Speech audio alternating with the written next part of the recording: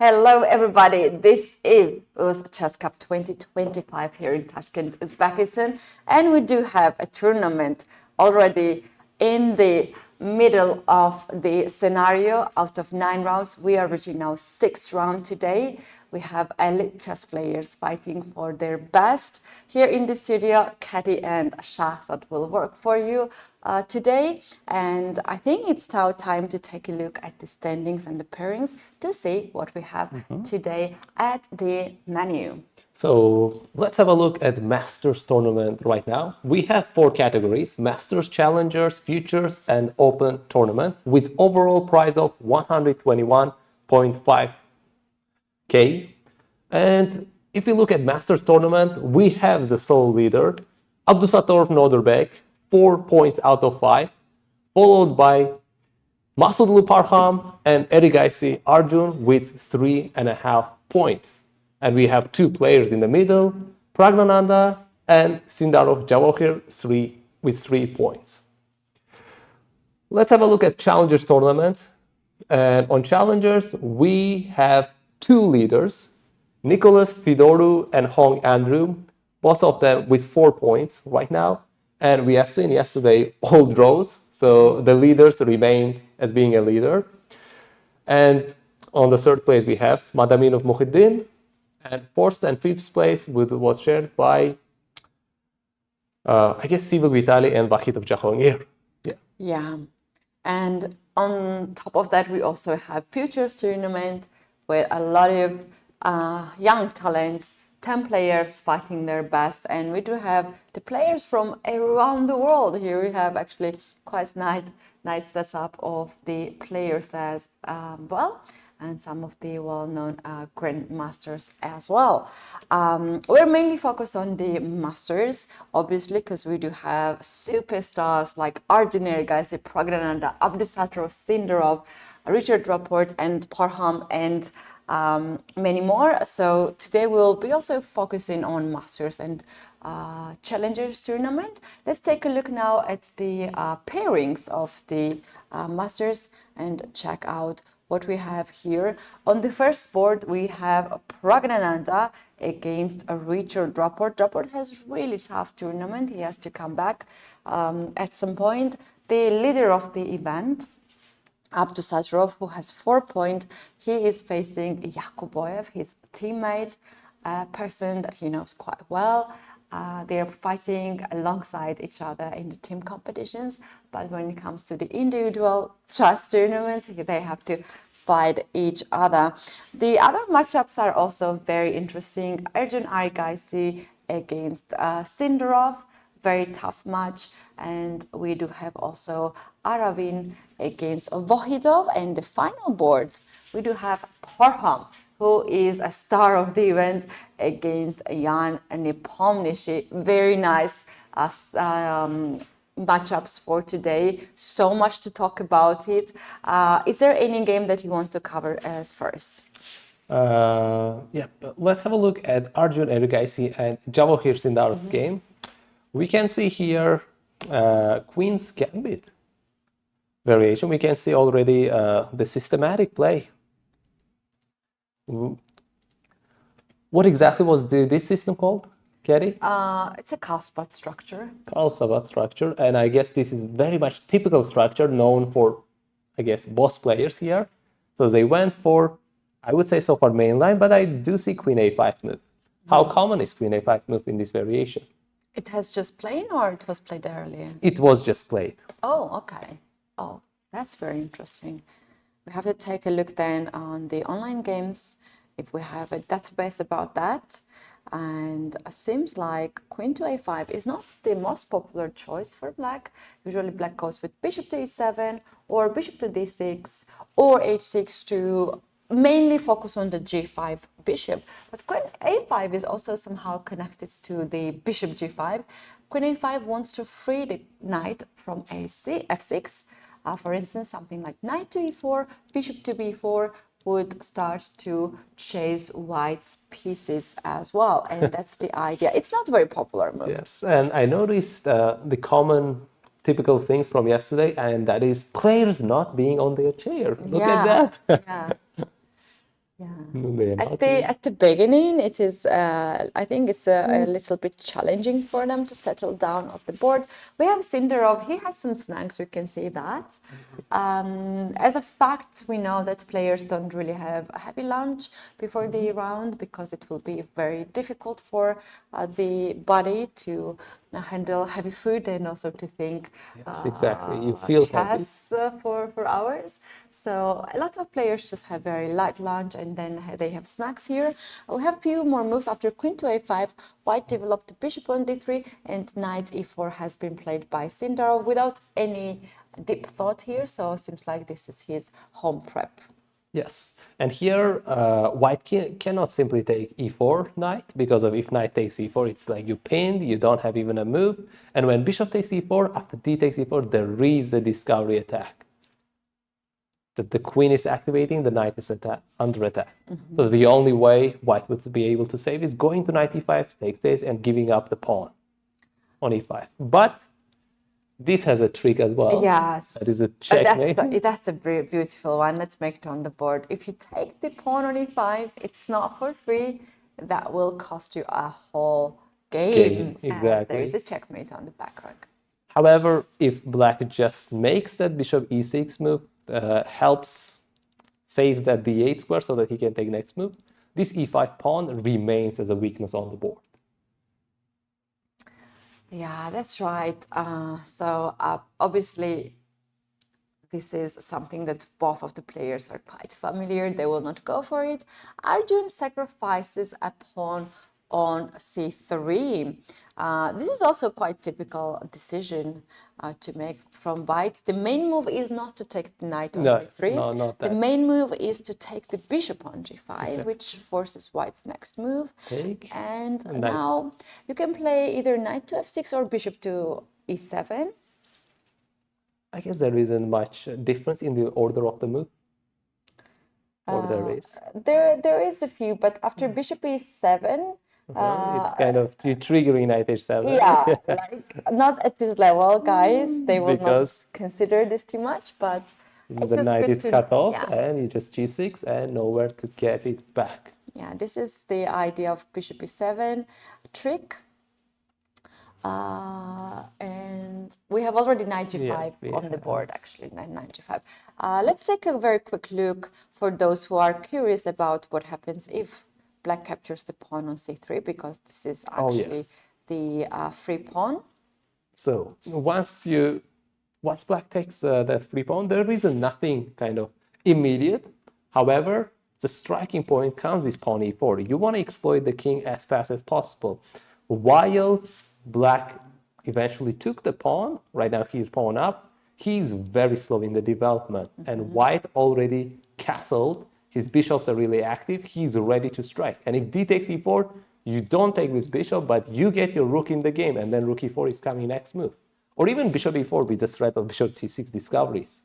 Yeah, and this is very good compensation for white for just a pawn. You have all your pieces well developed. Black's king is still in the center. Both bishops are at the starting position, and this is actually a huge advantage for white. Very close to win with a very careful and proper play. Yes. So this didn't even was considered by these two players, and you guys, this is a trick that you can actually memorize and play yourself if you would like. And let's see what we have after knight takes g5, knight takes g5. We have here Sindarov thinking what to play. He's considering, I would say, between bishop e7 and knight to f6, because both of the moves looks decent at this moment. More or less, they might result on the same scenario. Let's see. Yeah, there might be a slight difference from of these moves.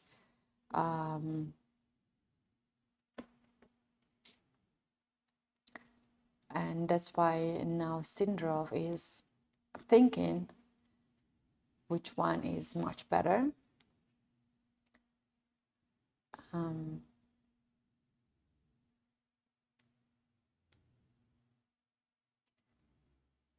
So basically, we can just analyze a little bit maybe the situation. We said that bishop e7 is a quite tricky move. Yes. But if white, after this move, we don't necessarily need to take the pawn on h7. Instead of that, white goes with f4. Guarding the knight. Yes, and you obviously don't want to take this knight because after taking this, we have very powerful pawn on g5, or semi-open a file, and black can never castle on the short side. This is so dangerous. So considering on g5 is not the most bravest thing to do. Instead of that, black might then play knight to f6. After f4? f4, then knight to f6.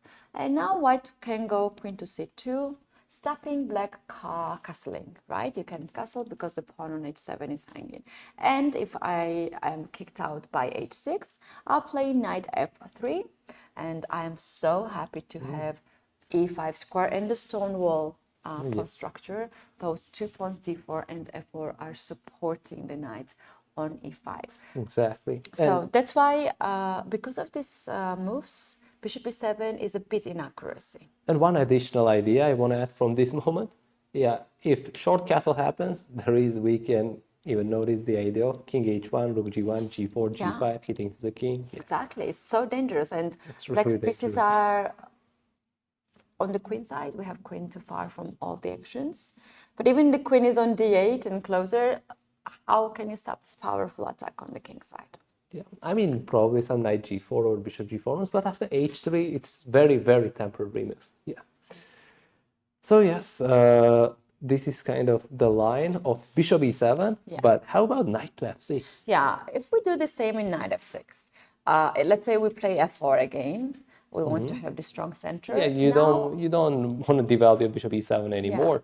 You know what you're gonna play here with black? You play bishop g4, chasing the queen. Chasing the queen. Queen goes on c2, and now you play h6. Yeah, kicking the knight away. Yeah, and when knight comes on f3, you chop that knight, take the on yeah, with the bishop. Don't let it to get to e5. Yeah. And if there is no piece to go on e5, then you have e3, a backward pawn. Yes.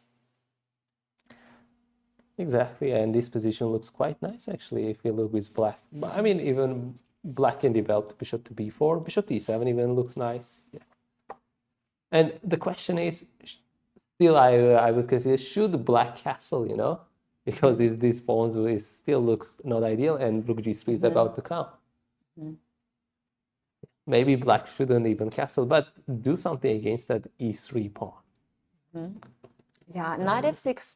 After a few minutes of thinking, 4 or 5 minutes of thinking, Sindarov played knight to f6. I love how these top players are handling the time. They're taking these moments when it is necessary to play, or memorizing all the lines, and then they are going for the best choice. As we have seen, the difference between bishop e7 and knight f6, that's where you go bishop g4 on time to take that knight on f3 so that you don't let it to get to e5. And in this little difference position, Sindarov makes the accurate choice after taking his time. Yeah, that's right. So white can here, Arjun can still play queen to c2. This is quite logical move. Look at that, he's looking around. It's trying to natural thing to do. To get things from memory, you know. When you look at the side, you are kind of trying to recall something. Yeah. And he goes for e4, 4 actually. 4. What? He goes to f4. Yes.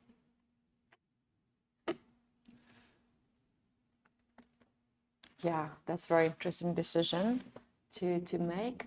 Sindarov can play bishop g4, or he can play h6 first and then bishop to g4. Bishop. His main idea here should be to get rid of the knight. Yes. And right now, if you look at the position, earlier on, Sindarov took the bishop on g5 and got the bishop pair. And right now, he can give it back, stopping the opponent's knight reaching to e5. And because position is relatively close, it is still like the knights are working good. It's not just bishop pair is advantage yet. Yeah. Well, in this structure that we have, the stone wall, you basically need to have a knight. Otherwise, your structure might be vulnerable with backward pawn on e3. Sindarov taking his time. We would expect him to play h6 or bishop to g4, but he needs to think a little bit more to remember all these lines and the small details. That gives us time to move forward and check out how the games of two Nodirbeks is progressing. We do have Nodirbek Abdusattorov, sole leader of the event. And we have quite a lot of moves on their game. We reached move number 16 almost immediately. Okay, let's have a look. Right now, Nodirbek Yakuboyev has a bishop pair. And on pawn structure, it's interesting. It is double pawns, but you can get rid of it almost easily and immediately. But I would say Nodirbek, okay, I have to specify. Now, Which one? So Abdusattorov would let Yakuboyev take on that c5 pawn, yeah, because and letting him to have those triple pawns, and that c5 pawn can be taken back after queen e7. Yeah.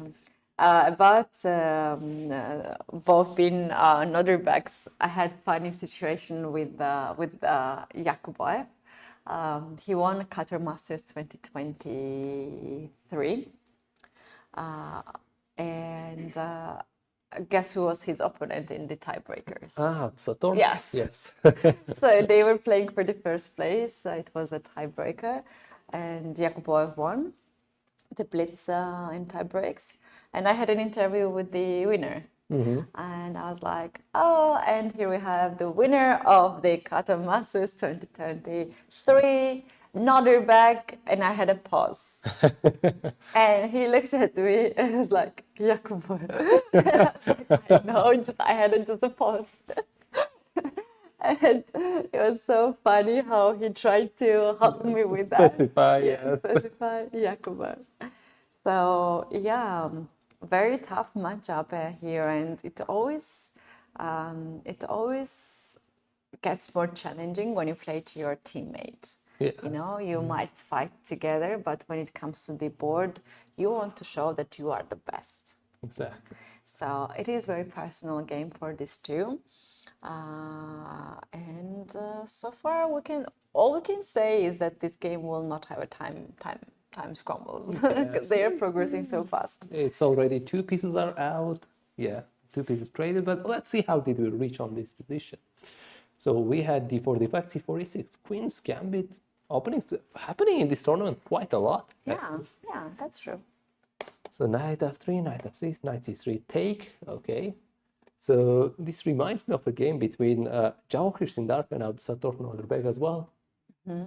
So very interesting. And e4 again. e4. Sure. Earlier in the previous round, we had b5, and this game went all the crazy here. Yes. We remember that. So here, Nodirbek Abdusattorov decided to go for another candidate move, another, I would say probably the second line, yeah, in this variation. Bishop b4 takes, knight e4, where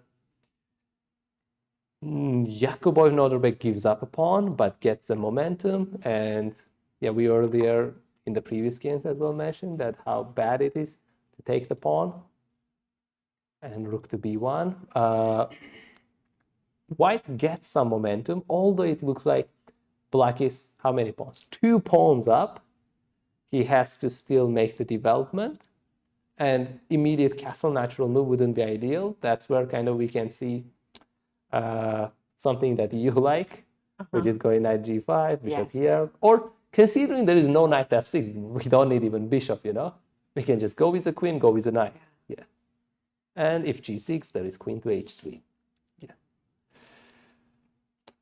So it would be if Abdusattorov went for this game, it would be a struggling game for him. Even though he's up at 2 pawns, he has to manage the game. So, of course, he decided not to take that as a pawn and just get his big piece back to safety.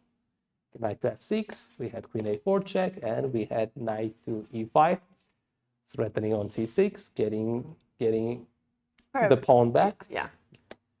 Rook to b8, and knight takes c6. takes, rook to d1, protecting the pawn, castle n. Okay, it turns out Nodirbek went for a7 pawn, not c6, because rook moved already to b8, leaving that pawn unprotected. So we have bishop to d7, queen going back to a4, and yeah, pawns are the same. Black is not pawn up, but his structure looks slightly bad.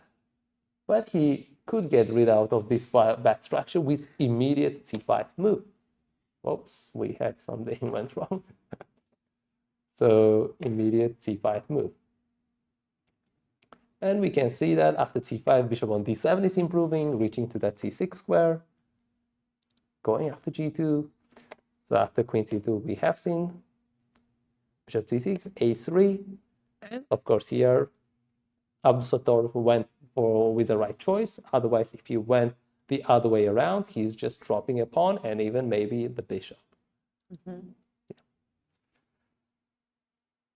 So bishop c3, and we have seen b takes c3. Now he's thinking, on the clock, it is very much the same. Yeah, quite even position and even a time situation as well that we have on the board. Here, Abdusatorov might consider some of the moves like bishop to d5 or bishop to e4. Try to chase this queen, and then also move like queen to e7 would do a job to get rid of the d file. Yes, and in case of d takes c5, there is queen takes c5. That's also kind of protecting the pawn. So yeah. So he's thinking, and while he is thinking, we can have a look at other games. I suggest to look the game of Aravin and Vachier-Lagrave. We had this moment when Black played g5, and I thought we will have another piece sacrifice, but White actually played very fast, bishop to g3. Yes. So we had a similar structure, and I see the knight on a3, not on d2. Quite interesting. So let's see when that knight a3. Oh, knight a3 was played like almost like that. Wow. An interesting plan. Usually you see the knight on d2. So I would say the plan is knight going to c2 and supporting d4 square. And hitting right now, while being on a5, it is hitting b5 square. Pretty nice. And although this gives the opportunity for Black to push b4, hitting the knight and a pawn, and after take, we know it's a backwards pawn Black has to play with after knight takes b4. So it wouldn't be ideal for White to take that pawn, and instead knight c4 would do the job. The game keeps going with being quite even. And here, Shamsuddin Vohidov decided to go for pawn to g5, after which, yeah, there was a high possibility of knight take g5 as well. We could have seen some wild game here, but Aravin decided to go for bishop g3, knight is n. We have quite close game so far. Let's take a look what would happen if knight takes g5 in this position. So what's the next follow-up? It's very important. The knight is pinned. Let's say Black goes with king to g7. Protecting the knight. Yes. Queen to f3, I would say, hitting the knight. Yeah. Move like bishop g4 is a blunder because we will get rid of the knight and that bishop will hang. So let's say bishop e6 in that position. Bishop going to e6? Yeah, bishop e6. Challenging the White's bishop. I'm considering how this knight on a3 can help make a pressure on f6. Something like knight c2, knight e3. And knight to d5 or g4. Yeah. f5, g4. So which means if you are trying to go with knight to d5 as White, right now your bishop is under threat, you should not take that e6. Because once you take it, you give away the square d5, you open up the rook, and that rook is protecting the knight, so Black would be all right on this position. So that's why it would be ideal to keep your bishop somewhere steady, and that steady square could be d5. Yeah. The bishop And d5 you're looks good. getting your knight maneuver. Would be a very interesting choice of Arvin to sacrifice a piece for 2 pawns and for a good initiative. But today he's not in a mood. He did not woke up violent today, and he said, no, I want to have a calm game. And instead of that, he played bishop g3, which is also equally good here. And we have knight to e7. This knight is rotating to g6 and f4 later on. So meanwhile, we do have pawn takes pawn on b5.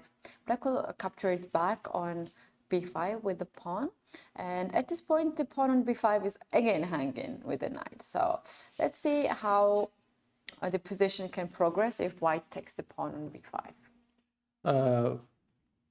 If you just have a look, there is a discovery. You can move away with a bishop, but are you willing to give up your bishop pair? There is bishop f2, but because it's not that ideal after rook f2, there is counter discovery exists on the position. Let's take that look like rook takes Takes, b5. and then knight takes e5. You are as black receiving counter discovery, and if you take back, rook f6, white is already up a pawn, black's king is exposed, pieces are quite much entering the game, and yeah. And after bishop c4, there is e5 pawn that will be close to dropping. If rook c5, there is pawn to b4. Yeah. This coming, c5. So that's Looks interesting. Quite unsteady for black. If black cannot take the pawn back, that means that Arvin would consider knight b5 here at this point. And what will be the black's idea? Black's idea is, the thing is, first of all, knight is misplaced right now. Where is heading from b5? It's maybe the only idea is c4 and get back, but if even c4 and get back, you have weakness on the b file. Exactly. So while Arvin is kind of taking his time, Shamsuddin can reorganize the pieces and then go for trapping the bishop. Yeah. Oh, And that's even a if brilliant h3, idea. some kind of H5, g4s, yes. Yeah. Just trying to get on the pieces on the king side and start maybe the attack. Yes. It can be powerful. And knight to h7 maybe protect the g5, yeah, so that it doesn't drop. Interesting. If we will see very soon if Arvin will capture the pawn on b5, as tactically it is possible. Yes. But positionally, it might not be the best choice for Arvin to give so much time and tempi on the king side. Exactly. We will see the updates very soon in this game. Meanwhile, we can take a look what is happening in the game of Pragg Nananda against Richard Rapport. Looks Whoa. very interesting. Look at that, we have double pawns on the b file and double isolated pawns. Wow. I guess we reached that from King's Indian variation. We have very interesting camera perspective. Vachier-Lagrave. Yeah, Legend. Richard Like Rapport as well. Whoa, Richard Rapport is in a deep thinking. Look at that. Yeah. I haven't seen that kind of, what I can say, the perspective from him, you know, with a hoodie. The face is right now covered. Look at that. He's trying to hide from paparazzi. Okay. Some kind of mood. Is he having double black today? Yeah, he had black pieces yesterday against Sindarov. He lost the game. And today he has double black pieces. Wow.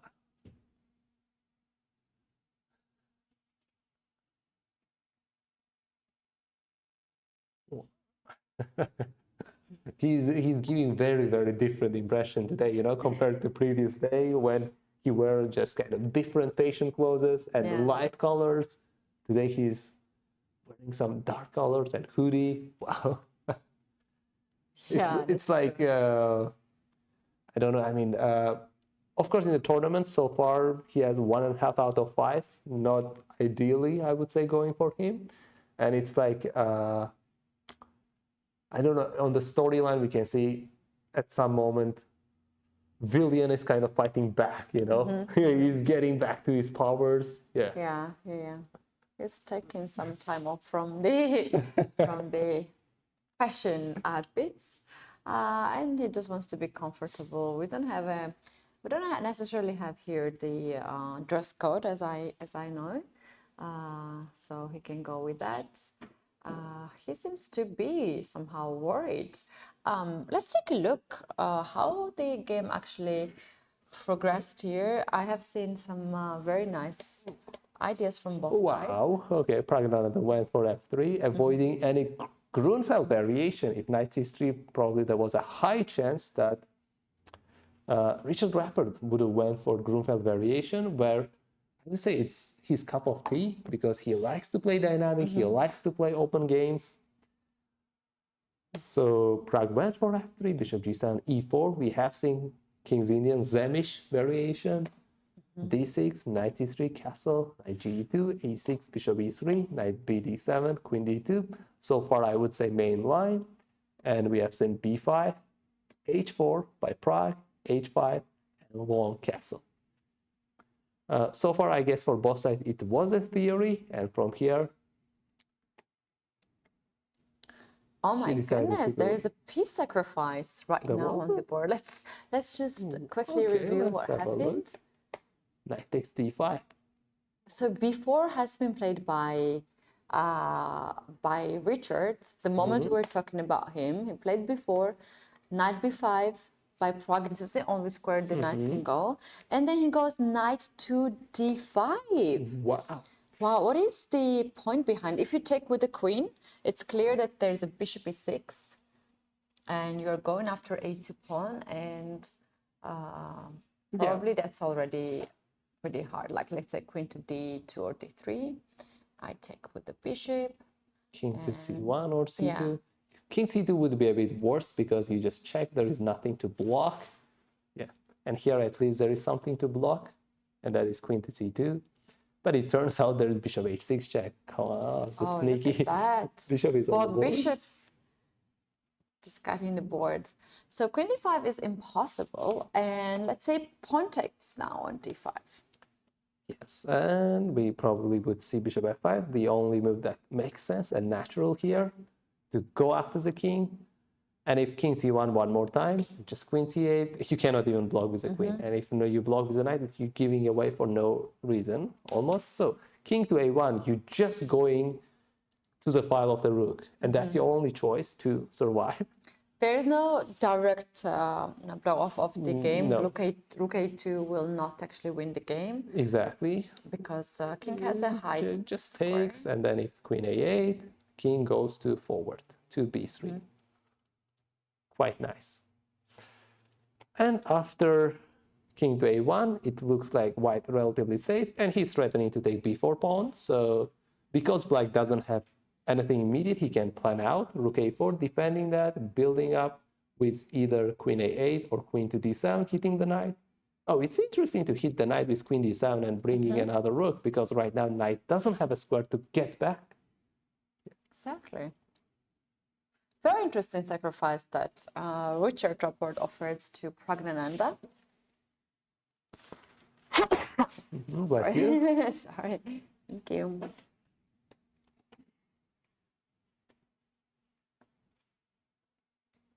Okay, and Pragg takes with the pawn. Pawn takes d5 on the board. And look at this. Oh, wow. I think Pragg wanted to check how Richard is feeling, and he was staring at him directly in the face. Richard goes bishop to f5. That's a strong move. Yeah, Richard is going for open dynamic game. King And goes rook to a4. Wow. Splitsing out, leaving the board again. He prepared those moves. He's ready. He calculated so far. And he knows if pawn to b3, he's going to go to rook to a5. Going after b5 knight. Ivanchik, we see Ivanchik Yeah, he sees observing. like, It's so interesting for him to see a game like this. Okay, if queen takes b4.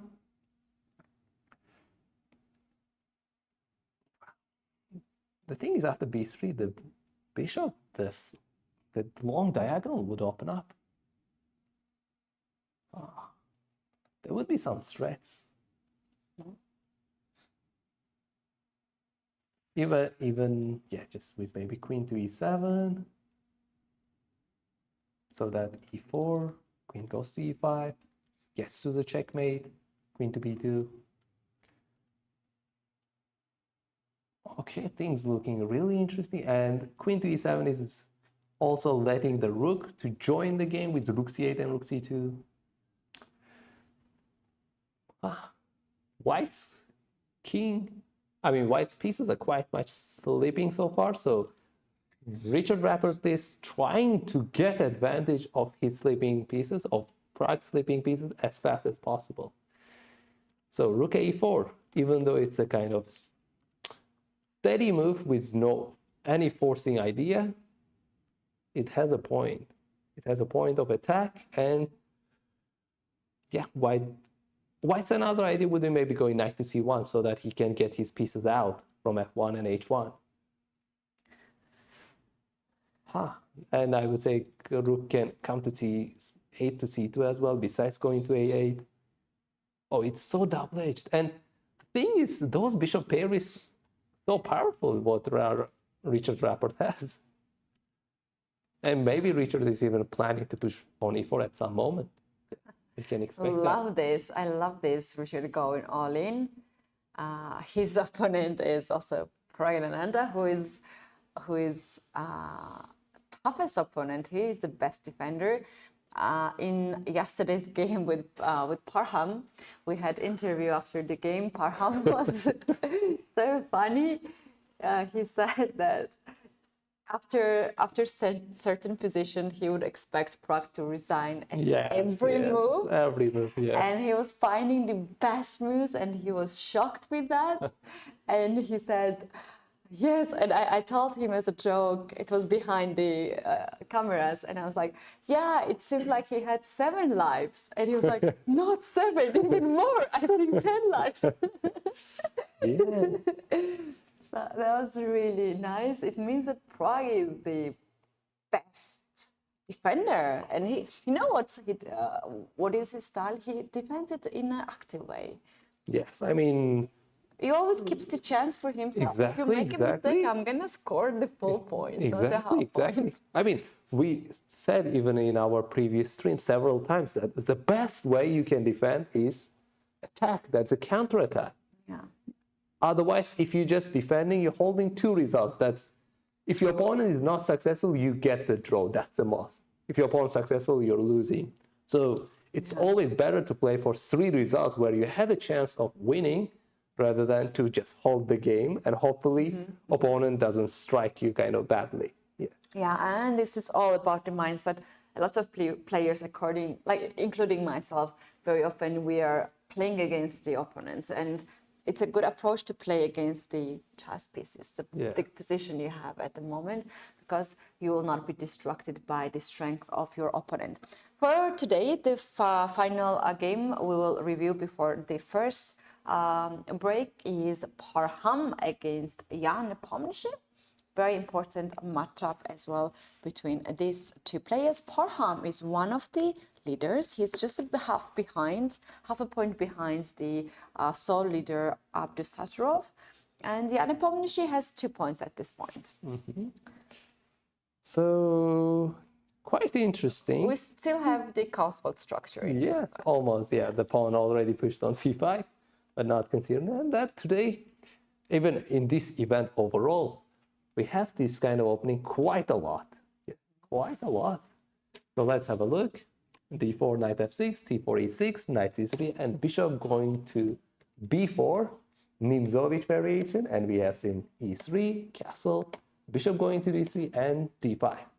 So takes, a3, bishop to d6, knight, ge. Oh, no, we have queen c2 first. Wow. And the thing is, I have a little bit suspicion that Parham might have confused the opening a little bit, because he took a lot of time to make his Queen C2 move, and after knight A6, his knight GE2 move. Yeah, I think knight a6 was also a bit surprise for him because knight a6 is not the square you bring this knight there. It clearly shows that you don't want to play knight to b4 because the pawns are controlling. So black's idea was to play c6 next move, knight to Maybe c7. c5 immediate. Yeah, that and was there's done by Nepo. Yeah, there was another idea. This is a good point because it goes to the another move. Instead of knight to g2, white could also play b4 Oh, b4. to stop c5 happening. Yeah, and in this case, actually, after b4, somehow black has quite comfortable position with c6, knight c7, and to strike with a5 in the end. Yes. So white decided not to have that pawn structure and to allow c5 happening. Knight e2, c5 on the board, and f3. Quite an interesting point by Parham. And rook e8 castle, knight e7, just a simple smooth continuation of bishop, just developing to d2. What's your perspective on bishop on d2? What's his future? I think the bishop wants to go to e1, f2, but the pawn now is hanging on e3, so that is not really a possibility anymore. And there's no way to guard this pawn. Like queen c1 will bring queen e7 as well on the board. So I think white will just try to play somewhere e4. That's probably the E4. future of the bishop. Rook d1 first. Rook d1 first to have this rook on d file. Here, black has to be careful not to close Maybe the king center. h1 first, yeah, Yeah, so to that you prepare. don't It get is all very the pins. important not to close the center with black here. If you play somewhere c4, this bishop has a square to go on f5, which is fine. And after some trades, white has this powerful e4 push, Yes. and you close the center. So black will actually keep the pawn on c5 to have the dynamic center. Yes. Another idea I had is maybe to get some game. I mean, yesterday we talked about isolated pawn, and I'm looking for that opportunity. Of course, this take immediately looks bad because it just takes and you're under pressure. Yeah, you know how he could do that? He could, instead of castle, if we just come back, 2 more moves. After c5, yeah, 1 more move. Here, white could take on a6 first, get rid of the knight, double the pawns, now take on c5, and after bishop c5, And then castle. castle, rook d1, and yeah. But again, this is the game for both sides. You have the isolated pawn and double pawns, but you have perf bishop, open files for the rook, and this is actually And probably a double-edged bishop position. a6. Yeah. Not, I don't think this is equal. Actually, I think it's double-edged position. Yes, exactly. Yeah. It's both players' game. So, yep. Bishop d2. So right now, if you look at the clock, yeah, because Parham thought very long earlier on queen c2 and knight e2 moves, he's a little bit down.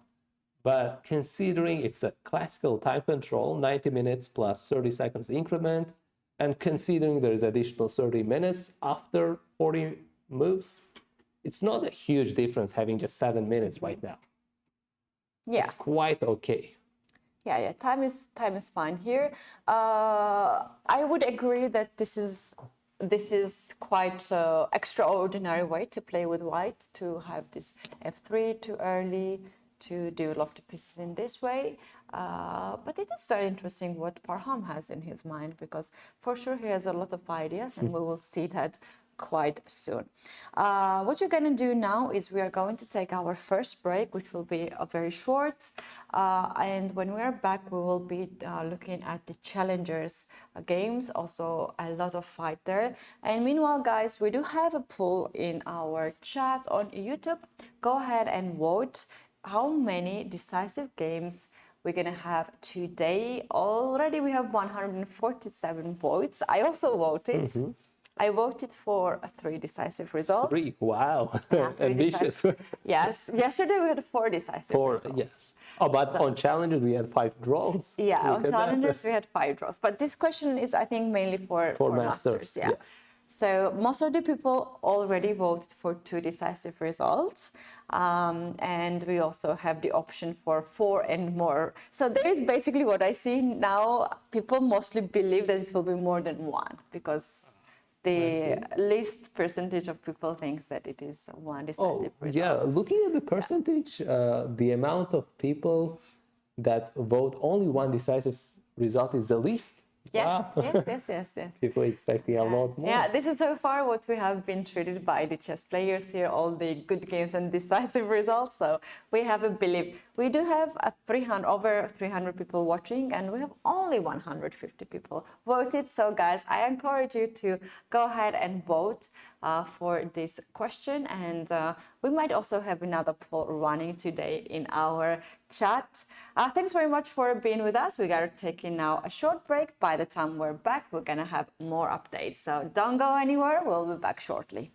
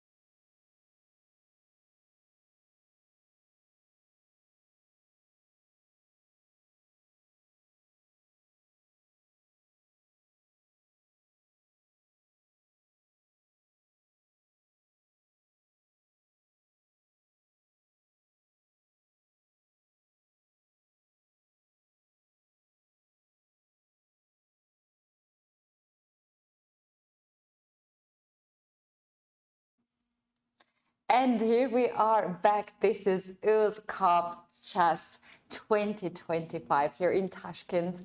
We do have round 6 in progress, and also alongside with Masters tournament, we have Challengers, Future, and Open tournament. They play in the same venue. Open tournament is in the playing venue, obviously, but there is a bit of a difference on the time control. We do have a standard time control in the Masters with 30 minutes extra increment after 40 moves, but in the Challengers and in the Futures, we don't have that extra time for the players, and that means that games are more intense there. They have more time pressure on the clock, but the games are equally interested. We promise you that we're gonna see the games also in the Challengers, and very interesting matchup. Hong Andre, who's one of the favorites of the event, plays against Vachier-Lagrave. Let's take a look. What is the situation? So, yeah. Interesting start by Andrew Huang. That's knight to f3. We have seen that knight f3 move quite a few times by Nicolas Didoru. And today he's playing this white. We can even see that move on his game as well. So let's have a look at Andrew Huang's game against Vasily Ivanchuk. And we have knight f3, c5. Look at that response. c4, knight c6. And he goes for English variation, symmetrical. G3, G6, bishop G2, bishop G7. Quite nice. Yeah, and copying everything your opponent is doing. That's a good idea. But latest move D4, you cannot copy anymore. You can play D5 here. You have to deviate here. Yes, and here an interesting move by Vasily Ivanchuk, and that is ignoring the pawn and just going for castle. And what's the point of like, for instance, if I take now on C5? Pawn takes C5. Yeah. You want to take the pawn? Okay. The opponent can go queen A5 and take the pawn back almost immediately in the next move. So that could be something, but the queen is already making a couple of moves, which means he's losing some tempos. And in the meantime, white can castle, if take, pawn to b3, ready to develop this bishop. However, exposing his knight and a rook on the diagonal that bishop can strike. So which means in this moment d5 strike is kind of possible to make, where we could have seen on this line. It is still theory, I would believe. Yeah. So after bishop e3, queen to a5, there is immediate knight d5 as well, but after bishop e3, you are making room for your queen to protect, and you go for knight takes. You would let your opponent take your rook on a1, you take, he takes. It looks like black has up an exchange, but you are going bishop h6 next move. And even before doing bishop h6, because this queen and a knight is on the same line, you can have that knight d4 move, that bishop h6 later.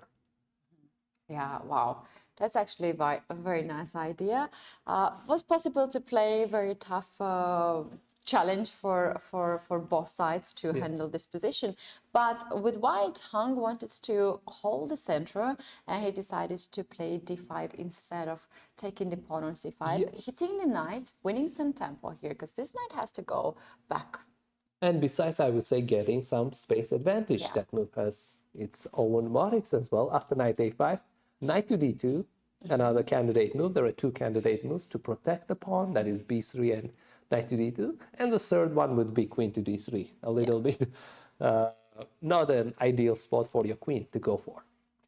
So we have seen knight to d2. Maybe the point is after doing that castle, when you do rook b1 and you want to strike to b4. You don't want to kind of wait and make your pawn protect this and expose yourself on that long diagonal. Yeah. So d6, castle, e5. What? An interesting structure. We are slowly transforming to Benoni, even I can say. So a6, there wasn't any captures. And b6, the game is relatively close, but I can see white having slight advantage because of the space he's controlling. We had b4 move, knight to b7, e4, bishop to d7, rook b1, and bishop to h6. Quite an interesting move. Is he trying to take the knight? is he trying to take the bishop? Why exactly bishop h6? Well, this bishop was locked on g7 by its own pawn, and I think he is just pinning the knight. And his idea is to take dark square bishop, not the knight, because if you take the knight on d2, then you give up all your dark squares on the king side that you can't really control. But if white moves the knight on b3, then you are happy to take the bishop. You're willing to exchange that, and as white has some space advantage, black has counter-attack and strike after takes. This c4 is more or less becoming a liability for white and close to becoming backwards pawn. Another idea bishop h6 is to stop f4 because it will be less powerful. Now I take on f4, then I play knight to h5. Yes. Attacking f4 right away. You cannot play knight f3 because you block the rook. You have to go knight to b3. And in that case, I can even bring my queen into the action, queen to h4. Wow. Yeah, this game looks quite aggressive, and black is doing right actions. Yeah, bishop h6 is quite an interesting move, and Andrew Hong is thinking how to continue from here. And time situation 1 hour 10 minutes against 53 minutes shows us that black is quite comfortable in this setup. And we can see Vasily Vachier is the star of our day. She's in all the cameras. She's just walking around thinking, and tries to play very fast in this game. Let's go forward and check out the second board. Here we have already a lot of pieces traded. Yeah, we are close to reaching endgame, you know. Once knights trade, it's like, and even bishops, there are like 2 pieces remain from typical endgame structures. Yeah, we're close to even rook endgame. But let's have a, and that trade is not even that far, it's just 1 move, and that trade is happening. To be exact, if takes, seemingly equal, and white is pawned down, but his pieces are comparatively active. Wow. So let's have a look, how did we reach on this position? And so far, another interesting is both players have 2 points out of 5. So let's see, we had a similar structure, and wow. In Russian game, we have that d4 move. Striking knight takes e4 and d takes e5. It's not similar structure. It's not Petrov anymore. Yeah. Russian. So, I've never heard of Russian. No Russian. How do we call this variation? Takes d6 Petrov. Yeah. We say both Russian and Petrov here. Yeah. So d4 takes, d takes e5, pawn to d5. Knight bd2, bishop e7, takes,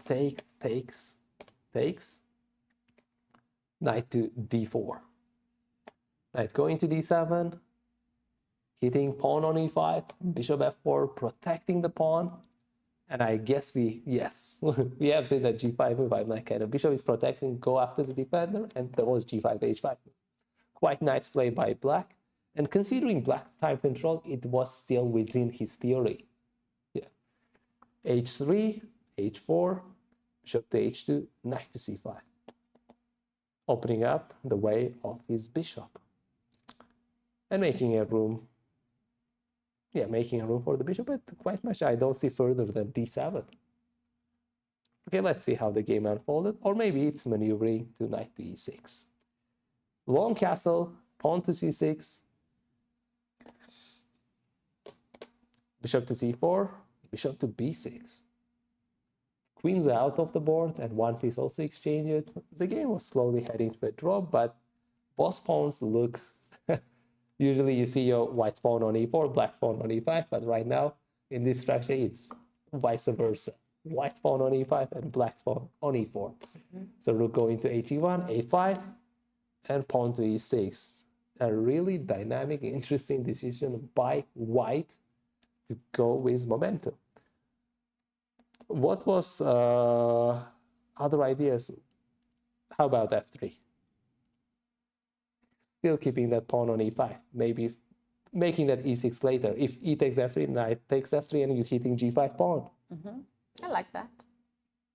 And guess how black can defend that pawn? Bishop to e6. Yes, that's again indirect way of defending. You're counterattacking. In case of take, you're taking back. And protecting the pawn, and also making the room for your rook to get into the game really, really fast. So e6, we have seen bishop takes e6. I would say giving a bishop pair, but White didn't go for getting bishop pair. He just took with bishop. Takes, and right now we have seen bishop d6, and black is thinking. White's idea is simple. You want to take and take back, and then e4 is exposed. You want to take on e4. Once after taking, c5. Right. What should I do here with black? Shall I go king to f7 to guard e6 pawn? That's also possible. I would say maybe. But you're dropping your e4 pawn, you're protecting one pawn but dropping another, and e6 pawn still remains to be weak on this game. Is there a way to protect both of them? There is a way, but not both of them, yeah. And that way, I earlier mentioned when we just got into the line, that trading, But how to trade that? Trading the knight is knight to d3. Two knights going to get out of the board right now. Knight d3. You have no choice but take with the pawn, he takes, and you are dropping e4 pawn, but you are threatening f2 pawn. So let's say rook to to e4, bishop to f2, rook to e6, king to d7 here, even kind of slightly. Black is, I would say, better because his king is active and his king is behind that d pawn, so which means your rook is not attacking. And considering you have d3 pawn, it is isolated pawn. So yeah, if rook to g6, we want to trade that rook, and black's position looks quite nice. Oh, there is actually a very smart way to deal with this position. Instead of knight d3, earlier on. Because king has not moved, right? Can I still long castle here? Long castle, yes, that's also possible. I long castle, hit the bishop, he take the knight. He takes, second knight. you take, I guess. Yeah, yes. you take, I F2? take. First on d1, because rook is hanging. Okay. Although, if you're taking, you're counterattacking as well. Yeah, let's take first Let's rook. take first rook. A rook takes. Rook, bishop f2. Bishop f2. And point being that you cannot take on g5 because of bishop e3. Yeah. Bishop there is bishop e3 even. Yeah, just. And actually here, White did have a choice of taking with the king as well, going and take e4 pawn. Yeah, you have to do that, I guess. Takes and takes. Quite an equal game, but White pieces look slightly more active compared to Black. And right now, Black has to play a defensive move, protecting that g5, otherwise it's falling. So if rook to g8, and White's king is also comparatively active rather than Black, king e2 is coming into the game, and I would say king f3, king g4, and then hitting that g5 pawn.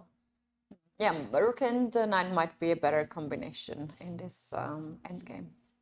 Because the game is kind of here, it is stuck. It's not that open, it's not nice game, but also you protecting that rook coming into the game. Those squares are away, e8 is not joining into the game, so the rook remains being quite passive.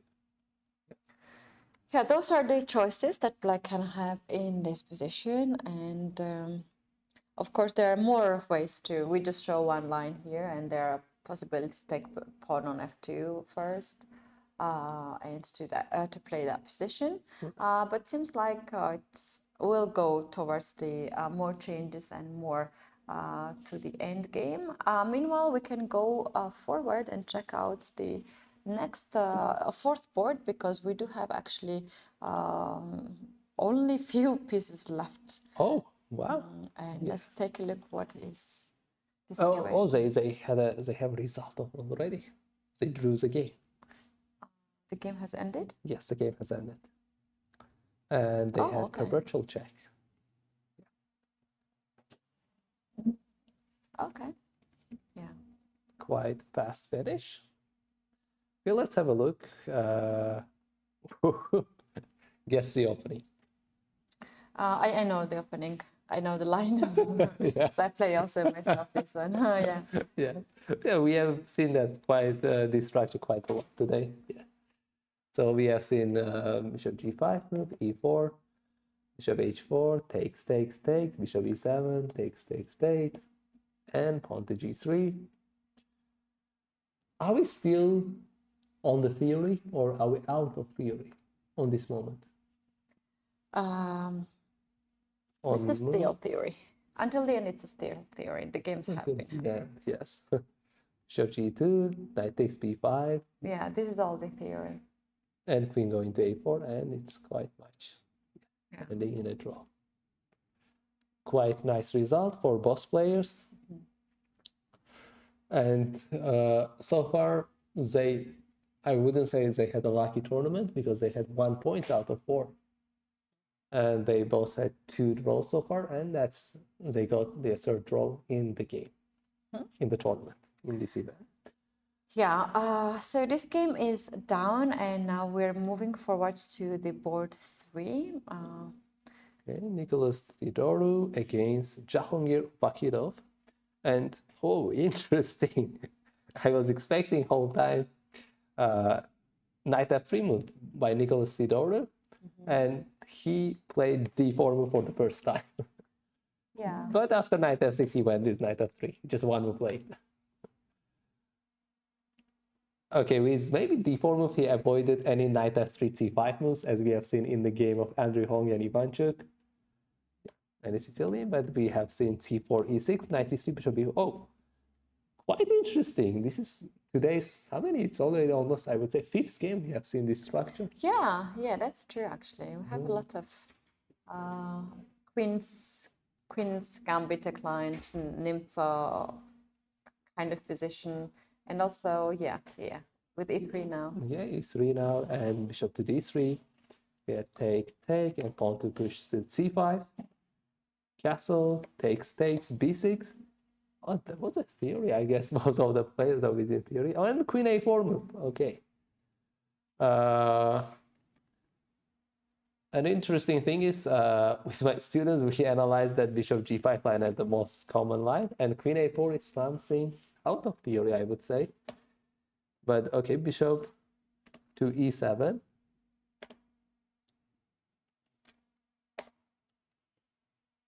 Bishop to b7. Okay, knight to e5. Queen to e8. Offering queen trade. Bishop to b5. Queen moving to c8. And bishop to g5. And the idea behind you wasting move with black is, after bishop b5, queen c8, you want to get that a6, b5 fast.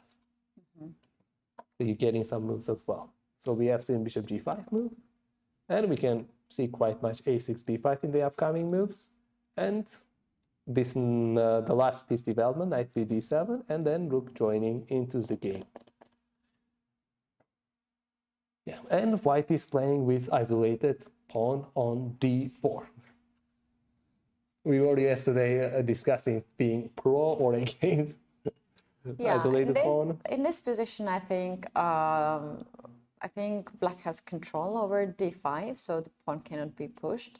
And also, white needs to coordinate pieces more on the king side, like something like bishop d3 now, to get the queen back on c2 and e2. White needs to just get all the pieces on the other side, and then we will see the power of isolated. Yes, white didn't move the rook yet. Maybe rook c1 to make some threats of knight e4. Yeah, rook c1 also a possibility. So yeah, the game is on here. It's going to be a huge fight, and we're going to go to the last board. In this section, we do have Vitaly Sivuk against Muhyiddin Madaminov.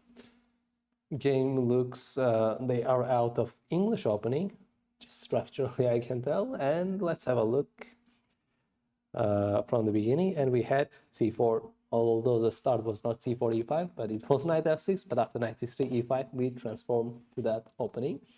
We have knight f3, knight c6, g3, pawn to d5. Okay, inverted dragon. I don't know, I would call it like that. Is it called like that?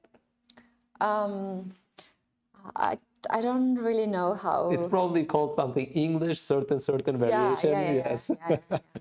Every line has such a weird names these days. I don't really know what are the names. So, but in a simple sense, we can say that's how you play dragon. Yeah. So castle. Oh, this game reminds me. We had this structure earlier as well in previous rounds. Yeah, Richard Robert played, but he played something like Queen to A4. C2. Queen to C2. Queen C2, Yes. then Queen A4, and then Yes, he came back he on D1. came back, yes. Knight B4, then Queen A4, something like that, and then Bishop D7 against Yakuboev, yeah? Yeah, I guess. Yes. Yeah, I guess. Yeah. Okay, so today we had a relatively normal and natural move that is just castle, D3, onto H6, Bishop to D2. Yes, quite natural, typical idea with what you play in Dragon, or in today's game it's like English, yeah. H3, knight to F6, B4, going back, knight to E1, knight maneuvering to E3 and D5, but it's like you do that knight C2, this, when that pawn is on C5. Or is it just to protect this, to adjust? But well, let's see, knight to D4, okay, it was to kick out that knight on D4, queen moves away, queen to C2. I'm a little bit confused with knight being on E1. What's its future? Where do you want to place that knight? You worry too much about this knight. The knight can come back on F3, I guess. That was his idea, as you mentioned, to protect D3 pawn. And after knight to F3, then you have rook to D1, bishop to E1 to strike on D4? coordinate the pieces like that, and then to eventually to get rid of the D3 pawn and attack the center. I see. Yeah. Yeah, it's going to be a slow game here, so I think it's now time to go back to the Masters and check out what is happening. And the first game we can check out is Parham against Jan Nepomniachtchi. Too many things has happened. Wow, they are closer to the end game. Yeah, interesting. So, I mean, if rook moves away, they exchange the knights. It's like they're getting to the rook end game, and maybe we can see maybe fast draw even in their game. Yeah. But besides that, Parham is probably thinking of being stubborn and keeping that pawn on D5 with rook F5. Yeah, rook F5 is possibility, and after G6, actually you have to drop the pawn on F6. Let's make it on the board. After rook to E, can I do something like king to F7 to prepare G6? Possible. And I guess you have to save your rook again, otherwise G6 is coming. So here, after king F7, rook goes to H5, hitting that H7, and now if H6, my rook is comfortable because you cannot play G6 anymore. Because H6 pawn drops. Another option you have is you have to get back with your king. King to G8. I mean, that's also possible as well. After king G8, the threat is again one more time G6. Yeah, and if the rook moves away on E7, then what happens in that endgame? Instead of F5? Instead of F5, rook D7 pretty much triggers the trades on D5 square. You take,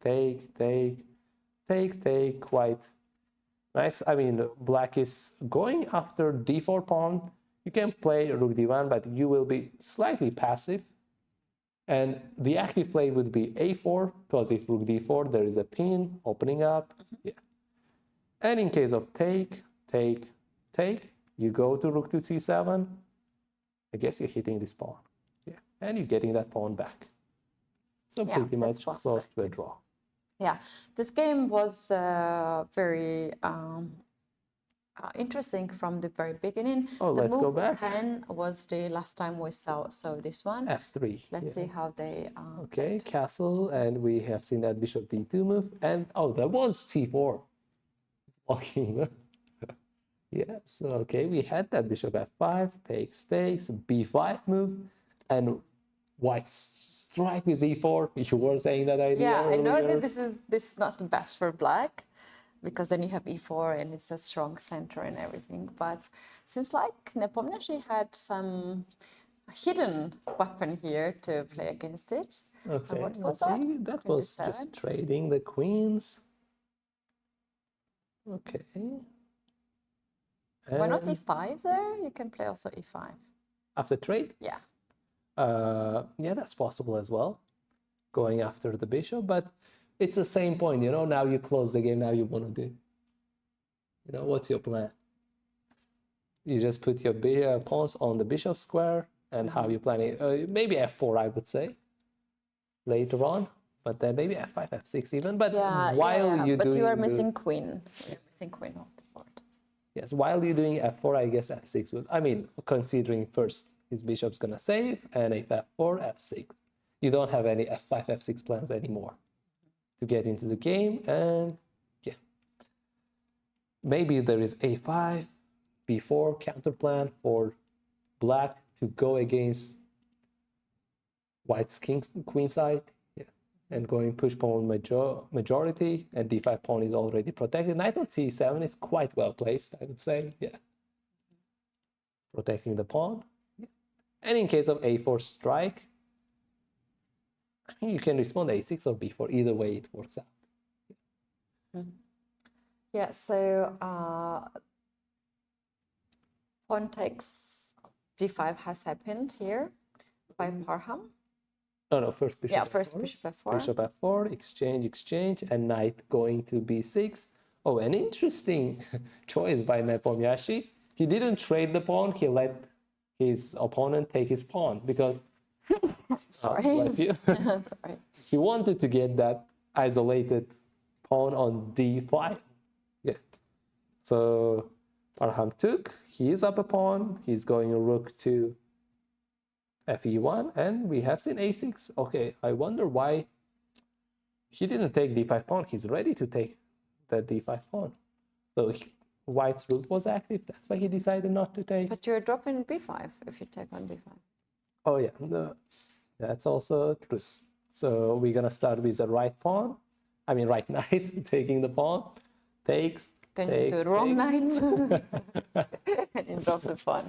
Yeah, and then I guess there is a counter attack, and b2 will be dropped. Yeah, I mean rook b8 is quite common idea, especially when you give up your b7 pawn. You know, bishop b7, rook b8, quite common moves. And here, But if I play a4, you got a a6, then knight a3. You're going against c4. I see. Yeah, so that was a deep one. Yeah, I don't need to really have so much of struggle, right, with black, because a6 is just one move, and d5 pawn cannot be protected anyway. Exactly. So Nepo went with a very simple choice of a6. Yeah. Okay, now it's very clear and understandable. And you can play why. it. Yes, and now you can take that. And in the meantime, it does let white to get to rook e5 and protect the pawn. But after f6, white is not feeling comfortable with rook on fifth rank. But Parham is still keeping the rook on fifth rank. And yeah, we can see like king f7 move, and even let's say black gives a move for white. It's gonna be probably getting to the seventh rank, white's idea. So probably in the meantime, even rook d7 move would protect. You know what I'm thinking? How about knight e8 move? And going to d6? No, g6 and drop the G6 just kind of protecting. Oh, that's an interesting line. Yeah. You can move away with rook h5 because you just dropped attacker from c7 to e8. And another interesting thing is, can Parham go for sacrifice? No, still going to rook e1, and if g6, you give up because you have two pawns, and after that you have this That's interesting. good d pawn that can be pushed. Yeah. That's interesting. And you have good placement of knight here on e6. Knight e4. Yes, and Knight after, f6. yes. Oh, I like that. And maybe that's when knight a4 immediately, like, don't even come as a knight. But this makes black's pawn strategy a little bit not ideal. Takes, rook c6. But I would say it's totally playable and even kind of pushable for the win for both sides. Because rook c8, you give up the pawn on a6, but you have that counterplay of rook e1, rook b1, yeah, going against this pawn. Oh, things can go quite wild. Yeah. Yeah, so interesting. Rook Black's f5. position looks slightly better to me at this moment. Yeah. Yeah, rook f5 is the Parham's choice. He has 40 minutes for 18 more moves. I don't think that's a time pressure for him in this game, or he had any, and we know that he's quite comfortable in the time pressure, as his part of his routine was to prepare in the blitz games. Even though we have off the pieces now in this game, we still have some chances to have a complicated game. Let's go now forward and check out how Pragg and Richard Robert are doing. Because they had quite an piece interesting sacrifice. game. And we see at the moment of pawn push to e4. Wow, that dark squared bishop is joining the game. Wow. There is some kind of beauty and dynamic showing Rapport, yeah, after yesterday's defeat. This is a real Rapport, we know. But we know Pragg is kind of amazing defender as well. Yesterday, how he was a kind of great fighter, both till the end, yeah. So let's see where we left off and how things continued. We left off on king a1, which was a strong move. Rook went to a4 to protect b4. There was knight going to c1, queen going to d7. Moves were done quite kind of faster. Yeah. Bishop to c4, all the computer is mentioning this as a mistake, but it is totally making sense that you're protecting your a2 pawn. Mm-hmm. The only thing maybe when black is developing rook c8, you're coming with a force, with an attack. But if you develop your bishop e2 after rook c8, you're allowing that rook c2 penetration on your camp. So it doesn't look good either. Yeah. Yeah, it's very interesting actually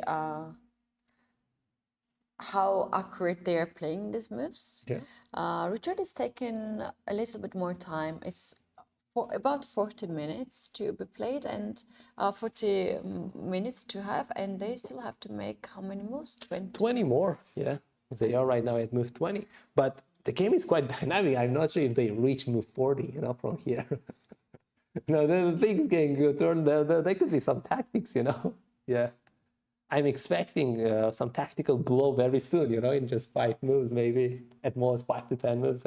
There will be some kind of tactical strikes on this position, because Richard is already down a piece and he has to make really, really fast moves. Yeah, I agree with that. He has to make some fast moves. e4, opening up the bishop. Let's follow just the lines here, what we have. So we have computers recommending simple development of rook, after which can we have take a look of f takes e4 or? Taking just the pawn immediately. Yeah. Okay, let's have a look. The straightforward line. When white takes the pawn, although it exposes this, but Richard Rapport is not thinking about getting that exchange back. He's not caring about the material. The only thing he's focusing is white's king. That's why he gave away that piece earlier. And what's the suggestion? He can strike his pawn to b3.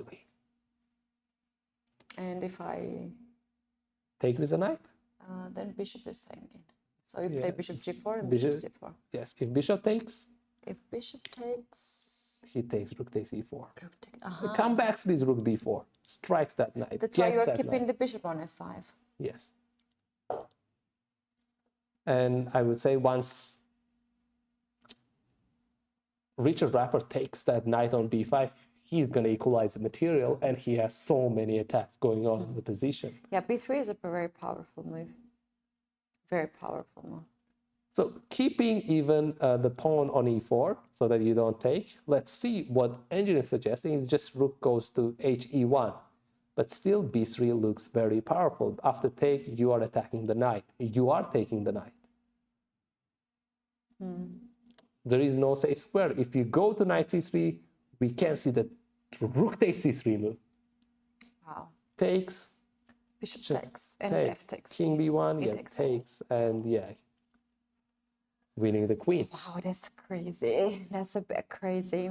But Pragg has a way to save his knight, and that is going to knight to a3, the other way around. Yeah. And Rappert can continue with queen to a7, hitting that knight. And yeah, game is still unclear, I would say. But his pieces are still active. Look at every single piece. But he has to be accurate. So after e4, is there a way to stop b3 happening? You cannot push yourself pawn b3. You cannot make bishop b3. Why? Oh, bishop b3 actually possible. I was thinking maybe rook a5. But then knight to d4, rook c1, takes. But turns out even first you can open up your bishop as black and then do those actions. Take. Oh, wait a sec. I just dropped the knight. Takes, rook a5, knight to d4, takes.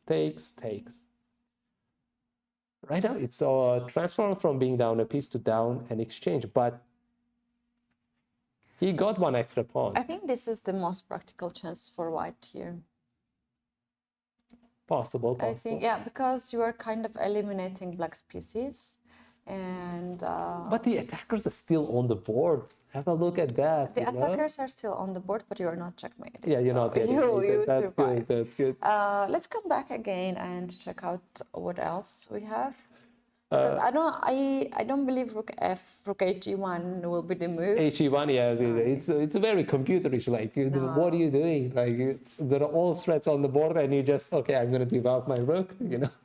So once again, f takes c4, b3. b3, and rook is getting in, and that knight is exposed. Can I take the bishop then?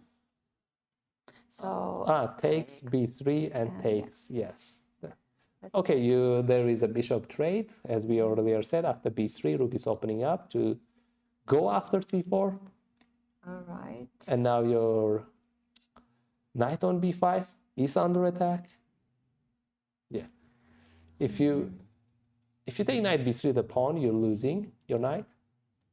So if you protect it going to knight to a3, I would say there is rook c2 hitting queen and c2? Yes, because another rook is joining in. Oh my goodness. Two rooks. Wait, that's fine, because I can take. Take. And you want to take again? there's rook d2, bishop b2, king b1. Yeah, there are some deeper calculation, but there is a way to put almost a checkmate in white's king. And that is not necessarily with bishop b2, but it would be on a2 square, but knight is protecting that a2 square. But we have to consider that there is a huge pin. Ah, yeah. Takes and queen a4. Takes and queen a4, yes. And queen a4. And now, very close to checkmate. a3 doesn't save the game. Check and mate. Wow. Yeah, tough. But there is... take b3. Let's see. He takes f5, rook takes c4. White dynamic. After seeing all these lines, Pragg might feel that he's very, very bad here, and Richard might think that he's pushing. Yeah. Yes. Wow. And it's very important how the players are evaluating this position, because your decisions will be based on that, right? If you feel that you are worse, you are lost, you will just try to find the only moves. Yes, I would say. Wow, this game is really interesting. Like really, really, really interesting. Richard is a strong move. Yeah, Rapid Richard is feeling comfortable in this game, and he just made his e4 move, opening up his dark squared bishop. And we know Black doesn't have dark squared bishop already on the game, so that bishop solely kind of makes a huge difference. What if I play knight d4 here? Blocking. Yeah, that. Blocking, I want to get knight c6.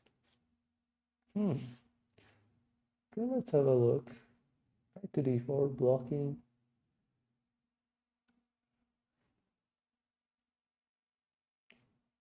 I would say something like queen a7 maybe, or...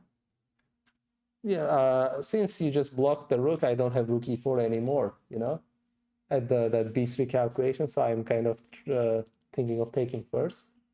Because of that, there is no rook e4, there is no any ideas, as previously line we calculated on b3. Okay, if I take it. With a queen, Pawn. you drop the rook. Okay, with a pawn probably, that's more likely, but besides that, there is knight takes possible as well.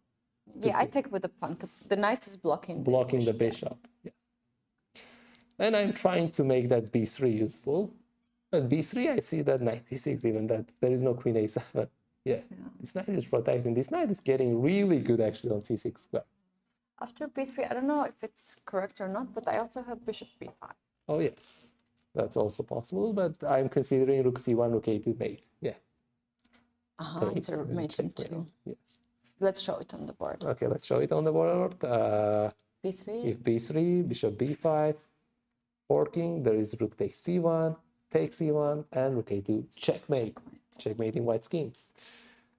And at this moment, that's why this knight being powerful, and if b3, there's knight to c6, guarding any squares, blocking the rook, defending c4 in a kind of ideal way. Look at that, see how well defended c4 is. You cannot attack it anymore. If you take that, you're just blocking that king with your own pawn. You don't have progress anymore. You don't have any rook a2, you don't have any rook c1. Yeah, it's not easy idea anymore. The only thing is, okay, e-file opened up. Maybe you have to, as a black, readjust your pieces. And considering all those factors, I'm like, I don't want to have this knight on the board as black. You know, this knight is causing me so much trouble. So I want to do that b3 idea, but maybe I have to get rid of that knight first, take then b3. Now look at that. I know. Bishop d4 is not the move, I promise you. Who will give up this bishop? But when your idea is clear, when you made your calculation, you can go for that move. The next move is this is pinned and b5. No, I don't believe it. I'm sorry, but I don't believe it. If I play a3 there... Well, but it would be too much to leave this knight on the board. You know? Give up the dark square bishop? I mean, you want that knight to be on c6, and I guess you don't have any ideas anymore. No, this is too engine line. I don't believe it. Wait, okay, so our suggestion is knight d4, right, for Pragg? So far. So far, yes. No, the thing is, earlier on b3, that knight on c6 becoming so powerful, so I'm like, I want to make that b3 idea. Tell me how I can make that b3 idea. Yeah, because you see the engine, they don't see the engine. That's the difference. I don't believe this is the real move, bishop d4, that Richard will play. Yeah, another way to play b3 would be maybe with rook takes e4. This is more logical. More logical. So tell me the ways that I can push the b3. If takes, that also looks good. Yeah. And now, if queen moves away, that d4 is dropping. And the only move that is not dropping the knight would be queen to c3. And maybe queen to a7. I would double up because rook a2, I'm kind of going for a checkmate. Yeah, I think Pragg has the difficult times. Second day in a row. Even to keeping coming back to see this game. Because the game looks so interesting. It's like you playing. Richard sacrificed the piece in a. That's a very nice way. Very stylish. Very nice way, yeah. Very stylish. Pragg might not be comfortable, you know, to have tough defense in 2 games in a row. I see that 2 Nodirbek games is also progressing. Let's take a look at that too, and we'll come back to the Pragg game. Bishop pair looks good. The game is open. The bishops are functioning really, really good at this game. So, yeah, Yakuboyev is out of his chair. Seems like few last moves were a bit inaccuracy. We can take a look last few moves. What happened? Okay, let's go back a little bit on that a3 moment. Takes, queen. Okay, queen to d6. That was how c5 pawn was protected. Bishop to e2, bishop to e4, queen to d2, rook f d8, and a4. Queen to c6, hitting g2 pawn, and f3, defending the pawn. Bishop to g6, bishop hitting on b5, the queen. Queen moving away, bishop a3, quite natural move, triggering the exchange. And here he went for the exchange. Only it's a mistake, it was a trigger, that bishop a3 move just now. There was another idea for Abdusattor, that is, since bishop is the only defender of the pawn, to kick that bishop out and then take that a4. But he's losing his c5 pawn as well. We're leaving him with isolated pawn. Let's say bishop to f1, queen c5, bishop takes c5, and that c6 is still on the board, and c5 and f1, bishop pair still acting really, really nice. Yeah, wow, this might be the current position, might be really tough for Nodirbek Abdusattorov. As you can see, the engine bar somehow favors here white pieces because of the bishop's open position, the pass pawn on a file, and also the final move, queen to c1. We see that there is a really strong move. Yeah, marked as a strong move. The pawn on c7 is hanging, and the pawn on e5 is also hanging. So yeah, the time situation not so bad for none of the players, but Nodirbek has to be a bit careful here in this one, not to increase the issues on the board. Yeah, but which Nodirbek? Yeah, that's a good question. We have both Nodirbeks on the board now. I kind of noticed that the people who have the advantage, they walk a lot in that day. So, and the others, like if you have to defend, they are like sitting down and they are like trying their best to figure it out. Well, let's have a look at the last move, because that e5 move was played within 15 seconds. This was quite fast. And I would say maybe queen c1 was a miss.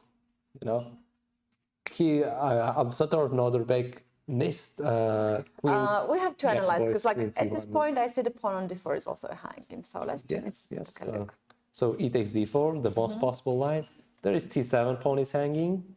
So if queen takes c7, there is the rooks are joining in and the pawn is on d3. D3, yeah. So it's likely that Yakubov wouldn't take the pawn. It looks like it's giving the chances for... What is that? Bishop e7? Bishop e7, another line, yes. That rook looks uncomfortable. It doesn't have a lot of space to go. Bishop c6. If rook d5, immediate bishop c6, yes.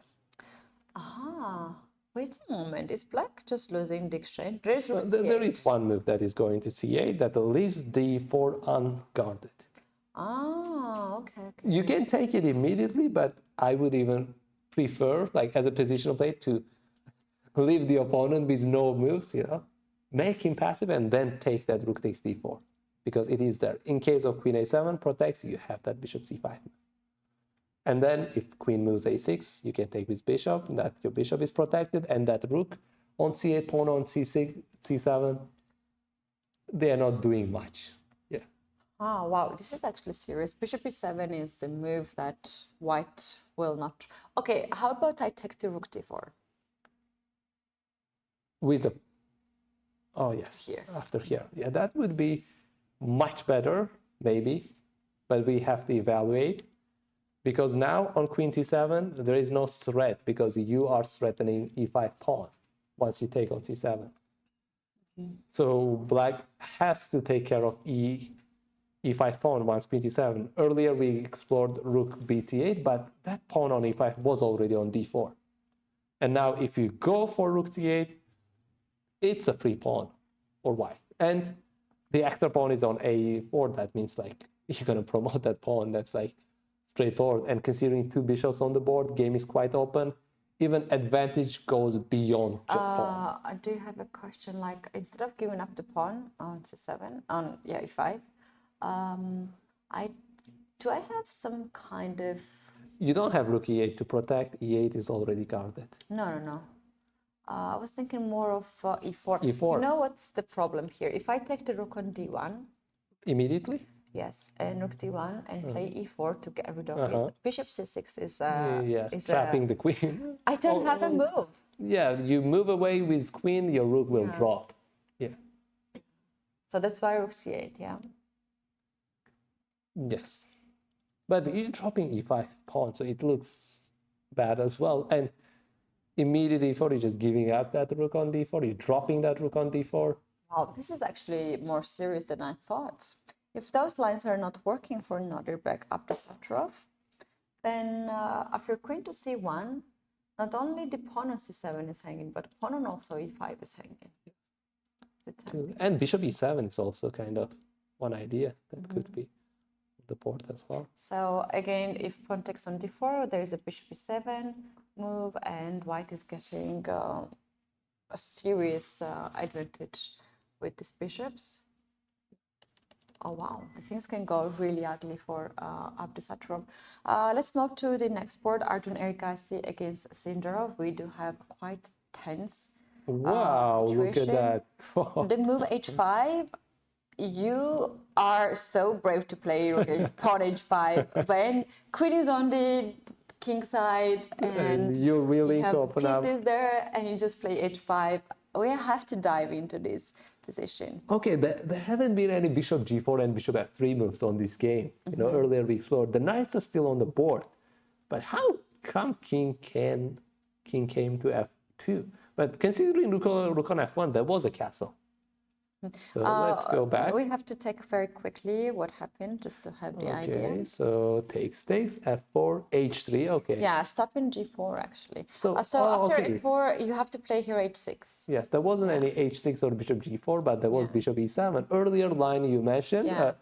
And more or less we came to the same scenario. Same scenario, so it was a little slight inaccuracy, I think, to stop that. Because now white goes with h3, controls g4 square. Black is kind of forced to, like after castle in g4, to play g6. To play g6, yeah. Yeah. And then what we had? We have knight to f3 back, Knight e8, knight queen e8, c2. queen c2, and knight to d6. Queen to g2, and pawn to h4.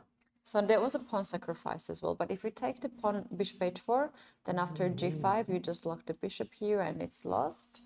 So this didn't happen. We had king to h8, king f2. King f2. Okay, I mean h5. He wants to open up the rook h1 and h5, and h5 directly. h5 is coming slowly. To be clear, why h5 was done? Because after takes, g takes, bishop g4, your bishop is kind of fixed. And then you go to rook g8. In case of knight e5, maybe first queen to f8, maybe. You have to protect, then pushing pawn to f5. And h4 is dropping, actually. Yeah, knight e5 is not possible, h4 is even dropping. So yeah, the idea that... Let's show it on the board Okay, to takes, make it more clear. takes, probably rook g1 and bishop to g4, that blocks. And your knight cannot move away because h4 pawn is dropping. So you cannot react with capture. What about f5 if I want to stop the bishop? Not here, no. Here, you wanna, isn't it giving up a free pawn? No. After h5. Here. Yeah, so Here, point being that if you take the pawn on a5, I take the pawn on h5. But here the thing is that... You're still dropping h4, I would say, maybe, additionally. Yeah, I think the most problem about f5 is that black can take first on g4. g4 and then f5, Then after queen takes on g4, then black can take with a piece. Yes. Either knight or bishop to trade as much pieces as possible. And then you can play king g7, rook h8 and go after h4. Yes. Yeah. Quite safe. Yeah. Quite kind of counter-attacking. All right, so that leaves us another candidate move after h5 to play g5. To block whole game. But black should be very happy with this because all the whites attack now, it's just The end of slow down. And yeah, we can see that he white ended up with e3 pawn, and slowly black can make pieces towards e3, and the queen is slightly kind of misplaced as well, and it's kind of king is around here, and if black is fast enough, he would get advantage like by pressuring e3 pawn more and more. Do you think so? Because I have 95 to cover that. Maybe And there is like also c5 not moves, enough pieces d4. to attack that. Maybe c5, if takes, maybe d4. C5 here? No, not necessarily here. Here, I want to get to e3, how I can get to that. And knight f5 meets bishop takes f5. So maybe bishop f5 first, if takes, I'm kind of already have one piece on e3, and I want to place my rook on e8, but there is some kind of c5 take and d4. That's what I was implying earlier. c5, d4. Well, out of all the moves what white has here, I think g5 is most logical to close the position, because it seems like if white opens up the g file, it's not white's game. We have to come back to the current position. Let's go back. Here, yeah, I'm talking about here. Yes, g5, yes. It seems to be played because, like, you can't afford to open up the files here because white's king is also in danger. One thing I noticed is maybe white can let his opponent take h4 pawn, because after take, rook g1, bishop g4, earlier we mentioned, knight e5 we said not possible, but look at that king. Even you're giving up that h4 pawn, you have some checkmate ideas right there, you know. It doesn't look that smooth for black to play. There is a threat of knight takes g4 as well. Yeah, you know, maybe queen to h2. Yeah. This I agree with that, but am I forced to take the bishop h4? Yeah, no, yes, No. you're not forced. I'm not. Yes. Just the fact that you open up the position, you can never take these pieces back, the pawns back. So black can find here some intermediate moves, which can just... yeah, his pawn on f7 is protected. I would say rook has the freedom to move. Yeah, rook g8 or something like that. Yes. And the pawn on h4 will remain. Remain, yeah. This is kind of an interesting pawn. It seems like dropping, but once bishop h4, it's like there are checkmate ideas on the board. Especially I love the way how Sindrov is like answering to the attack with h5. This is out of all the basic ideas of chess to push the pawn where you are weak on this side. But look at that, it's just working, and it's based on the calculation, which is very important. So we're expecting Arjun to make the move here. And let's see what he will decide. Will he decide to close the center king side? Will he decide to take an open, accept the challenge and take the pawn? We'll come back to that. Both are possibilities, and both has ups and downs. Then we are going forward to check out the game of Arabin against Shamsuddin. Yeah, let's take a look at this. Yeah, let's take a look of that. Because it seems they are close to the end game as well. There we go. Rooks are out of the board, and they again playing queens. Okay, bishop pair for Aravin, but he has double pawns, and I would say I would give slightly more space advantage for black on this game. Yeah. B4 has been just played. Closing the queen side as well. All the bishop pair advantage. Look at this bishop, not doing much, and look at this bishop. It doesn't have. Yeah, maybe bishop d1. That's a good point. Bishop d1 to chase the knight. Yeah. I mean, black would be willing to trade as well if white's idea is to trade, because those pawns are still on the light squares. And double pawns still exist on the board, and this bishop has no way of getting to this d6 pawn. But that from g4 there is that bishop d1 move still. If these variations happen, let's say we give away the move, any move, takes. There is a way to get in to bishop e2. If you move to queen b2, there is bishop to d1. So the bishop in that opposite colored way, black bishop has a better chances compared to white. Bishop is on d1. So do they have I a don't move? know if, yeah, bishop d1. I don't know if Arjun is planning to give up the bishop, or maybe he just wants to rotate this bishop to the king side, because center and the queen side is close and there's no business for this bishop anymore. Bishop might come on f3 in this position. Next can be something, I was thinking about queen a5, queen d8 to get this queen also activated.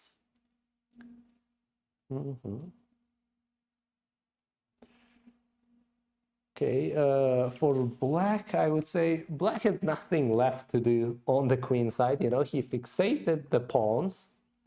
So maybe black should slowly change his focus to white's king side. And looking at this pawn, my main target is, first one is on e3, the second one on being g2. I want my queen to be on g5, not on b7 anymore, because so that I have some h3 ideas, so that I have that knight e3 moves.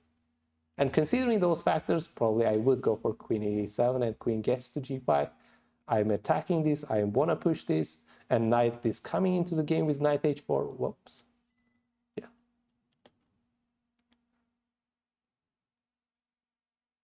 So, which is making white slightly worse and defensive in this game. He has to play really carefully, although queen a2 would kind of protect the g2. Yeah.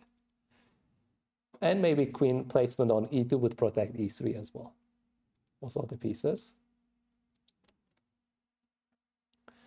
Yeah, well, black can make those progressions, but white's placement of his queen on e2 would take care of those attacks. So black has to figure out something more from here, I would say. Yeah, queen e7 is on the board, Yeah, queen and e7 is on queen the goes board. towards the g5, and now it is Arvin's turn to make the decision how he wants to guard all those weaknesses. And meanwhile, we do have the update in the Pragg and Rufford game, and we have the move that we were actually talking earlier. And that's bishop to b3. Yeah, there was Yes. first trade the pawns and then bishop to b3, hitting the rook, and Richard is taking a sip of water and thinking Oh, he yeah. enjoys so much to have this Yes. position. This is so good position for him. And yeah, I would say I would give you a credit, because you said this is the most practical line that would likely to happen, and it is happening on the board. Yeah. And rook a5, knight b4, we just explored this line where white slowed down black's attack and things are looking more practical. But of course, black got extra pawn as well on this variation. So which means right now, after getting that just being exchanged down, it is bishop and a pawn for a rook. And yeah, white is kind of defending, but black is still pushing for the attack. His pieces are still attackers, and he has bishop pair, which is his piece coordination, and having bishop pair gives more compensation than just a point being down. Yeah. Yeah, another game that is quite interesting, Arjun and Sindarov. Here we have also the move that has been played. Arjun decided to keep the pawns that way and played knight to e5, and we will see two question marks here for this knight. So his idea was that after bishop to g4, that actually happened on the board, he wanted to take it back with the queen, with the knight, pawn takes, and queen takes on g4. And he's claiming that I want to push h5 next move to open up the h file if you want. But in the Stop that, you meantime, can capture it with the check. Yes.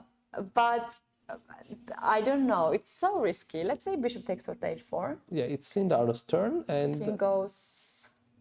you're checking, which means you are move ahead, which means you have a time to place. Yeah, that's the point. King goes on g2 or f3. Maybe on e2 you kind of take care of. Yeah, this somewhere. pawn. Let's put It seems somewhere. We'll safe. figure it out.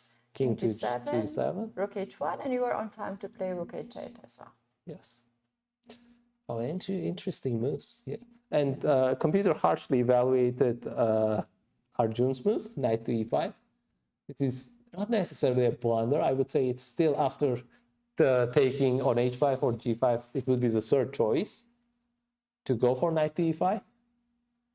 Yeah, this is because of the bishop h4 check, yeah? You're giving up the pawn. But I don't know, in practical game, yes. bishop h4 is not your problem. How comfortable you are to leave your king on h8 while g5 is, it's covered. You somehow also trust your opponent when your opponent plays 95. You just believe that bishop h4 is not a good move. So, and also, like, I just moved the rook king away, and then rook h1 is next move. Yes. But I guess the point of why bishop h4 being so good is after king e2 you take, you're not letting g file to open up. After knight g4, you're still keeping that bishop pair, you're not taking bishop g4. You may be doing bishop f5 move, or just king g7 first and then bishop f5. Yeah. But knight on e5 is still powerful, it's still double-edged, All right, in the game we do have actually some more moves, and after taking on h4, queen to c8 has been played. A queen offering the trade. Okay, there was no taking on h4 pawn. Wow. I was expecting at some moment there would be h4 pawn dropping, but would you take this pawn in your game h4 against Arjun? Against Arjun, guys. I would not dare to if take possible, it is better for me not knowing that on the other side there is Arjun, But you know your opponent. Yeah, I know, but let's say if I don't have that knowledge, let's say I'm playing online game, and on online game you can, But you still know who's your opponent. Make your opponent anonymous, yeah. If my opponent is anonymous, I would be comfortable to take bishop h4. But if it is Arjun, I'm like, what he's planning, what I'm missing, that would be my question. The thing is that most like bishop h4, this is supported by the computer because computer can see hundreds of moves ahead. Yes. But for the players, this is very simple. You open up the h file. I don't need that. For him, it is more important to trade the queens now to calm down the position and to keep h4 as a weakness in the future, which makes all the sense. There is a f5 idea, maybe he was kind of, because after take, we explored that variation, but we didn't go extra move deep in it. We said king here, rook h1, but besides rook h1, there was an f5 move that is hitting on g6, You're taking, and probably for that reason, Sindar didn't go for bishop h4. Yeah, no, I don't blame for this one. I would never take the pawn on h4 too. Rook to c8 has been played. It is white to move now, and what white can do is to perhaps to. He can still do f5. He can still avoid queen trade. Yeah. Yeah, probably. Yeah, there is, if take queen h5, check rook g1, coming. Yeah, I think Arjun will keep the queen on the board. Yeah. Another line is that there is a queen trade happening, but on pawn structure, you get double that pawn and you get worse on that f5. Another thing, like if you play queen to g3 and keep the queens on the board, you will fall for knight f3, and you have to calculate if it's worthy or not to do that. Knight to f5? Sorry, knight f5. Yes. And after which you have to take. Yeah. Without the light square bishop, this attack is not so powerful. You don't have any h5 anymore. And queen c2 is another thing you have to watch out. Simply so that's why queen g3 is not a possibility, and Arjun can either take the queen on c8 or to play f5. Exactly. f5 looks more kind of positional because if takes, king e2, you have a clear goal that is doubling up your rook on f file. And although you pawn down, his king is kind of exposed, black's king. You're not dropping any h4 pawn, so actually you're not even pawn down here. So you're taking that f5 back, you're not dropping h4. Looks quite pleasant because of the f7 pawn, and this knight might have some nice squares to jump around, like when the rooks are you gotta bring that knight on e5. Yeah, knight g1, knight f2, knight d3, but in a long term. We do have more dynamic situations on the other board. Nodirbek's Abdusaturov decided to give up the exchange in his game. So we have seen queen to c1 move, e takes d4, bishop e7, and queen a7. I like this decision because You're about to push, yeah. Yeah, if he plays a passive rook to c8, we know that Yakubov don't ask him second time to Yes. convert that. There wouldn't be much counterplay. Yeah, exactly. And with this one, you are keeping the pawn on d4. You are keeping the pawn on c7 as well. Of course, you are giving up the exchange, but you still have some ideas to roll the pawns. Yes. As white, however, I would be unwilling to take that d8 rook still. Really? Yes, because I have idea of bishop c5 and taking that pawn back. Okay. I would rather take back the pawn and keep the game on my own side rather than giving counter ideas for opponent. Yeah. Okay, let's analyze. This is more or less clear that you are forcing queen to go back or to b7 and you take the pawn back, and Yes. white has slightly, maybe even better. Even better, you have bishop pair, you have a4 pawn, you have bishop c6 just pushing, that's also winning. Yeah, but let's see what happens if bishop d8 takes. Yeah, of course. Okay, bishop d8, that does require calculation. So you gotta be clear on your decision, takes. And there are several decisions, but all of them would be allowing d3. And one move that doesn't allow d3 would be bishop to d3, but bishop d3 doesn't look good. You wanna kind of have that bishop so that you have counterplay and that pushing pawn ability to a8. Yeah, but that's also fine to push d3, right? If I play king to h1, if you push d3, it will be my target. Yeah, I'll play rook yes, a3 next. yes. So maybe he's gonna kind of double up and keep his pawns connected for a while. And he has the e3 square for his knight to get into. And then push c4. Whoa, it looks kind of not ideal. Yes, for white to face these issues. So after c5, you can still have to stop that with bishop to c4. Knight jumps. To d5, yes. And maybe now you take it. Yeah. You take it. You cannot afford having that knight on e3. Takes, queen c4, you fixate these pawns. Yeah. It's still kind of better for white. There is probably some pawn push. And then getting that rook to b7, but there is a bishop, so you cannot get on. Yeah, so white has to evaluate this position here and the position where he just gets the pawn on d4, and then he has to make decision upon that. Yes. So because this line is still giving counterplay, I would consider the bishop c5 as high candidate move as well to keep your advantage. To not let black have any counter ideas that might result in actually even you losing this game. Earlier we have seen that how his knight on e3 becomes so dangerous with his pawn push. Well, Yakubov, he has 40 minutes, a bit more than 40 minutes to figure it out, to make his decision. Both moves, bishop to c5 and bishop to d8, leads him in the advantage in the position. So he has to just choose now between these two moves. And a game between Parham Maksutlu and Jan Nepomniachtchi actually is getting more and more interesting. Wow. Let's have a One look might at thought this game would end earlier in a draw, but no, they have just decided to play further. Wow, interesting. And it looks like Parham decided to give up a pawn for a little, but wait a second. Right now, Jan looks ahead of a pawn, but how did we reach this position? Yeah, so we had I think rook f5 in knight e8. I saw this knight a8 being there. Oh, rook d7. Rook Okay, d7 so that's stopping any rook e1, rook e7 ideas. And we saw d6. Okay, Parham giving the pawn away and getting his rook on c5.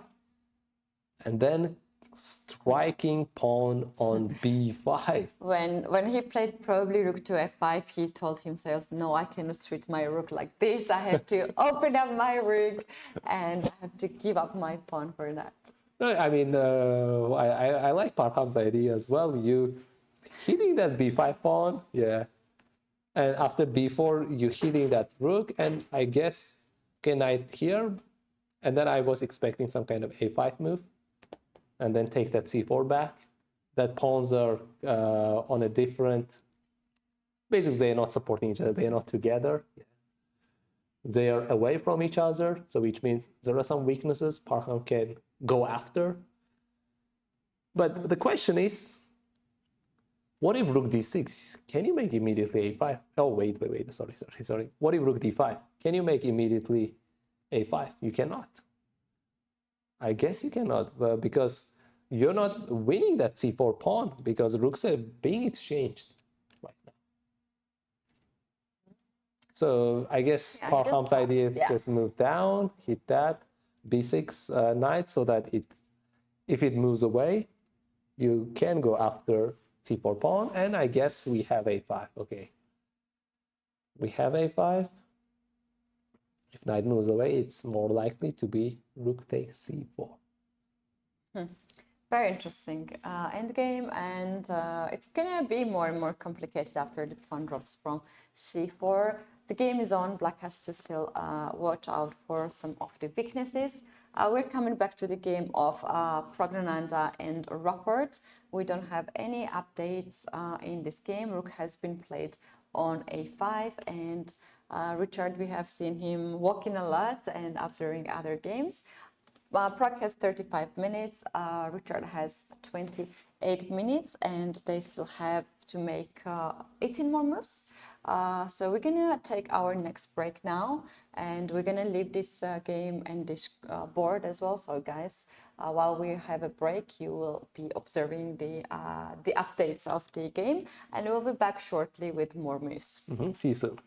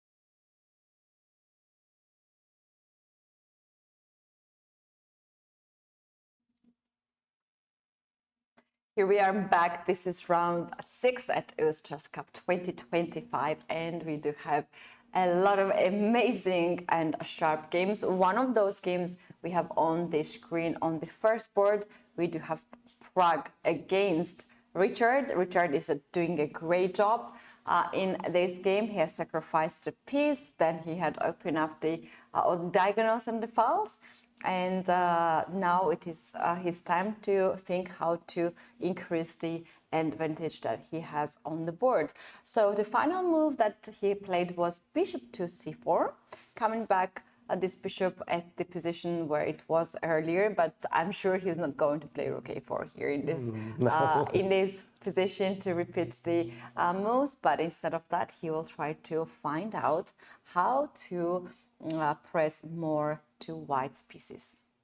Yes. I believe Pragg's decision going to bishop c4, he had two decisions, either going to bishop c4 or knight to d4 to protect his knight. He evaluated whether he wants to keep the knight on the board after we have this line, or the bishop on b3. And we can see his decision was keeping the knight on b3. And on bishop c4, what do we see? We saw brilliant move. Oh, wow. Whoa, look at that. By rapid bridge, and he leaves the board. He drops the bishop on c2 and leaves the board. Wait a minute, is not it just hanging on c2? It looks like hanging. Okay, bishop c2, queen takes c2. And look at that. He is capitalizing on the pin, and he's willing to go for a queen trade. If Wow. takes, rook c2, and now he's hitting his bishop on b5 and pawn on b2. Wow. Wow, that is insane. So wait a moment, after we have to see Pragg's reaction. Okay, let's see. He's not surprised. The poker face. He has yes. seen it. He has seen it coming. Okay. Yeah, that's not the move he probably wants to see.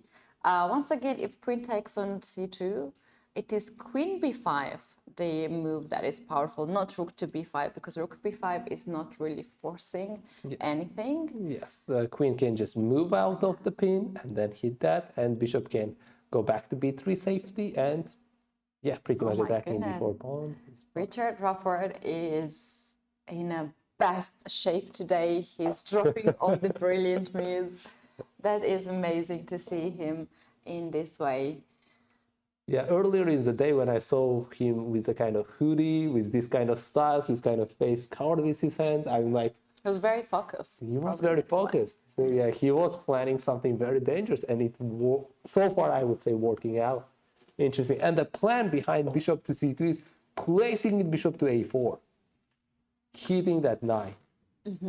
And it looks deeper than it kind of feels like now, because after bishop a4, you want to place another rook and get to c2.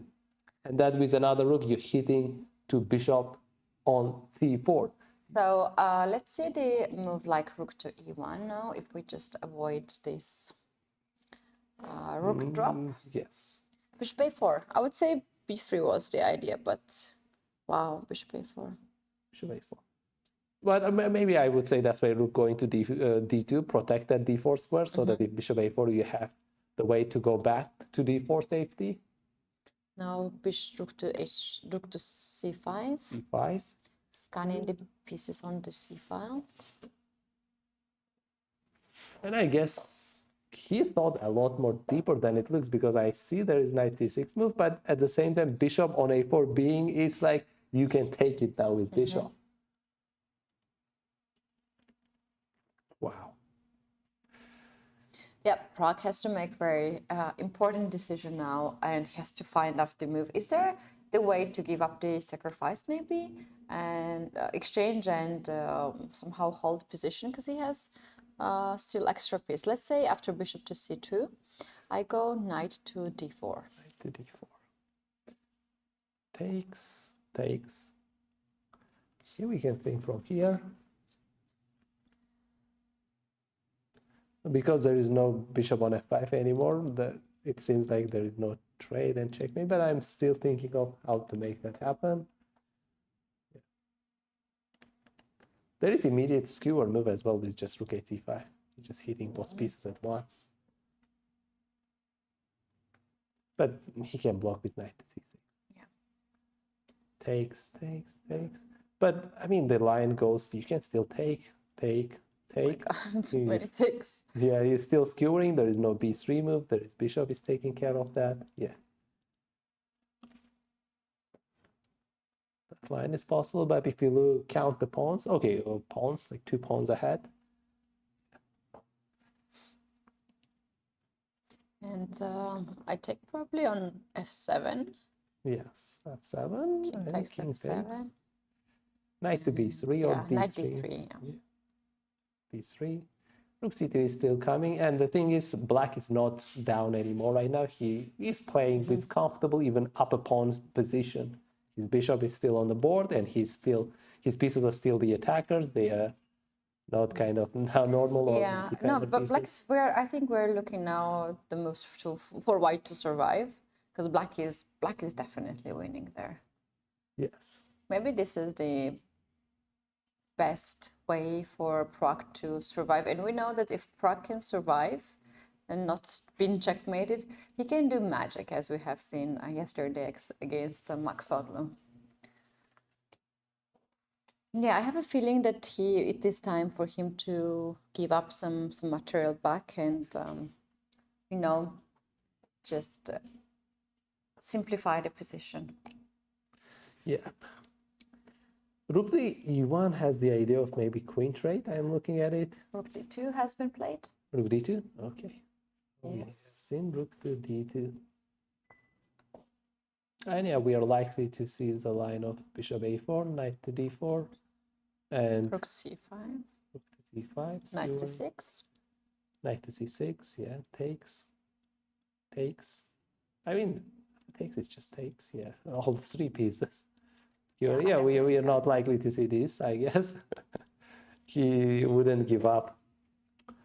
He wouldn't give 3 pieces being on the same line. Yeah. Maybe it's not knight going back because it's rook, but you're giving up the piece back. On the pawns, oh, the good thing, and wow, black managed to get that extra pawn already. Can I play knight b3 here? Possible, but there is bishop b3, and now you have to drop your b5 knight. Yes, I take it back. Raise the bishop, and he takes it back. With rook, and after bishop a4, queen c7 or some kind of. Yes. No, bishop a4, queen c7, rook c2. I mean, rook c5, yes. Bishop c6. Yes, fighting back. But I would say still, this bishop looks more powerful than this bishop. This bishop is taking care of a8 and e8, but this queen and rook doesn't care, and they can go for the a file. And the question is, bishop was earlier b3 defending, and now which piece would be defending that a2? Probably that would be a queen. Yeah. But yeah, it goes a little bit. Bishop is already on a4, or Richard went for it. Yeah. So it's still within his calculation. And now Pragg is deciding what to do right at this moment. Very tough. Tough position for Pragg. And yeah, he castled on the long side. He was ready for the complications, but not this much of complications, right? Bless you. Thank you. Right.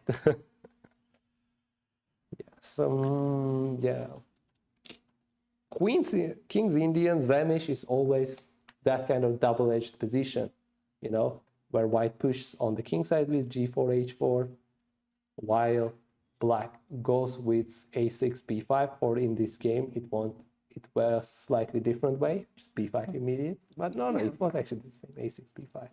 Yeah, but also we have to also admit and appreciate one of the best games so far we have been seeing. Just played today. This, no matter how the result's gonna go, because Pragg will do his best to defend. Besides that, We have to shout out to Richard, who has not the best tournament, but he just played amazing. Yeah, so far I don't know what's computer saying. I want to, when I grow up, I want to be Richard Rapport kind of game habit. Like, I want to play like him. Look, like, did not even care who is his opponent. He just went, he just enjoyed. What a day we have here. And yeah, I'm sure very often guys at this level, they also appreciate how their opponent played. Yes, exactly. And yeah, Pragg, I don't know about Pragg, like he really had tough day yesterday, tough day today as well, but he's handling it in the best way. He might also just like the way how the opponent played. Very, yes, very exactly. nicely. So I'm not sure what is computer evaluating right now, how much accuracy, but if there is accuracy level that I would give to Richard Rapport, I would give him 100%, you know. What he did exactly what needs to be done, you know. Exactly the right logic and ideas. And yeah, the last move, bishop c2, is also amazing. Like you place your bishop on c2 and then maneuver it to a4. That move came out of blue. Yeah. Earlier, I was mentioning maybe if knight d4, you got to get rid of the knight. And now you're actually taking care of t6 square, you know? You cannot let the knight to be on c6. Yeah. And that bishop a4 is not letting the knight to be on c6. Because if knight goes to c6, you are taking it out. Wow, bishop c2 is really nice move. All right, we do have more games also in progress and pretty tense. Let's go to the second board. Arjun Erigaisi and Sindarov have swapped a lot of pieces. So we had queen c2, and okay, Arjun Erigaisi decided for not a queen trade. He went back to g2. At queen e6. Okay, yeah, he avoided any kind of knight f5 possibility. You have to say that. Rook 2 went to h1, rook h3, and king to g7. And a final moment. Yes, we knew that there would be a bad move decision to capture the pawn. Yes, and this happened. I mean, decided to give up 2 pieces for a rook and the pawn. Yes, very interesting decision. Usually players keep the two. They like more to have two pieces. Yeah. Yes. Hmm. Take, and I don't know why it looks to me nice and all right now. Yeah. I don't know was that taking on h4 was even decent choice to go for, but of course this is not an easy game to play for either side. It looks like, yeah, black got that rook and a pawn, and his rook is really active.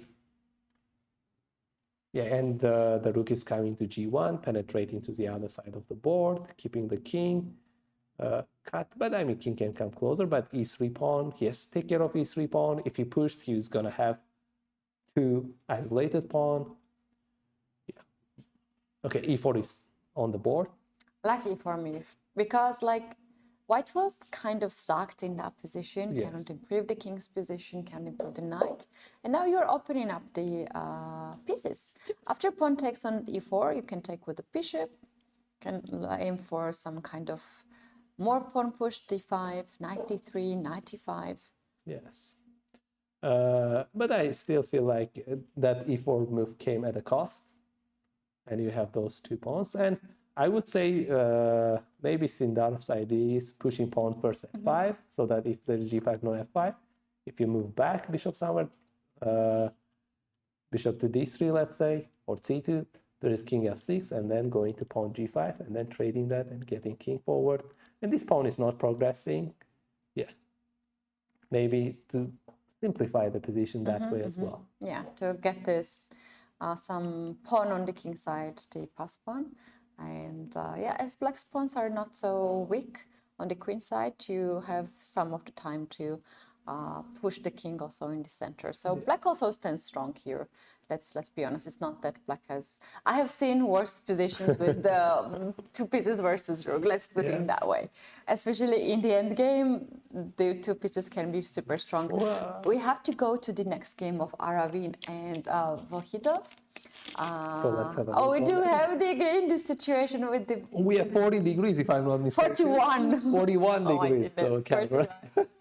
41 degrees. Cameras are feeling that as well. Yeah. So we want to go to the game of Arvin and Shamsuddin, Wahidov, it's getting so interesting. Whoa, we went for Total another camera, meltdown. yes. So yeah, wow. No, Looks like, I we don't are know, joking. painting, Yes. castle painting. Yeah, we're joking. It's a hit, but what if it is in reality? It's a hit, you know. In the playing venue, it's And, quite chilly. oh, it's quite cold. Yeah, it was quite cold. That's why Richard is having the hoodie. hoodie, and all the players are in the suit. So from our room, commentary room, when we go to the playing venue, you feel like you just walked into the different room. Yeah. Okay, let's have a look at Aravin's and Shamsuddin's game. So queen b2, queen g5. Okay, queen went to d2. I was earlier saying queen to e2, but I guess more or less it's the same point where you're guarding e3 and g2 at the same time. So, okay, now let's see any progressions. Wow. So Black managed to get his knight on g6 to h5. I mean, the game is relatively close. There is not much to do. So Black is taking his time to do those maneuvers. King went there. And now knight to g7. I'm not sure where is that knight is heading because knight on h5 was its ideal square. Yeah. Okay, knight to g7. I guess it's giving a move for the opponent. But I guess queen e2, queen d2, white can just move around and wait. Yeah, I noticed that yesterday as well, there was a chat about potatoes on YouTube comments, and I noticed today as well, a lot of people mentioning about potato, but I don't know what it is, you know? It's like, Is there something like we're Seriously, directly, literally talking about potato or something? seriously, what is this? We need to know what's happening in chats. Yeah. So, but did they handshake? No, they have not. No, I thought they handshaked. Not yet. The knight g7, we have king going to h1. Yeah, even king h1, king to g1, queen e2, queen to d2. White can wait and see how black would develop here, his plan, how white would advance. And I'm considering maybe more or less f5 strike eventually, but that would allow white to open up his bishop. Yeah, that would allow white's bishop being a little bit active if f5 happens on the board. But if f5 doesn't happen on the board, what's black's idea? How else he can make progress on this game? He placed his knight from g6 to h5. He placed his king forward. And now where he's heading from here? I would say Shamsuddin is planning for f5 move. His last move already said that with knight g7. I'm ready for f5. But shall we see f5 move? Because it has, the benefit is you're progressing, but the cost is you're letting that bishop to get activity. That's true. And they just reached move 41. So they got 30 minutes as well added to their clock. So we just saw king to h6. Okay, Shamsuddin is not trying to advance soon. Yeah, he is still waiting. They just got increments, so that means that they had to, what was the time control before? I guess it's still 23 minutes against 32 minutes, and 30 minutes, it's not showing it got added on the clock. So they're gonna have plenty of time. Yes. All right, let's move to the game of Abdusattorov and Yakuboyev. Here we can see that Yakuboyev has kept his advantage. Yeah, so, He went for bishop c5 and decided to take the pawn. Yeah, it's no Yakuboyev move, I would say. Yeah. He wouldn't go dynamic, he would go strategic, positional, queen to a5, rook takes, c6. Okay, rook's got even exchanged. And then we have seen bishop to c6, but we know Abdusattorov is still trying to go dynamic. He gave up the pawn. This is a clash of the styles as well, right? One wants to have a dynamic position, other wants to have more strategic and positional. And it's a bit of battle between these two. So we have seen bishop c6, rook to c8, bishop going back, and h6. Computers evaluating mistake, probably it's because you have to act fast with black, you know. It's not a mistake because it's an end game. You It's need an to end move. game, Yeah. yes. H6 is neutral, but Yeah. computer's reasoning could be because black is slow in his actions, because as we mentioned early on that rook c8, c6, rook c8 being dynamic moves, while he's combining those dynamic actions with rather positional decision, you know. So yeah, and we have seen queen c4, which was actually very strong move. The idea is just trade the queens, and we can maybe see that trade of the queens, but of course it needs a bit accurate calculation, because after take, rook b8, you're skewering, but That's why he it played can be h6 protected. Yeah, to make sure that he can capture next move. exactly, yes. And but he can protect it with rook a5. And king can join to the game, it looks like to me.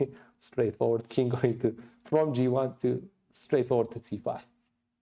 Yeah, and maybe it's king to even go into c6. Maybe not to c5, even c6. Yeah, after bishop to d3 that happened in the game, if white takes this bishop, then rook takes on c5. And it's really hard to progress with pawn. Because this queen just stands there and there's no any piece that can challenge and kick out. And the bishop is guarding a4 pawn, but it's not really helping for the push. So that's why queen to b4 makes a lot of sense to get rid of the queen and to keep the dark square bishop on the board, because it's very important to have this bishop in case we have a bishop and a knight. Like third bishop is a big advantage. Yes, probably black would put on this position knight on b6, but we know that b6 knight is kickable, you know, and we can progress the pawn with white color. Yeah. Ooh, let's get back to the Pragg and rapport game. We do have some crazy situation. Knight c6, and instead of taking it back, then Pragg plays a knight to b3, hitting the rook. Yes. Yeah, we were seeing this knight b3 somewhere else, right? In some other position. Yes. And here I was saying that probably this line is not ideal for Pragg, to being like giving all three pieces to Rapport to strike and win. And for that reason, he went to knight to b3. Yeah, quite nice. Yeah, we will see that. Is that the rook trapped at this moment? Yes, this rook is trapped here. You cannot go to b5, a5. You're gonna give up that. Yeah, we're gonna see that earlier position where you have that two bishops and a pawn for the exchange, but your bishops are very powerful, and yeah. Yeah, very nice decision by Pragg actually to give up. So what black should do here? Should I take the bishop on c4 and then move the bishop away? Something on the, yes, bishop move away, and then get something on the c file. But something is not clear to me what exactly you would get, because this is defended. So we can explore the line. Takes, bishop b5, queen moves away. If queen takes b4, you go immediate rook c4, and rook a4, you trap the queen. Queen b4 would be bad. Go here, here, here, and you get the queen. So queen c4, bishop b5, we can expect queen moving on the fourth rank, but the rook c4, you're protecting it. And from here, you need a plan. Let's say queen to e3. Still looks good, still looks amazing. Actually, it is better to have two bishops against a knight rather than Pragg having bishop, because there are some trading chances and possibilities. But you have to rearrange the pieces right now. Okay, on pawn, yeah, you got that pawn as well. Black has two bishops and a pawn for the exchange, but he has to be clear with the plan. Maybe his plan would be not going too harsh dynamic anymore, because if you look on positional aspects, f3 and h4 is weak, which means h1 rook would look after h4. Rook on c4 is right at the moment, and maybe he can plan out, I don't know, something against f3, maybe placing his queen on f6 and placing his rook on f4. D5 is slightly weak as well, so three separate isolated pawns. Yeah, but f3 and h4 looks a lot more bigger rather than d5. I would say d5 wouldn't be the main priority. b2 for now, I would say well guarded. You know, this seems quite quite nice way to proceed a position. But I was also thinking maybe there's other options too from black. But meanwhile, we have to check back the game of Parham and Nepomniachtchi because they have just finished. Okay. And this game has ended in a draw. And let's see, they have done a couple of moves, and knight to d7 is on the board, and rook c4, knight going. Okay, they had a wow, no, look at that, they had a repetition, and then Parham be like, no. They went back and forth with the knight. It's always Parham is like avoiding any kind of repetition, and they are discussing. Yeah, he said that lately he became the player who makes a lot of draws, and which is not him. He doesn't like to be that kind of person, but he says that's what it happened to me.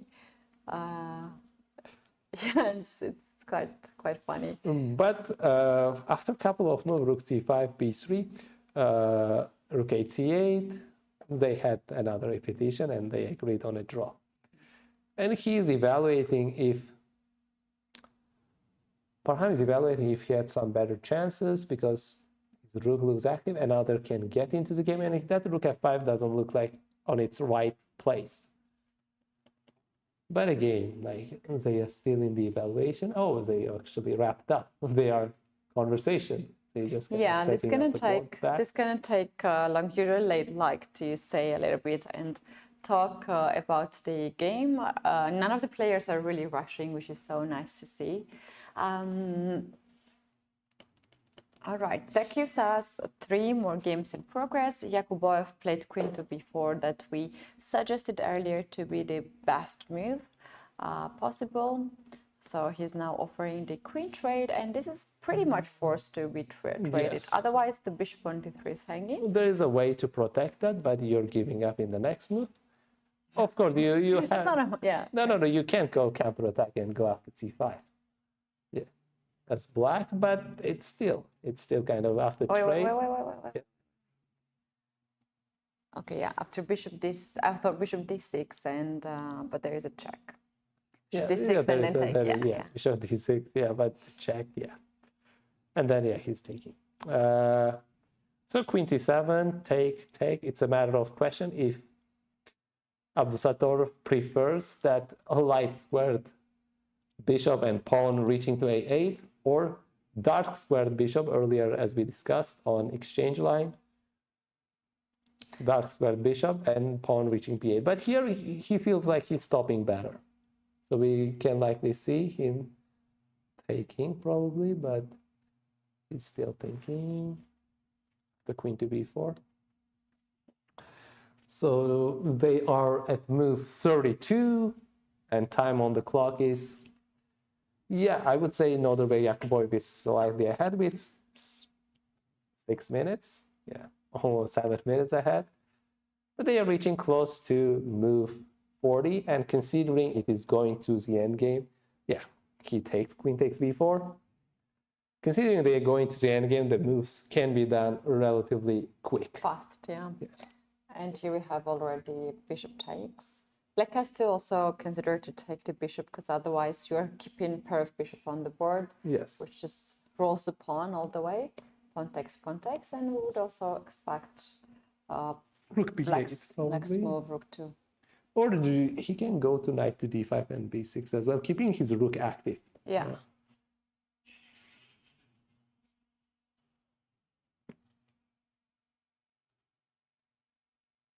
Yeah, not the best scenario for Abdusatorov, the sole leader of the event, who has 4 points after round 5. We do have 1 game already finished. Parham Maksotlu also having 4 points. He made a draw against Jan Nepomniachtchi. Yeah. And okay, is there a move he played? No, he's kind of looking at his score sheet just to check if all moves have been written.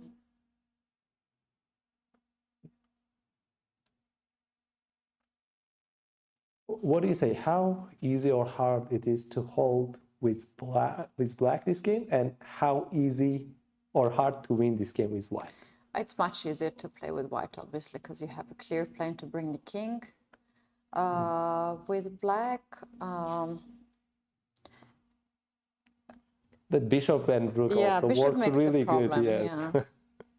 With black, it is. The here problem is that white has a risk-free position, right? I think, Yes. obviously to do two defense, this is much worse scenario. Yeah, but if black managed to somehow trade the knights to bishop, for the bishop, yeah. that will be a theoretical position, and black can try its best, but white will not trade the bishop for the Yes, white's king is advancing like really good and easy. Yeah.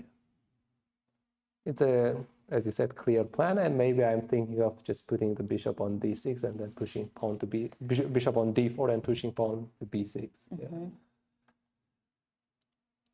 Just here. Yeah, how kind of ever possible, and there would be a lot of chances to maneuver that bishop to d4. It could be done from c, but at the right distance moment, it could be done that way. Yeah. The question for me here would be: has Abdusattorov reached this position safely? Like, would he have a worse position than this? Would Yakubov play something more accurate, or this was the best way to proceed the position? I think that's the question. But so far as white has the risk-free position, there's a very, very small chance that he will actually just share the point. I think the answer is clear. So yeah. And so far, I would say maybe Abdusattorov's mistake earlier, it was although humanly making sense, but it's mixing up dynamic and positional factors, you know? When I consider the move positionally, I would try. But what else he could do? He can go do that dynamic factor of bishop to here, d3. If bishop d3, rook c5, he's still going forced, you know? Okay. He has to make some forced moves so that he's still kind of fighting, you know? Yeah, seems like he didn't like something.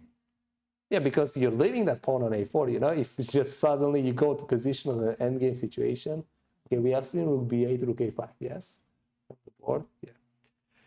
And here, yeah, the fight is, he has to keep fighting dynamic. Yeah, maybe looking at this position, I would evaluate, one more move, maybe placing your rook on c3, and then, okay, h6, but then some g5, g4. You have to make something dynamic to get into the game, you know, to have a fight in this game.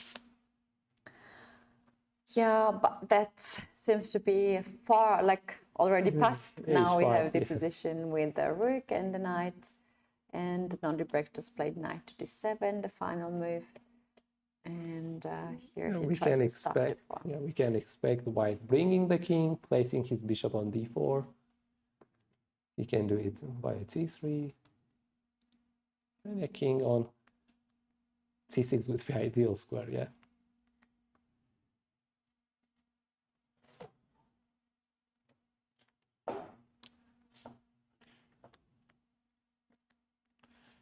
Okay, do we have a progress in Pragg's game against Yes, Richard? we do have progress. Let's have a look. So after knight b3, he decided to take, and bishop to c4. Okay, he's going after b3 knight, or just going against a2 square, I would say. Yeah. And maybe d5 pawn was earlier. I imagine in the week, maybe his goal is actually taking that d5 somehow, because currently he's probably kind of threatening to make queen to a4 and hit that knight, and after which knight has to move back, and rook c5, queen a5 possibilities to get that pawn on d5.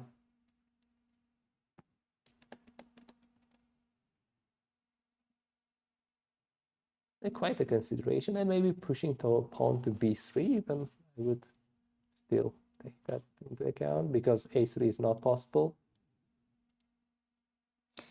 Shall we make it on the board to have Yes. more clear picture? So, okay, I actually skipped white move, you know. Rook e8, rook e8. So, which one are you suggesting? Rook e1 or which one? Yeah, rook e1. Rook e1, queen to a4, knight to c1. Okay, bishop takes immediately possible. I was suggesting maybe b3. Here the thing is with rook e1, what went bad is with rook t5, now there is a trading opportunity. Yeah. But b3, but it turns out you can take, and go rook a8. But b3, going against a2 pawn, but it turns out you're still under the pin and you have to move the queen away, take that bishop d5, take on rook to c1, and then make that checkmate on a2. Yeah. Now after bishop c4 already, Richard Rapper feels very confident, and we can see rook c2 is played, and wow, Richard Rapper is not thinking even quite much. Look at that, he made the right move even kind of. Okay, now I understand kind of computer's evaluation. If other moves has huge difference, Yeah. it would say it's a kind of strong move, but of course all other choices would be leaving your bishop unprotected or protecting with queen c7, which looks really bad. Yeah, getting under the pin, b5, strong move, and he feels fine. I guess his idea is going to rook a8 now because pawn is taking care of the bishop already.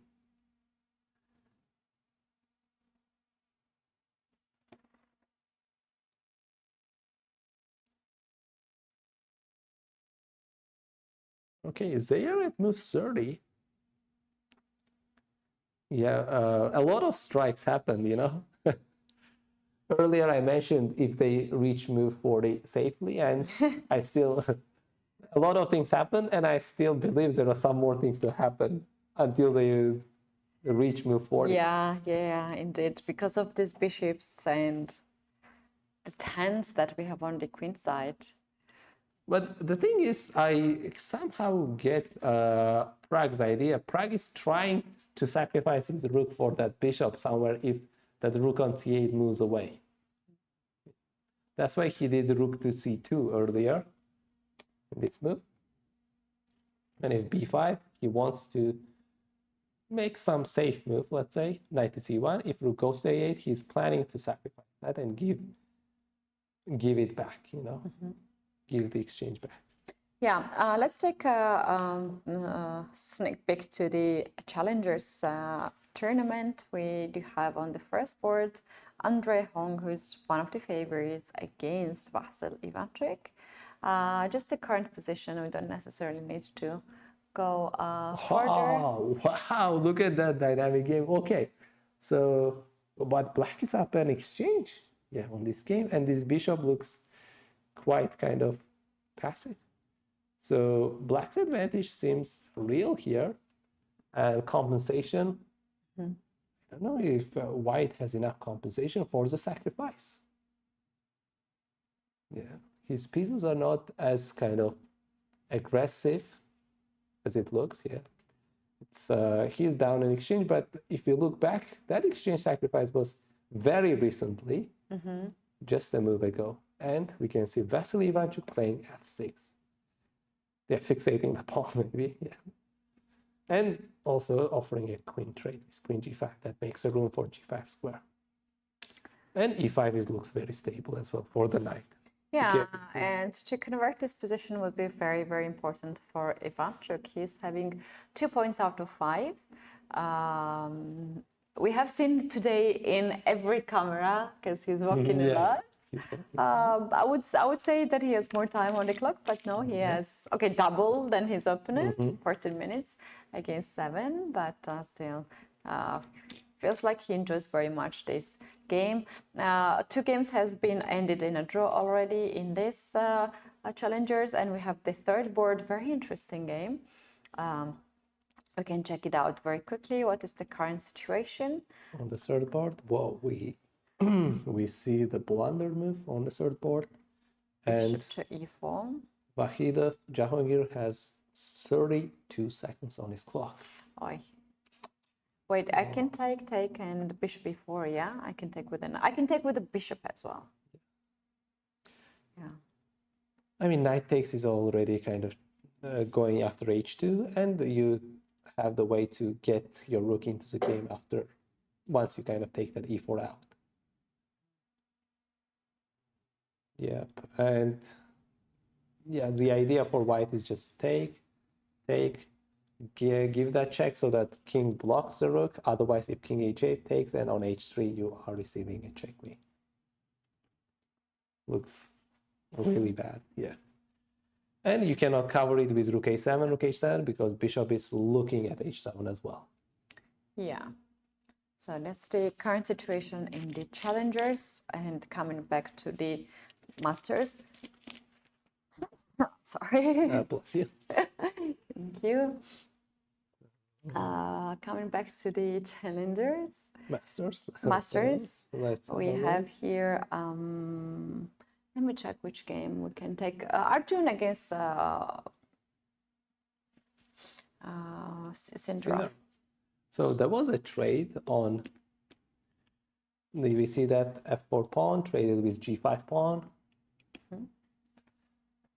So let's have a look what exactly happened. Oh, he went immediately g5. He even didn't kind of try to play any f5 moves. And the reason, because if f5, this bishop has to look after this pawn all time. Exactly. So it would be a liability. So he went for g5. We have seen captures. f5, bishop to f3, rook to h2. I mean, I feel like game is slowly heading to a draw. So b3 move, king to f6, knight to e5. Yeah. Rook to b2 probably now. Yes, probably. And bishop to d1, protecting that.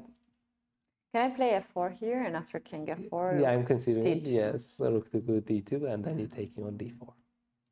And also, like, you have to watch out here, because I'm going to take with a check, and knight on e5 will be hanging. So that's why in between you can do first check Knight and G3, then yeah. get your bishop out. Okay, so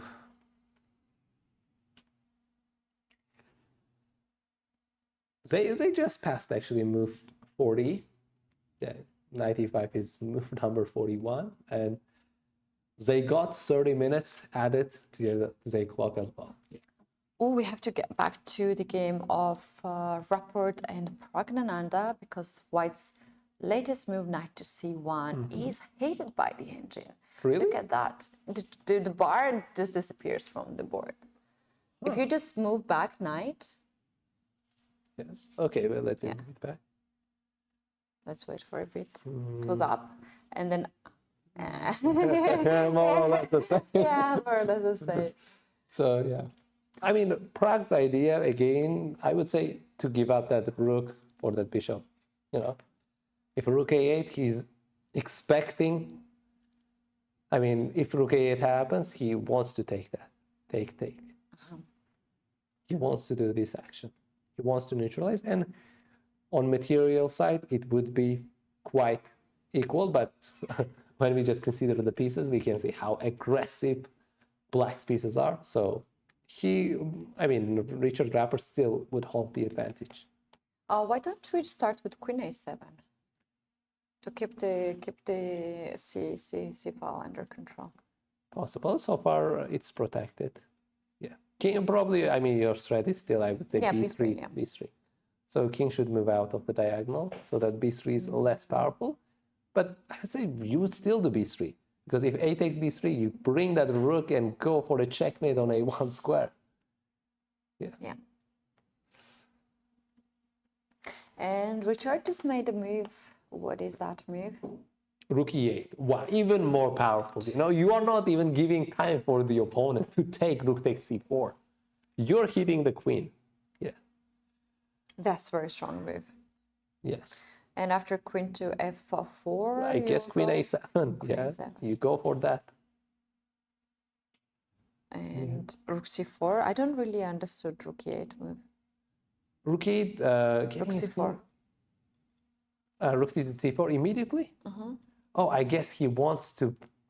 Earlier, I mentioned that the line, which was where went with rook a8, yeah, same line. And your rook was on a file, right? And here with this line, what is different is now your queen is on a file, which means after exchanges, you can place your queen to a3. That is going to be attack on b2 as well. Yeah, you're not just playing Queen simple. c2?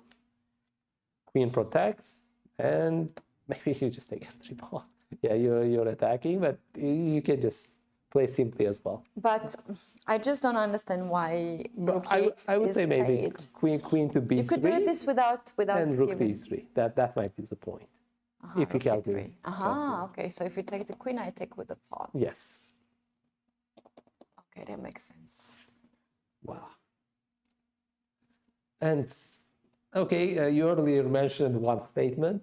The players who are winning usually out of the chair, but I wouldn't say here Pragg is winning. Yeah, he's trying to survive. He's fighting back, but we can see that he's not on he his barely chair yet. left the chair. I think this is the first time when we saw it that is not. Okay, he played that queen f4 move and he left the board. Yes. Okay. He has 8 minutes and they are moved at 32. So 8 more moves to go, but yeah, I'm still thinking that within that 8 moves we can see a lot of things. A lot of change in the structure, change in the position and pieces.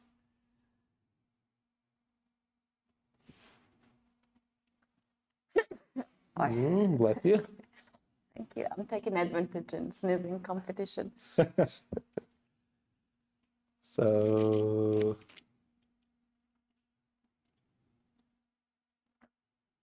we can see Arjun Erigaisi walking by. So yeah, which means right now Jawahir Sindarov is thinking on that board, but it also means he made the move on the board. This guy is not Arjun.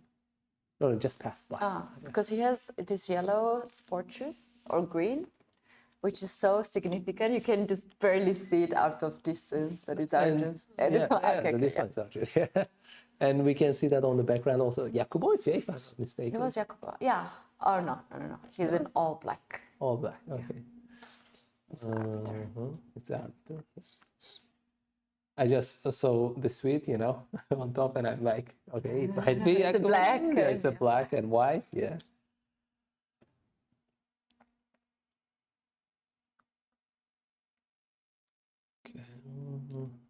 Yep, Richard playing one of the best games in this tournament. He is now thinking, and he can play many moves. Queen a7. There's also b3, right? Do we have chess.com accuracy? Oh, we do, yes.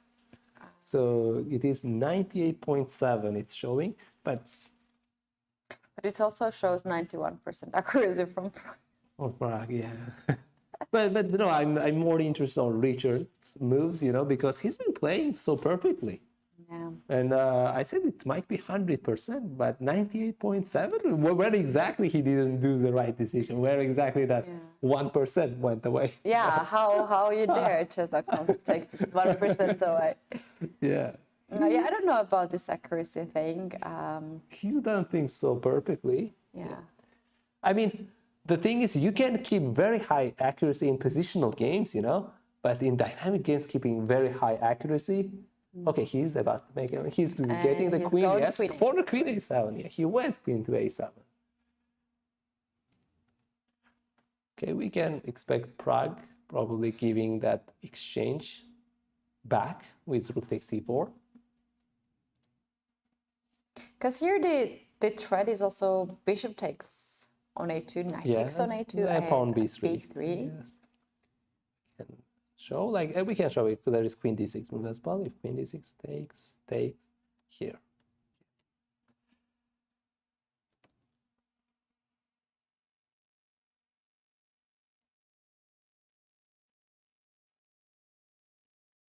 I mean, I would say Robert is enjoying his today's game so much. I would say, yeah.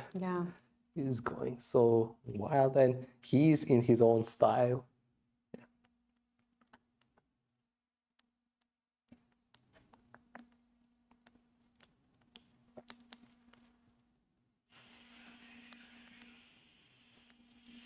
Okay, Pragg made the move, and yes, he went for giving back the sacrifice, which rook takes c4, giving back the exchange.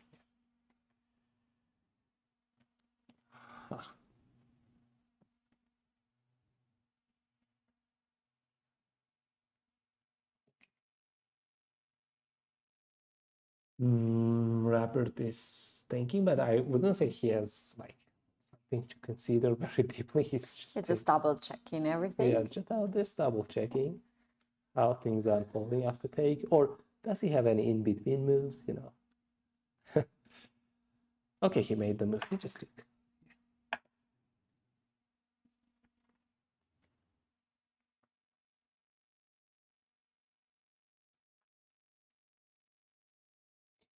And meanwhile, we can check the progress of the game of Nodirbek Abdusatrov and Nodirbek Yakuboyev.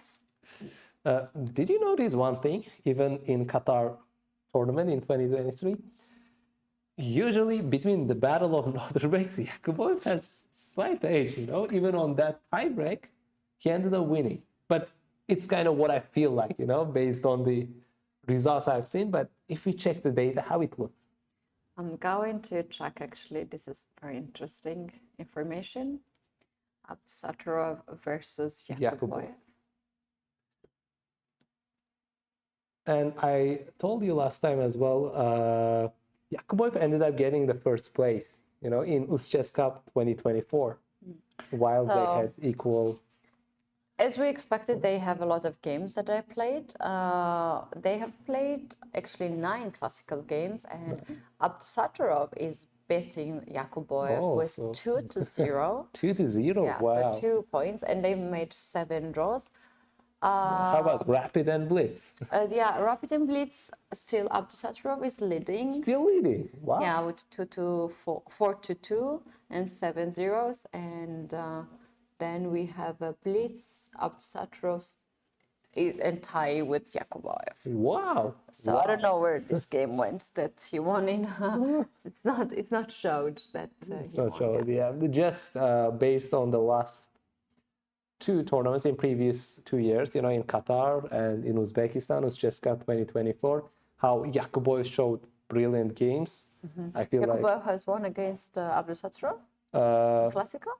No, not in classical, but in tiebreaks, I guess it was rapid game in Qatar. He won those games. Yeah, it's written. But he won in tiebreak, not necessarily on tiebreak games, in UzChess Cup 2024. He ended up getting the first place, and Abdusatrov second place. But on the points, they had the same points, 5.5 points. Yeah. And he won both games in Qatar in Rapids. Yeah.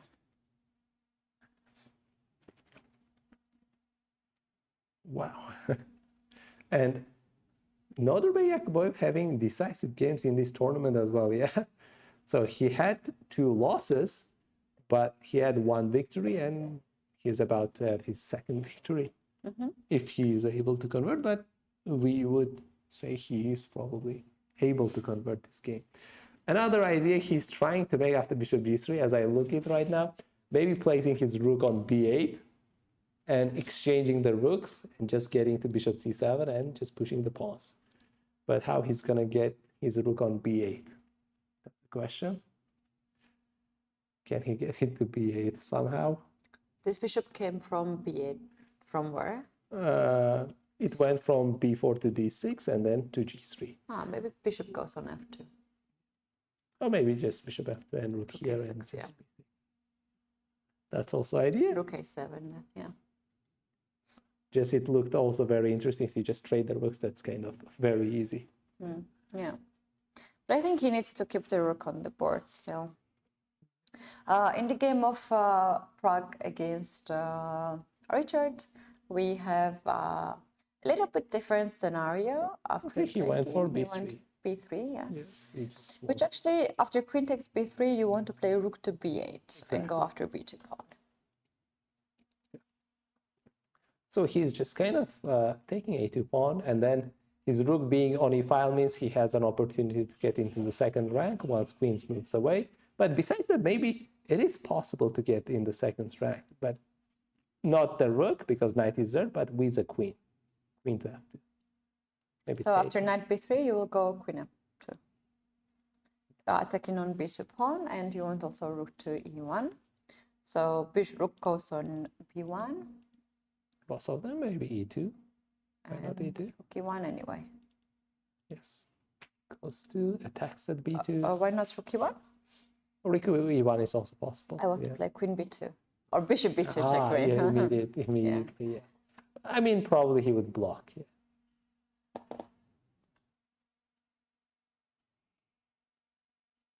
Okay, Pragg is looking around. He has 3 minutes on the clock. So, okay, he's kind of waiting. I mean, Richard is walking around. And yeah, I noticed a lot, Richard, on a kind of coffee place, you know? Yeah, he likes to go there and sit down on the chair, watch the game, and just observe all the games from there. And rook. He's trying. Pragg is willing goes to on d1.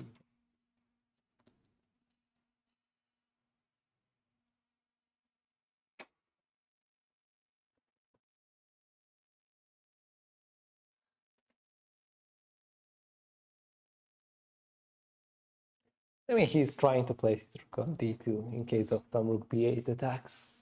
He wants to respond with rook d2. But rook from h1 was able to respond with rook h2, but it would allow some queen g1 opportunities, which is double attacking. But in the meantime, I mean, queen is kind of taking care of the knight, but still, he's avoiding all those ideas.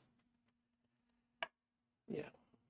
I would say maybe Richard's conversion of the game comes down to white having, you know, those pawns. He would not convert necessarily from checkmate or anything, but he would go after f3 and h4 pawns.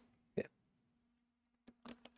He would be able to take that because in the meantime, white's pieces had to defend, go look after king's safety. Yeah.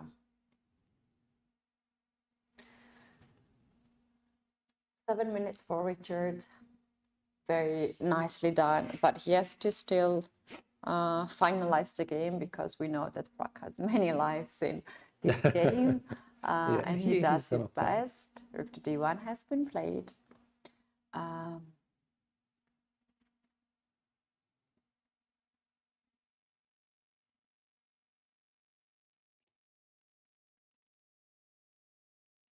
And in the game of Aravin against Vachier-Lagrave, we do have some traits. Okay, so knight went to g3 and h4 pawn exchanges for e3 pawn.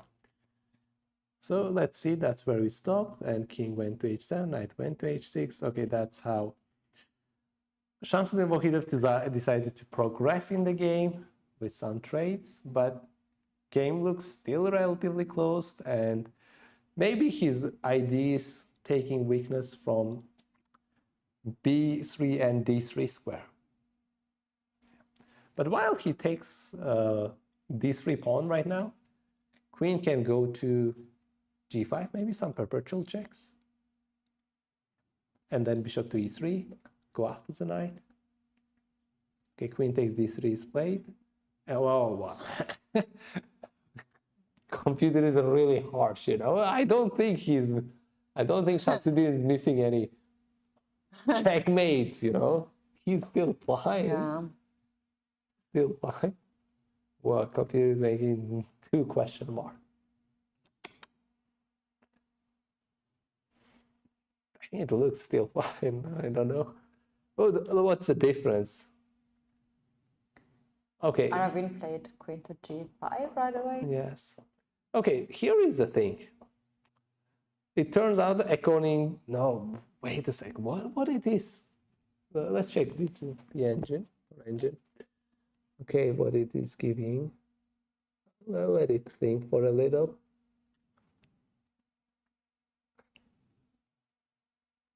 Okay, so Okay, computer is mentioning queen to c1 check. But I would say this is a very, very, very small difference. Even on the engine, it's like minus 0.2 at most. At most. And you're making 0.2 mistake and the computer is giving you a pleasant, yeah, that's a kind of blunder for you because you took the pawn. Yeah. No, that's harsh, yeah. Queen to g5, hitting the knight. So yeah. And I mean, not hitting the knight unless bishop e3 comes. Yeah. You can take another pawn. You can take another pawn and let that bishop come to e3. And now, yeah, you gotta protect this knight. Knight You g8. just go back and I'm gonna go for checks, yeah. it's checks. Just don't go. I mean, even you can go to king to f8, but there is checks. Yeah. It's gonna be perpetual. Yeah. So this game might end in a draw after that line. And we have Arjun Erikai's game against Vachier Sindarov's. So what did we see so far?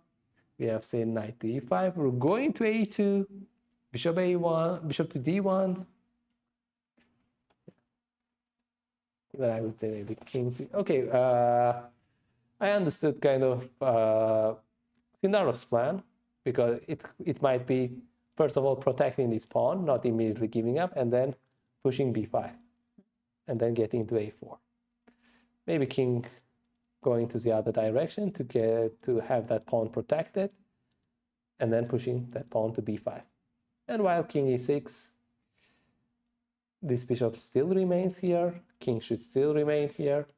I mean, bishop can move away. If rook here, there is a trick. Maybe I'm thinking of how I can kind of force him take, but at the same time my king not be here so that I can do this. King check. f4. Yeah, king f4.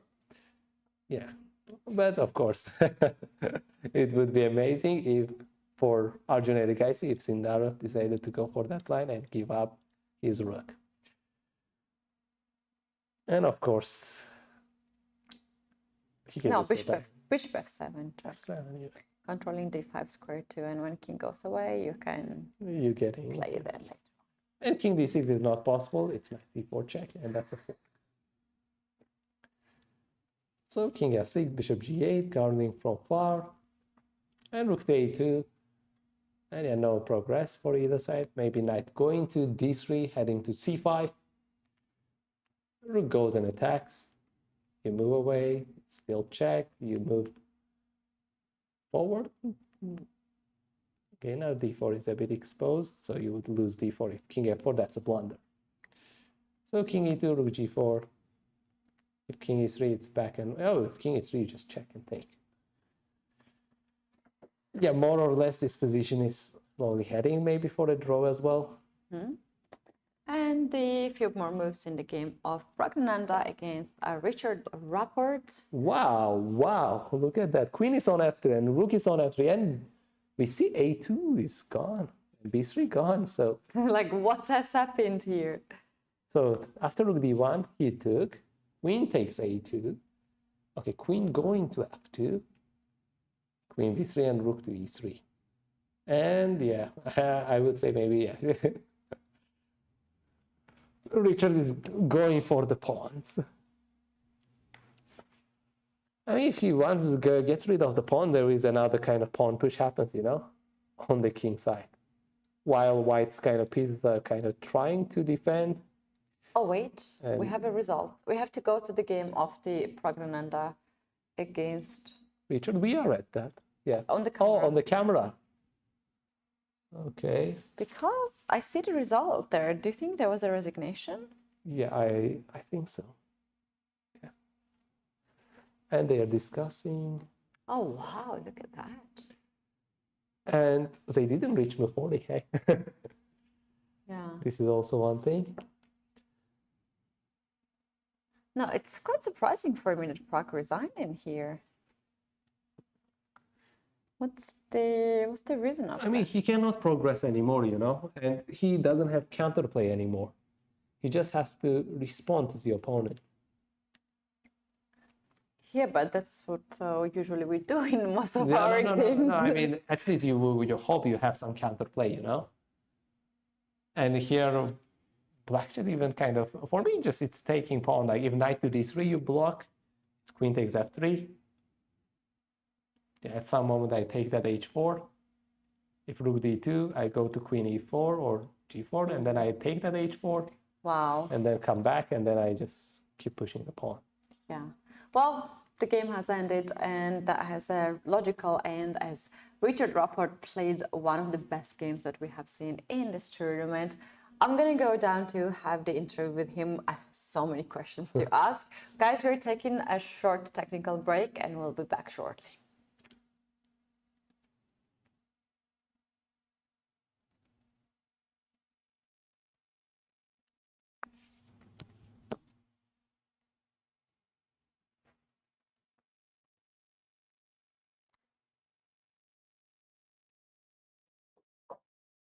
Go down, okay? Mm-hmm.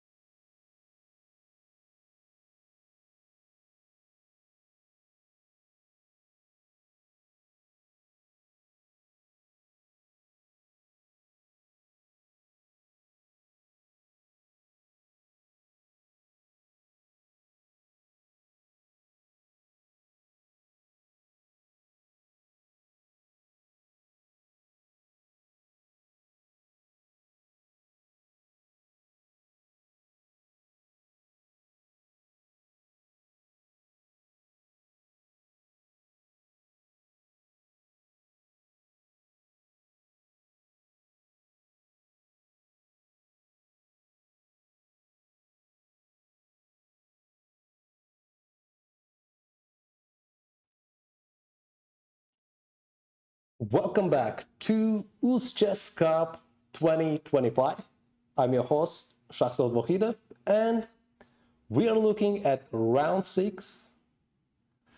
And we have the game, 2 Uzbekistan players battle, 2 Nodirbeks. Nodirbek Yakuboyev versus Nodirbek Abdusattorov. And what we just have seen, we have seen the sacrifice of the knight. The knight is out of the board. White is up a piece. But will he be able to convert? If you look at the pawns, they are on the same side. And King G6 was played by Abdusattorov Nodirbek. Let's have a look. Let's check back and see how that sacrifice happened. So after Bishop G3, Black decided to go for King to H7, Bishop F2, Knight to C4, and Rook to A4. Knight to D2 check, and here White went for King E1. He had the chance of going to King E2, and let's see what was the difference. And the difference was that if Knight takes F3, it's not that check, and White has a chance to play B6 and Rook A7. But Yakuboyev went to King E1 to trap the knight, to leave no squares for the knight. If Knight to B3, meet that with pawn B6 and Rook A7. And after King E1, we have seen the sacrifice of the knight with Knight takes F3, G takes F3, and Rook takes B5. We have seen King to F1, King to G6. They have quite a lot of time on their clock, with 23 minutes on Nodirbek Yakuboyev and 33 minutes, like 10 minutes ahead in Nodirbek Abdusattorov's clock. Also, I have to inform that we have one more result in this round, and that is the draw between Aravin and Shamsuddin Ohidov, and they had a quick draw after Queen takes B3, Bishop E3, Knight to G8, and perpetual checks. And right now, 2 games are remaining. The first one we explored between Nodirbek Yakuboyev and Nodirbek Abdusattorov, 2 Nodirbeks battle. And right now, we will be going to the interview with this round's decisive result game, and that is between Richard Rappert and Pragg, and we'll be interviewing Richard Rappert right now. Yeah, of course. I mean, when usually you go for this, I don't know, King's Indian style of positions, yeah, you kind of dream of this kind of games. At the end of the day, that's what the opening is supposed to be about, yeah. But of course, I need an opponent to be partner in this. So I mean, he chose a very ambitious line. I mean, I was kind of surprised, and then yeah, also I think he played very principled, and maybe some mistakes. Of course, we are both only human, Yeah. but overall, I felt like it was more like from the on pre-engine era or something from that times, which I really enjoyed. So happy with the game, of course. Right. You didn't really have time to analyze the game. We just thank you so much for coming for this interview. But we have a question, and the first question goes to this point when you sacrificed the knight on d5. If you can take us through to the game and what was your thinking process, what was the evaluation? Okay, so like we get to this position. It's some King's Indian, I mean, classic Semish kind of position, yeah, okay, normal. And here I decided to go for this knight b6, which I was thinking it's kind of positionally sound, but I honestly I wasn't, I mean, sure, like he took it immediately, so I was kind of suspicious that he's in preparation, because I thought, okay, it's not so obvious, should he just allow me to take on c4, like knight g3 takes on c4 and play that position. Also looks, I mean, to me, kind of playable.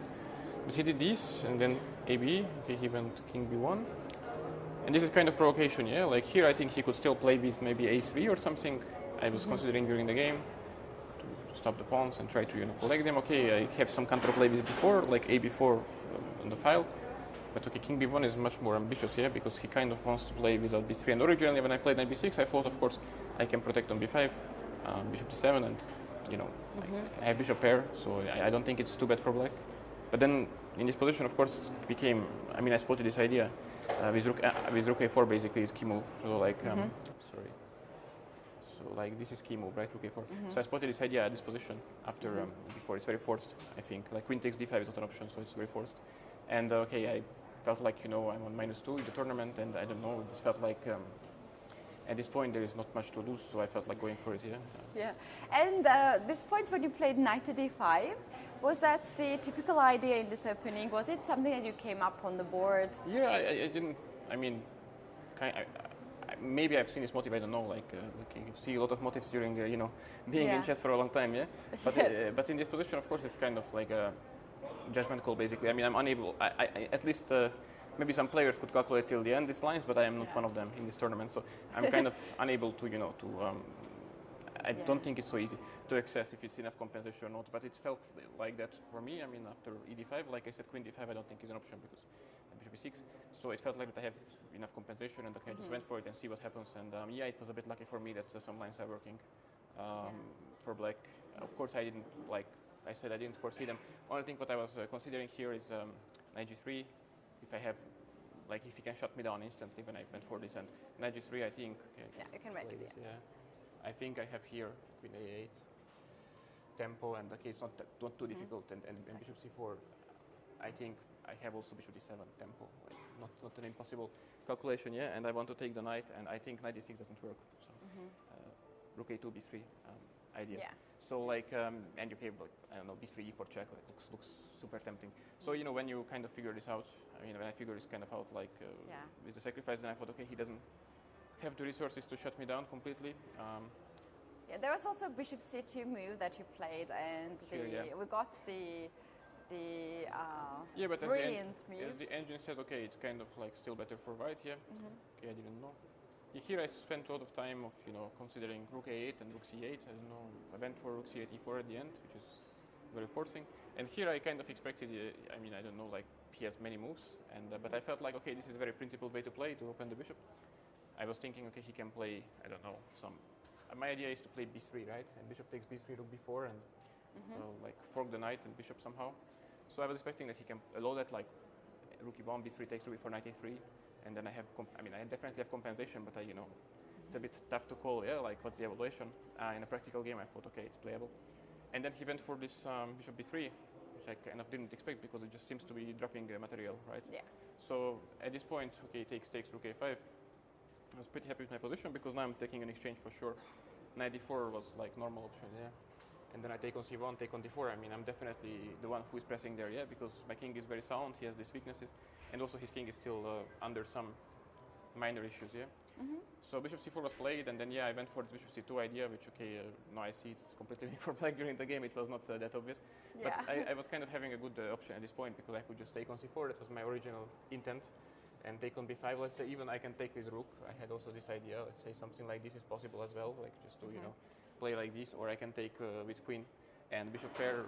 Okay, this horrible pawn structure. Like like basically, this might seem a bit dangerous after knight b3, but the d5 pawn is so weak. Like his king is cut. That it's 2 results game. I think maybe it's a draw, but black is pressing. So at this point, I kind of had a very pleasant choice, and then I kind of spotted that I can go for more, and try to pick up the knight with bishop c2. Very nice move. Yeah, and then I was kind of happy with rook d2. I mean, not like knight d4 works, but I was calculating some insane line like this. Okay, takes. I think bishop takes d4 is forced. Takes.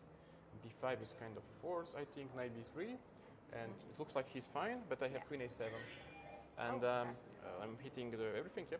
So he takes. I take, and here probably I missed something. I was expecting knight c6, and here okay, I can just take. I saw rook c6 is winning for black, but I can do just straight queens as well. And bc, and it's a tempo, like his pawn on c7 is useless. And kind of, I'm going to play queen c5 eventually, and kind of, like disabling this pawn, and okay, have winning queen endgame. So this was my, let's say, calculation. And rook d2, okay, objectively better move, but it kind of felt easy because this is not such a difficult tactic. I mean, I'm picking up the knight. And then he went for, okay, rook c5, 1 second, sorry about that. He went for knight c6, bishop takes c6, knight b3. Okay, it's only resource, but at this point, of course, I can just, again, I went for the most principled move, but I could just play like this as well. I mean, I think this is pretty easy to evaluate this position as well. Yeah. So yeah, what I did I think is winning. I don't know, but like I don't think it was necessary at this point anymore. So somehow I managed not to spoil this game at the end. So I'm obviously very happy. We saw you during the day walking a lot, just playing very fast, and we had a feeling that you really enjoy this kind of positions. Is it something that you can say that this is in your style? Yeah, maybe it's not anymore. I don't know. It used to be my style when I was younger, let's say. But yeah, sure. I mean, it's very hard to get anything. I basically had no chances to win no real chances to win a single game until this tournament. Out of the openings, I was getting, with white, nothing, with black, troublesome positions. So, of course, I'm very happy to get some unbalanced position, let's say, which is not totally busted for me as black, let's say, against a very strong player like Pragg. And of course, like I said, I have to credit him because it takes two to get these positions. I mean, he played very ambitious. He plays, third move f3, preventing Grunfeld. Okay, already like an ambitious approach, let's say, and from there onwards as well, castling long. Okay, it's kind of speaks for itself that I didn't know this line so well. But on the other hand, okay, this is chess nowadays. If you calculate well, you can usually solve the problems. Yeah. So. Yeah. Well, we loved your game. Everybody enjoyed to see this. We have seen so many tactics and learned a lot of ideas and motives. So thank you very much for giving us that. Richard, tell us how the things are going here. You have a bit of heavy start of the tournament, but now this win would probably boost your mood. I don't really know. I mean, my mood is more or less fine at this point. It comes with age. I'm not too attached, I guess. Yeah, I didn't play. I don't think I played that badly actually as well, but like I said, I was getting difficult positions, and also I lost some strange games, let's say, ones which are difficult to explain even for my standards. So what to do? I mean, it's normal. Yeah, this game also is. I wouldn't say it's normal because like I said, it's not really normal. It was very nice. but it happens. Yeah, you sometimes win in games like this. At least for me, it happens. So. Yeah. I'm looking forward to the rest and to. Very nice. And you are probably not here for the first time in Uzbekistan. What is your day after the game? How do you try to relax? What do you do usually? Yeah, normally I would go for a walk, but it's super hot outside, so I'm probably waiting for to cool down a little bit. Other than that, just not much actually. The tournament is extremely tiring. Okay, so we are back in the playing hall, and we have 2 games remaining. And the first one being between Yakuboyev and Abdusatorov Nodirbek. So we have seen the exchange, the sacrifice earlier, and that was knight taking on f3, after which we have seen takes, rook takes b5, and now pawns on the same side. And Abdusatorov is trying to survive this game, although he's full piece down. Okay, we have seen h4 move, but computers evaluating even slight inaccuracy as a mistake, so not sure why exactly. Because maybe in the endgame there is a rule. If your pawn is too much forward, it can be easily accessible by your opponent pieces. And here that h4 is easier to attack with white's king and trigger the trade with f6, g5 in the future, or f6, h5, then g5. That could be the idea which black could make. Or just placing his pawn on h5, f6, king g6, and rook on b7 would put black in a more steady structure, leaving almost no plan for white to penetrate into white's camp. But again, it's more in depth. So let's have a look how game unfolded. We have the move pawn f6, rook to c4, pawn to h5, more or less it's the same thing I was saying earlier.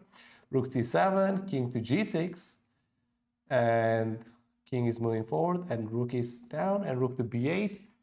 The main idea of bishop c5 is getting to bishop f8, and with the rook b8, he's stopping any of that possibility. And I wonder if Abdusatorov Nodirbek can hold this game. Wow, it would be a miracle. It would be a magical. Wow. So we have king f4 and rook to e8. He has to figure out how he would draw this game, how he would survive, how he would save this game. And we can just see on the video, Vachier Sindarov passed by, and let's check his game and how he's doing. If you look at Arjun and Vachier Sindarov's game, we can see some progress. White's pawn, black's pawn is on f4. So let's have a look from where we left off. After bishop d1, he immediately pushed pawn f4. And earlier, as we discussed with Kenny, after king f4, there is that rook to d2 move, hitting both pieces, and the knight will be vulnerable. If knight to g4, king just moves away, and d4 pawn is lost, after which the game is slowly getting to the draw. And we have seen king to d3 move. The pawn is not dangerous because bishop and the knight is taking care of it.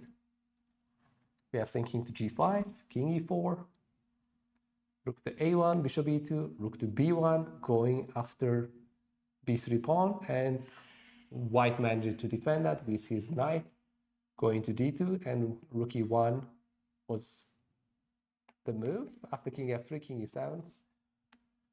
That's where Arjun Ergais is thinking they have quite enough time, over 20 minutes for each side. Yeah.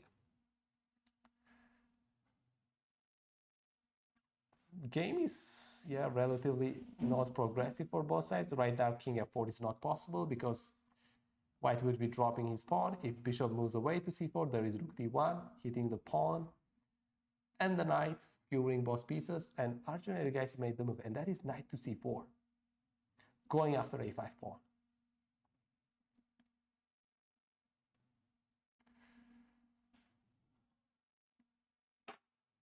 There isn't a way that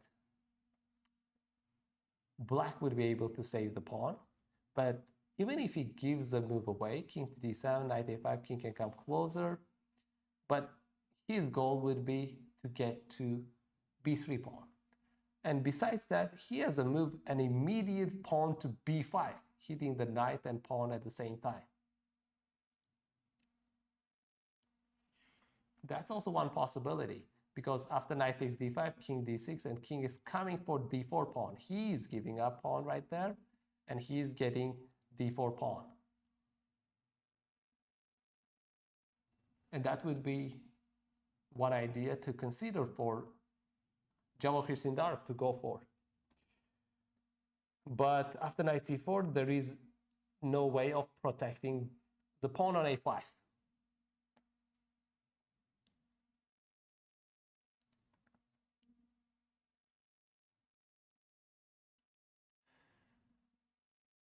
Okay, he made the move, and Vachier Sindarov makes that b5 move, which would activate his king to get closer to d4 pawn and go after d4.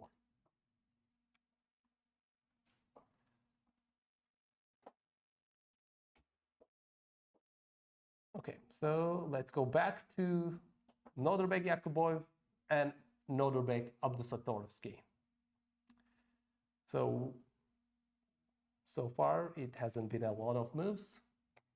Rook to e8, rook goes to d7, rook to c8, and bishop d6, and rook e8.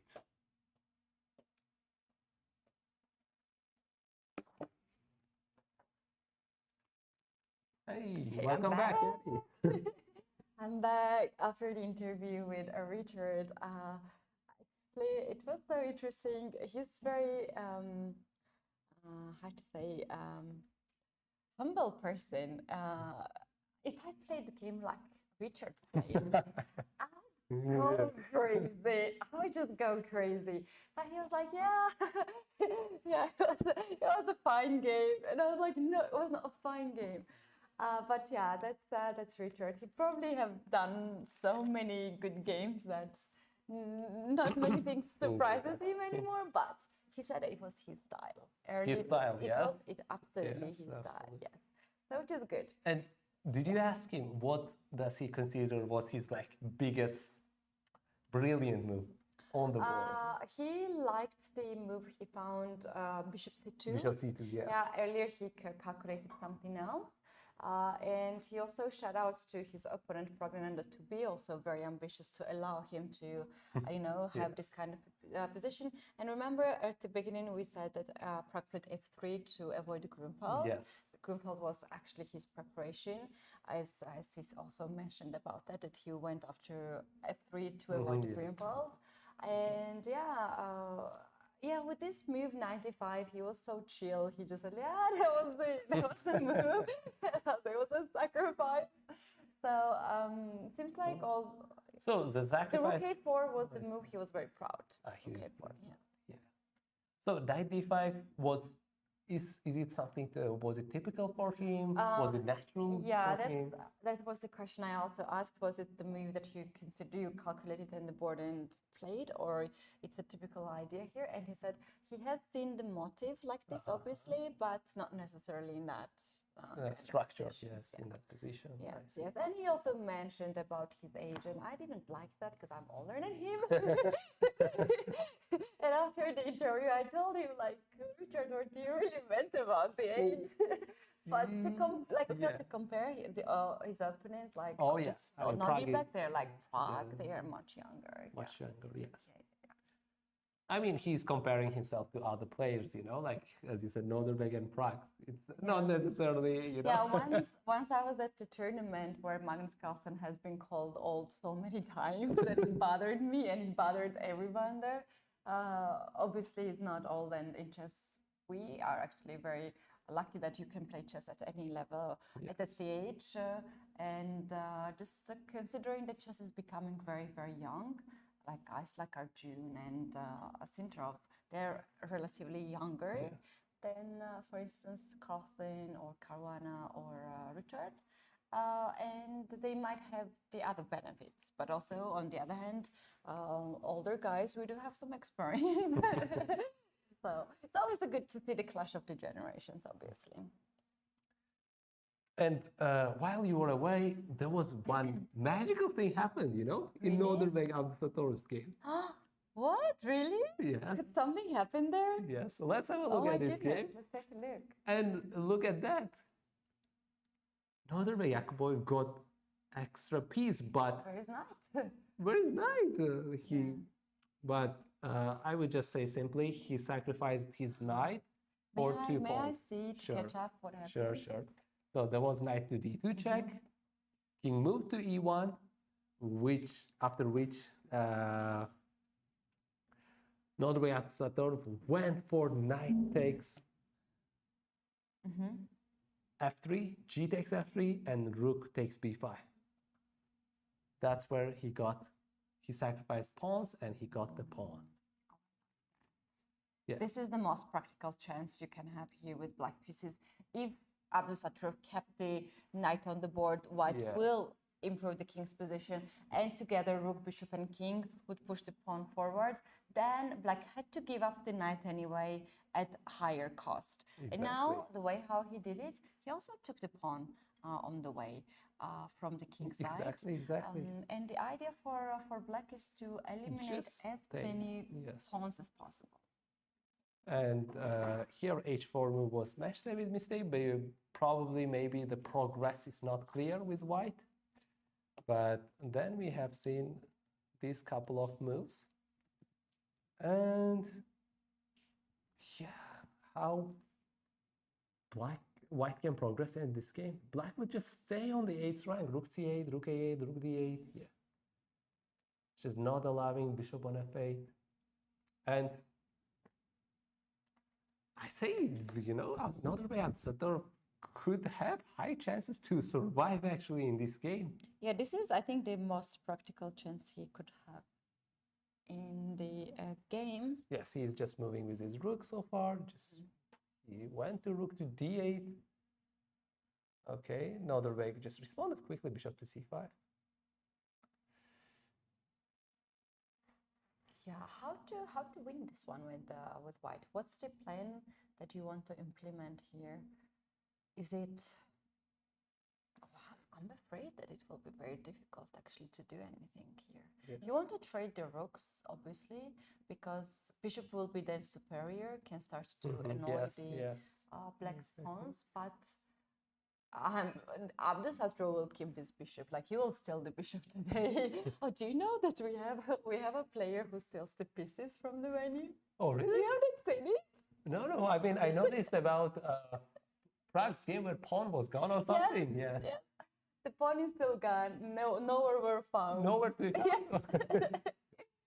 So yeah, probably someone just doing the thinking process, just put it in the pocket, and just walk away. There was some funny situation, guys. If you have not seen that video, make sure you follow UzChess on social medias, Instagram, TikTok, YouTube, and you will see all the small funny moments here at the event. You will not miss.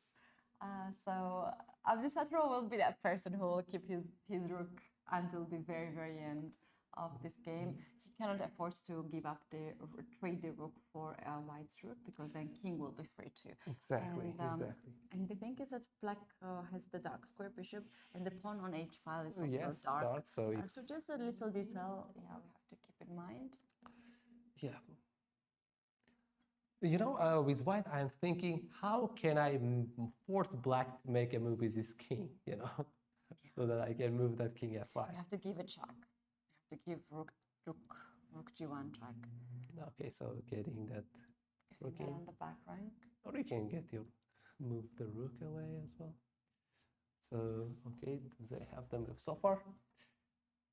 Over the last, couple of moves, I would say 7 moves.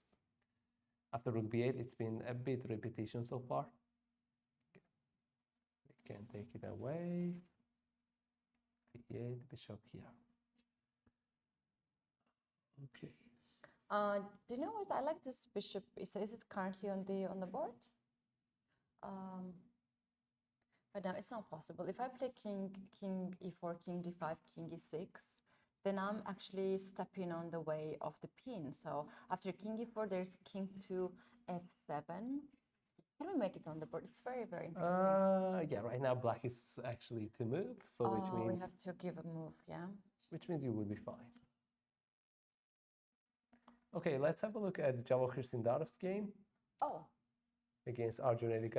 Things are turning quite interesting, and yeah, we can see a draw, and we have the result already. Yes, we have a result. The rook was, that was very nicely done by black, actually, to activate the king and sacrifice rook for the pawn. Yes. Wow, we have 3 draws, 1 decisive result, and 1 game in progress. That means that earlier question that we asked in the chat on YouTube was, I think there was a vote of two decisive results. Yes. So they were close. We also have the stream on Twitch.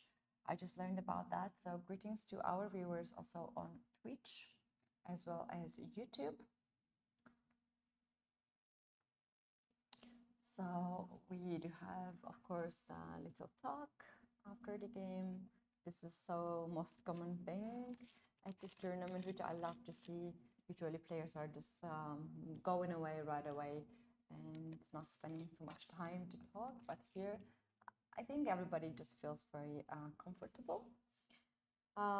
Let's go to the final game, Nodirbek, Yakubov and Abdusatro. So far, there have been moves back and forth with bishop and back and forth with rook. And last move was with king f7, bishop b4, and king g6. So here, I know Nodirbek Yakubov, he's strategically brilliant. He's trying to make a plan. He's trying to that kind of how to get that tempo so that he can get to king f5. But at the same time, he has to be careful, He made a couple of bishop moves by now, and it could be close to threefold repetition at some moment. Do you think he's just like, if he wants repetition, he will just offer? That's why I'm saying he should be careful with those bishop moves. So there is one idea as well. I'm thinking you earlier mentioned about trading rooks, you know. So if you manage to get bishop d6 successfully without getting attacked, you go rook b8. If no trade, you go bishop f8, and you have your plan of rook check. I see. So that could be some plan to implement as well. But as we know, the moment you get your bishop to d6, it's gonna get attacked. And another plan is, yeah, I'm also considering king penetration, getting king to e6. Boss Nodirbek is thinking, and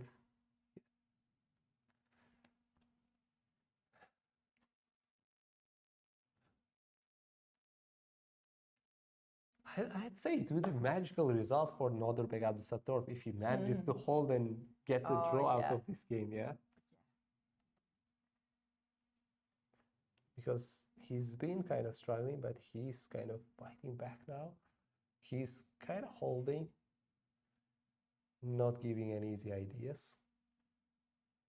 Rook c8 has been played, and Martin's inaccuracy, is that because I can play king 2? No, I can play king e4 because then I'm dropping the pawn on h4.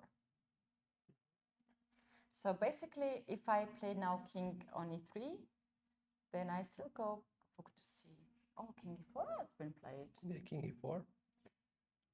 There is bishop f8 move at the end, so that's why that h4 pawn could be poisonous. Yeah. Okay, let's see it on the board. We have to see it. Check. Yeah, king king to d. d3. Maybe king take. d5? Yeah, we can go forward as well, but turns out king d5 is you slightly away to reach that pawn. So after bishop f8, king to f5, yeah, your king is kind of cut off. Okay, so king d4, d3 is an accurate move there. To protect to your pawn, maybe king e3, but I would say just Okay, king d3. leave it right there. Yeah, Next to rook pawn. h4, bishop goes on g7. Bishop goes f8, yeah, going after g7, and yeah, you're getting that pawn, you're making progress in the game. And in case of, okay, we're going the other way around, you're checking, king f5. You can find your king on safety on g3. I kind of have a feeling we might have the position rook and bishop versus rook, which is a nightmare for all the commentators because this game can continue for a long time and we don't like that. We don't like that. Of course, yeah, it's interesting, but knight and the bishop, knight and the rook versus rook, or rook and the bishop versus rook is longest games possible. Let's have a look at the lines of rook e8 check, king going to d5. Actually, we do have moves, and after rook e8, king d5 was not played, rook e7 was played. Rook e7. Okay, we can expect rook moving away. 2b8. Yeah, I would say bishop can go on d6. Yeah, slowly you're kind of getting that rook out. I would say still rook holding its place. Rook to c8. But yeah. King d5 now. Forward. Oh, turns out king d5 does allow counterplay. If you go back, check, and take with the last move rook e7, there is no possibility of bishop f8.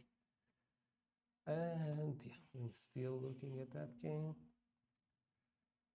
Okay, yeah, computer is a little bit harsh here with mentioning any mistake so far and not accurate for both sides. But this is not something you figure out with computer right now, you know? If you look at the engine, even the computer gives you just moving around like a million times, you know? And then... well, the truth is that black has a practical chances here to make a draw, and white has to find some ideas, which is a bit difficult. To activate the king is one way. The king can go all the way to e6, but in that case, black has to make sure that his rook is active and goes after two pawns. Another idea I was considering maybe somewhere like f4, f5 to kick this king back. Yeah, and then go after f6. Mm-hmm. Yeah, go after f6. Yeah. We can expect probably rook b8 move. Looks to me natural. Just keep kicking, you know? Do you know what I want to ask you? Yes. This question you asked me in this game earlier. Is it easier for black to defend this, or is it harder for white to win? I would say it's harder for white to win. Yes. For black, you stay, you know? You stay. But it's at the same time, when white's trying to progress something, you have to figure out ahead of him so that you can prevent it, you know? So currently what we have on the board is bishop d6 has been played. 12 minutes for white. White's another strategy which probably will not work in this game is to burn the time on the clock of the opponent. But we can see that actually black has extra 10 minutes on the clock, and that will not happen. Yeah. Rook to b1. Was it played? Okay. Yes, rook b1.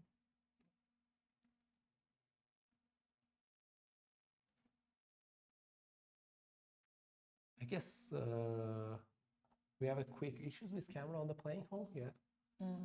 So Yeah, probably. there's a quick fixing going on, so that's why we are on the studio right now. And hi everyone, and hi everyone on YouTube and Twitch channel. Yeah, we recently found out, and I just checked Twitch earlier as well. We have over 4,000 viewers right there as well. I didn't know that. Let me check. Also chat, Twitch. Yeah. So we can have a look at chess 24. Ah, yeah, we're live there. Okay, let me drop a message. I have not been on Twitch for a long time.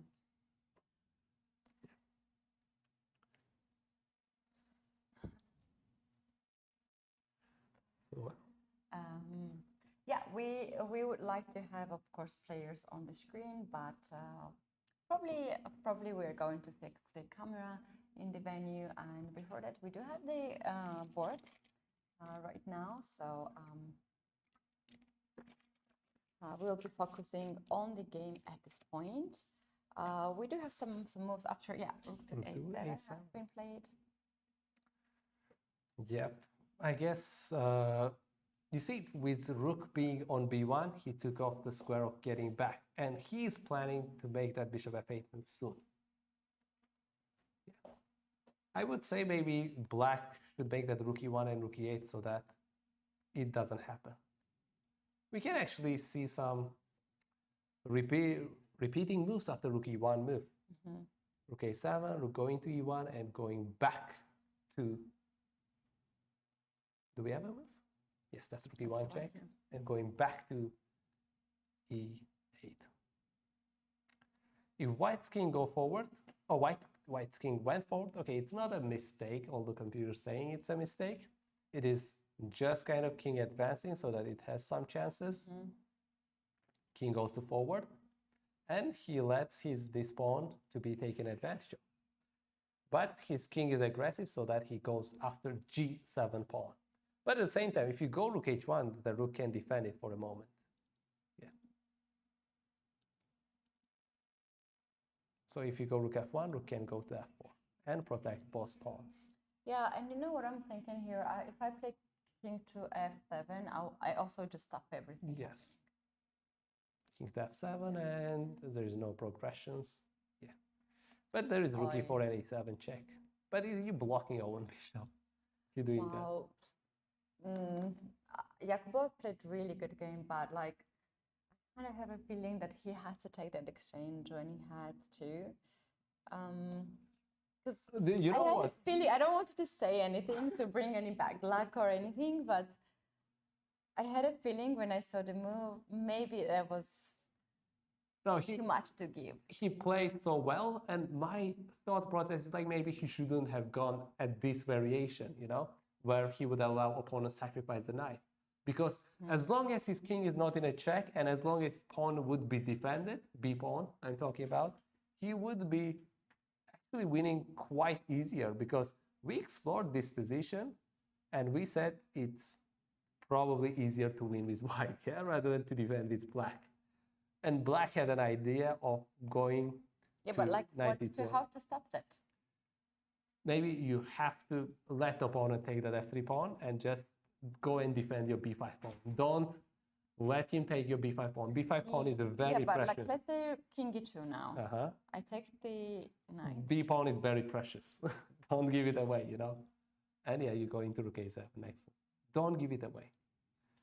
But at the same time, it's not specific. But I would say maybe just b7 and bishop g3 next move. But just don't give it away for free. Yeah. And they reached at move 40, you know, and that king e1 was done at move 41. If Yakuboy wanted to avoid the position he has right now, he had that idea. I'm not saying this is better or worse. I'm saying that existed. Yeah.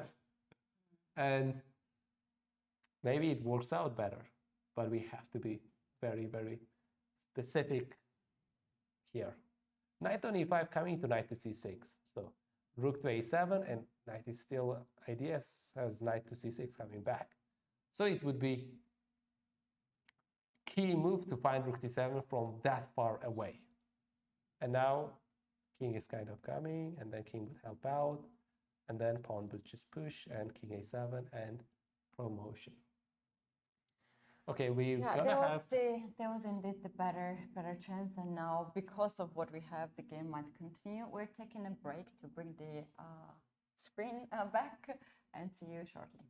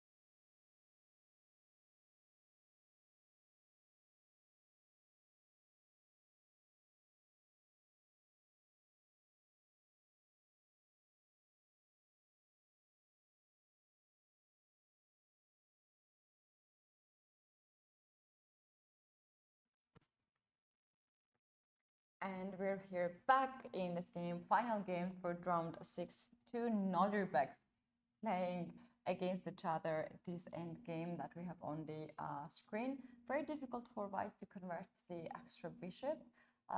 Black made the best choice to give up the knight for 2 pawns. And here we are, very close for Abdusattorov to keep leading the tournament.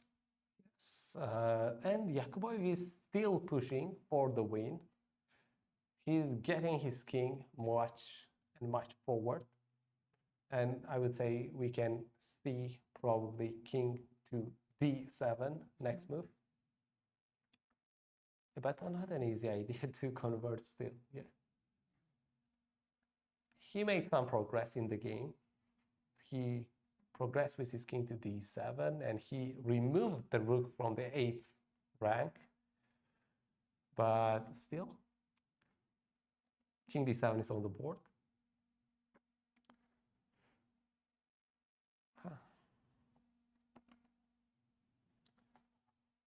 Maybe even rook e3 first, going after f3 pawn. If f4, rook h3, you cannot protect that. Yeah. So if rook e3... Wait. Yes. After rook to h3, can I have king e8? Okay. King e8, king f8. Takes. Yeah, I mean, I go king here. King f8? Yeah. Okay. Yeah, it's actually possible. Seems like it. Okay, well, there is still h pawn to progress. Maybe that's where Yakuboy can trick out the Satorov. Because if king f5, you don't take with rook anymore. You take it with your king and your pawn is defended. Yeah. So you want to force the opponent to take with rook to h7 so that he wastes the move.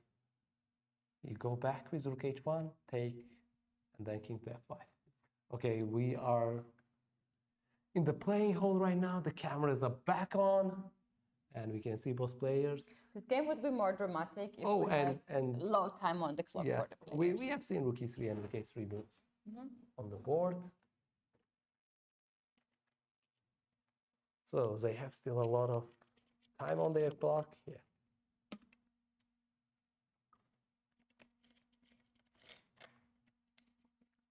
But yeah, Nodirbek has to figure out how to convert this game. So far on this structure, how many moves we have? So we have h4, f6, h5. So we started from move 47 and we are at move 67. So 20 moves have been played on this structure so far. Yeah, if nothing changes in 50 moves, black can actually claim for a draw, which is another 30 moves. It will be difficult not to trade anything in 30 moves, right?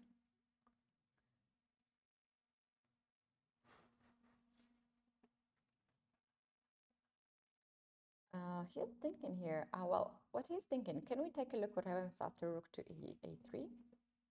Bishop takes a3 and king to f5. You have the way to get in and go after white's pawns. However, bishop d6 stops your ideas. But you can still go for with g5. I think that's what he's considering now.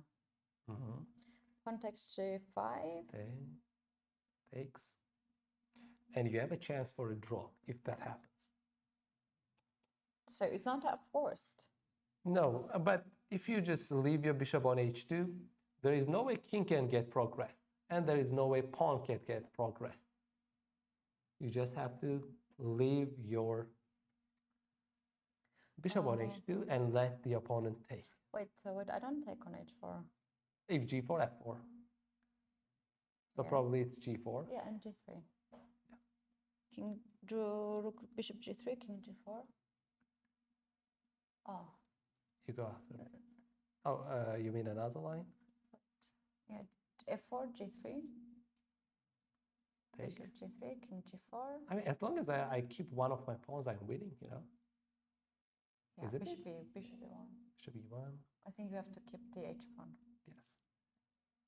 Oh, yeah, so with f pawn, you don't have much. Let's show this whole line because we have plenty of time. Yes, Takes king e6. And f5. f5, king to f6, king here. I think king g4. G5. No, king g4, king g4. King g4. King to g4, king to e5, f4, king to e4, f3, and e3 steps. You're taking the pawn. And then you're slowly taking that back, and h pawn is the same color as your bishop. So basically, bishop h2 is the key point there. Other than that, it's a draw.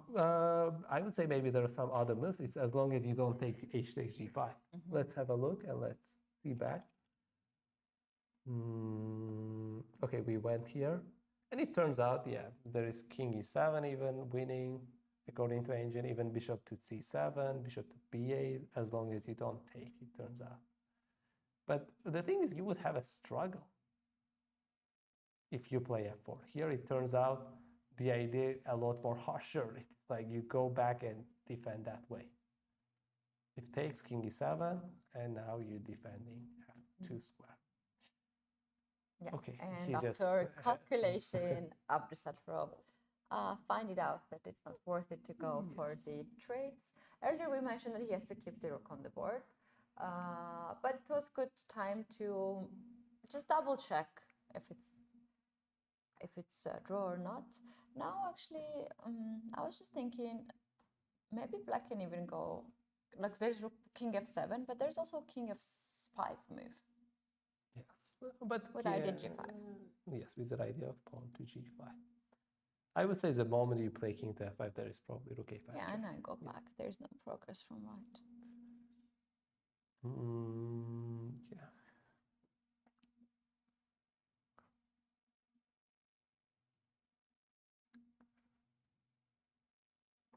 Yeah. Okay, how white can progress? Maybe I'm still considering somehow putting that pawn on an f5 and getting his king away, and how I can pass the king the other way around. So You need a bridge. yes, yeah, Bishop e7, king e8. yeah. So first the pawn should be on f5, and I would say maybe it would cost this pawn, you know, to reach pawn f5. Rook a5, pawn f4, pawn f5, and then bishop e7, king here, here, bishop g7. Oh, that could be interesting. Let's explore. Rook a5. So, okay, it turns out you can stop it, just rook f1 as well. But if rook e3, I'm pushing f4. I'm giving it a try, you know. I want to see kind of if I can convert, or at least it's a kind of trying out something. You go f5 check, king to h7, and okay, I can protect it. You go after this, but I can protect it with rook f4. So I feel like I'm all right. So I'm still managing. You go rook e3, I go bishop e7. I'm trying to get it here. Okay, you can. Wait. Just do something. G6. So what happened? No, in that line, I played G6. In this line, you mean playing g6? Okay. Or G4, G6. Take. I mean, it's kind of, we changed the position. We changed the position. So, yeah, engine kind of highly favors. But king g8 actually doesn't let you get the king closer, you know. But I would still consider maybe check. Because if you go there, I want to make that checkmate. Look at Abdusattorov, he's having so much eye contact, and we have two kind of Abdusattorovs in the games. One who is worse and he's not even looking to the opponent and is fully focused, and one who knows it's saved. Now checking how others, the other side there feels like. Okay, we What see is the move? king to King to d8. I would say it's just waiting move. Waiting so that the rook gets out of e file. But rook can go to just e2 as well.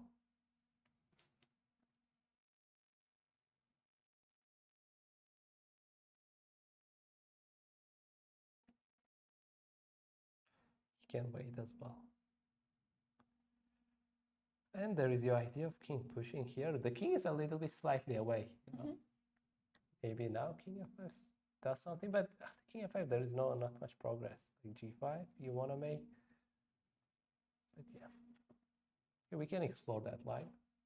Bishop g3, rook to g1, bishop moving to somewhere. Let's say to the defensive square of c7, that's protected by the king, but g5 takes with a rook, takes with the king is possible. You know what I don't like? We're changing the structure. Changing the structure gives opportunity for white, you know, because white is trying to figure out how to change the structure. That's what his goal is. And when we're doing king f5 and g5, we are actually helping out. Pawn takes, king e7, the change of the structure happened, and black is trying to get, white is trying to get black. Yeah, I agree with that. I think here black's strength is just sand, and white has not enough forces to change the structure. So Abdusattorov should not even move the pawn, just to play with the rook, what he's doing.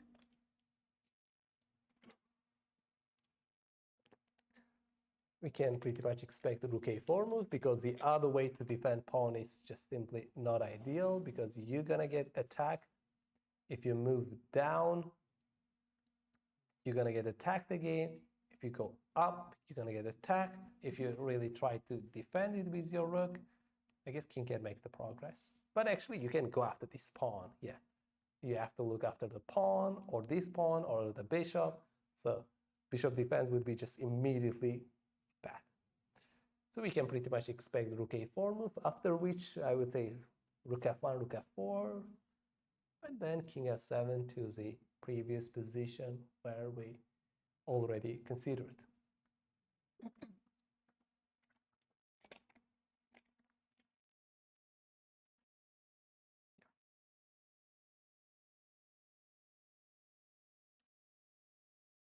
Yesterday's games between Parham and Pragg had huge, moments going on. Right now it's chill and we have to figure out the plan. Nodirbek is trying to figure out. Yesterday it was like very dangerous dynamic, at that Yeah, moment. we had no time to the blink and the players as well, but here it's different dynamics indeed. Rook to a4 has been played. We suggest king to f7 or rook to h3. Or rook to f1, keeping still rook on the first, right? So that you can cut rook e1. Any Yes. move, I think, will be just fine.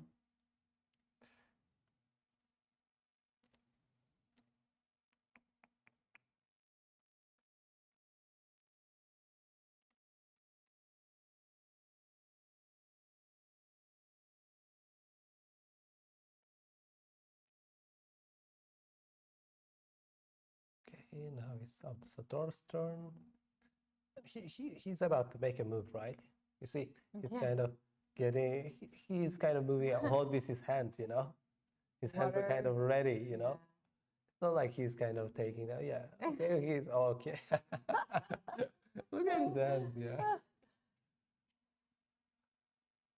Okay, and he made the rook to h3, hitting the pawn, and we can expect rook to f4. I mean, it's the same mistake, but the idea is still hard. For white, we can rook f4, yeah, pretty much kind of defending both pawns at once. Okay, strong move.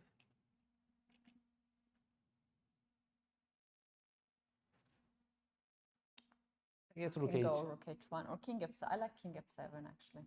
Yes, otherwise you're allowing the king to penetrate further. Bless you. Thank you.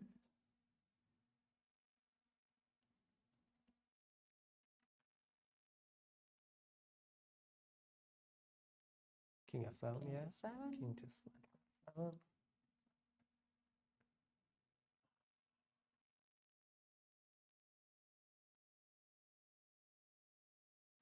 You said when was the last move that the pawn made? 47, if I'm not mistaken. We have done 23 moves so far. And we have 70 now.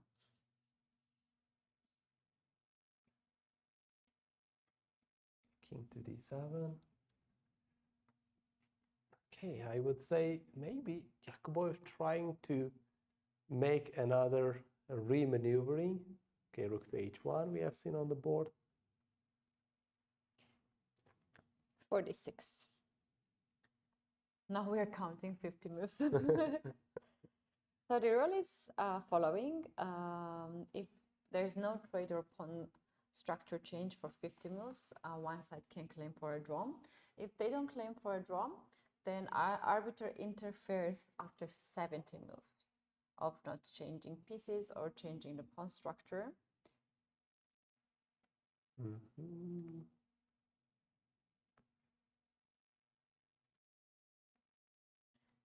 So this is actually 96 moves.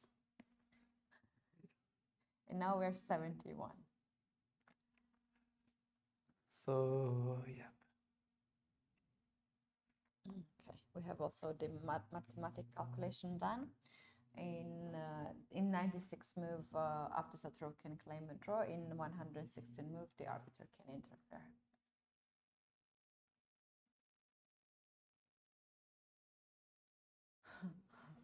Yakubov moving around to crack the bag.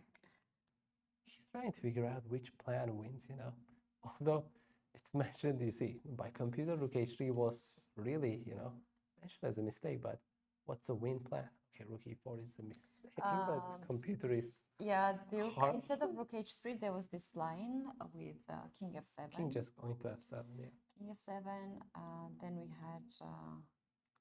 if king to d7, g5? g5, yeah.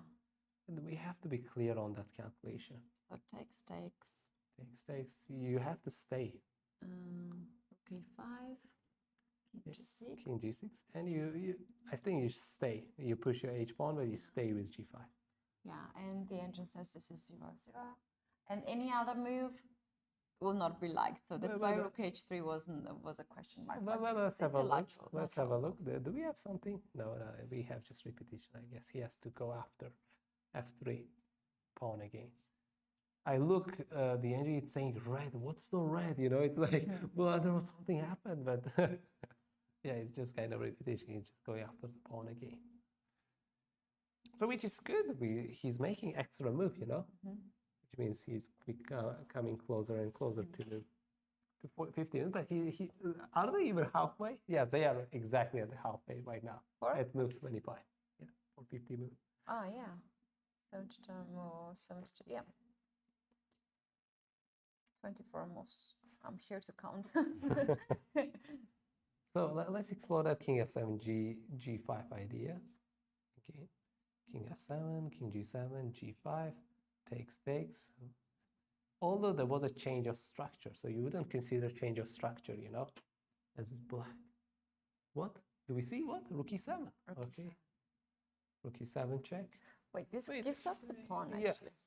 He is willing to give up the pawn. King g6, and then what's his idea? King e8 and f8. You know, you want to go after g7. Okay, let's make it on the board. Let's make it on the board. King g6, king e8.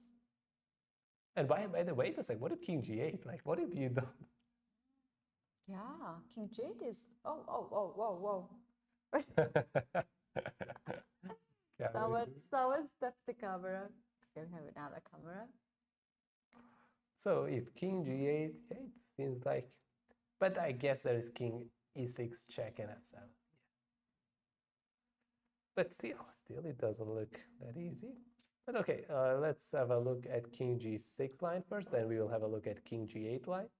King goes to e8, the rook takes. You have two choices, but I would say take the choice which allows your pawn to push further.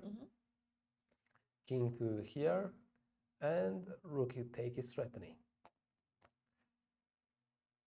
And earlier we have seen king takes, but the rook was away, you know, when he was able to come back. So we have to allow white's rook to take on g7 instead of king. So king f5 would not be a good move. But if we move rook to h1, d4, d4, I attack that. Yeah. Takes, King f5. king f5. But the thing is, earlier the rook was on a7. Right now, rook is on e7, which means after king f5, there is no threat of check on the fifth rank.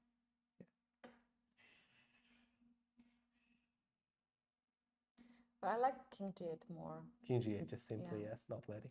But we have to calculate after king e6, rook takes, either one. f3, yes. f3 maybe. Okay, because g5 would make a draw, yeah. So check, king h7, king f7. On g5, well, you gotta receive that. Oh wait a sec, you don't have bishop f8 and bishop g7 would be a checkmate, right? Checkmate.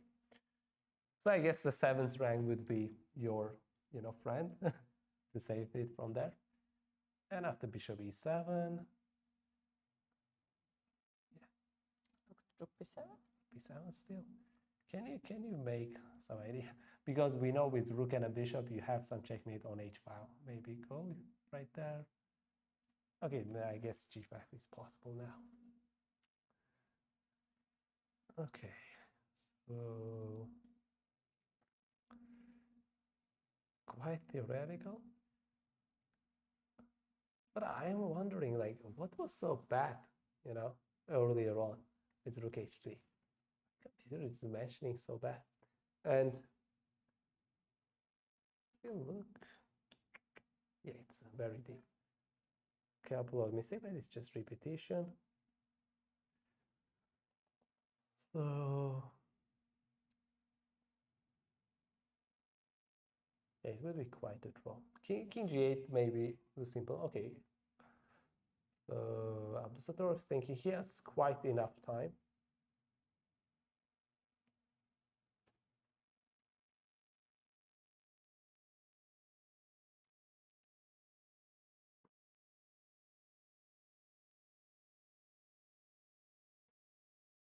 He has a lot of time actually, which is really good because if he has seconds on the clock, the game would have a different dynamics.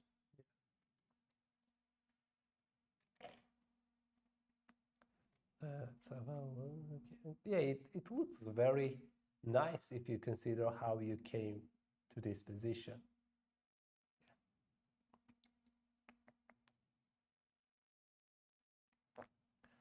The position earlier was, at this moment it felt like white's gonna convert, you know. It felt like white is in control. Yeah. So let's have a look on that line, okay? One more time. One more time. So Katie was recommending just taking, take would be giving a hop take, and then allowing that d3 move with any other moves. You're gonna go queen c4 immediately, or I guess so, yeah. Yeah, queen c4, so that d3 doesn't have much thing, but there is still d3. King goes to h1, and there are some pawn push. And I would say more or less, maybe you're gonna give up, you know, and then this pawn is still going forward. But I don't know, like also the end game was so safe. Yeah. This variation looked so comfortable to play with white, actually. Yeah. I was picking these lines, and and white, I guess, did every single action right. It's just kind of, black had some interesting idea of giving away his knight for a pawn. And I guess this idea did exist from far away, because once knight comes to c4, your rook would be attacked and your pawn would be in danger as well. So he made those all right moves here. And bishop f2 even, right? But maybe don't go bishop f2, you know? Just go rook a3 and rook b3, just protect this. Yeah.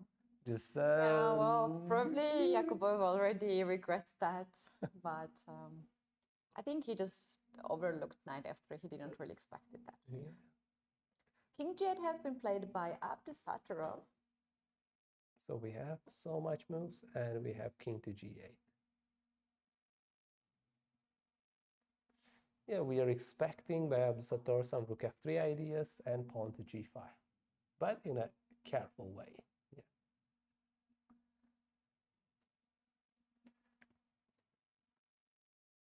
Okay, Yakuboyev has 5 minutes on his clock.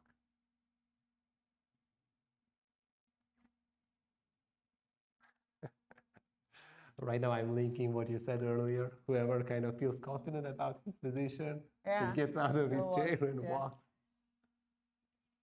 He's walking.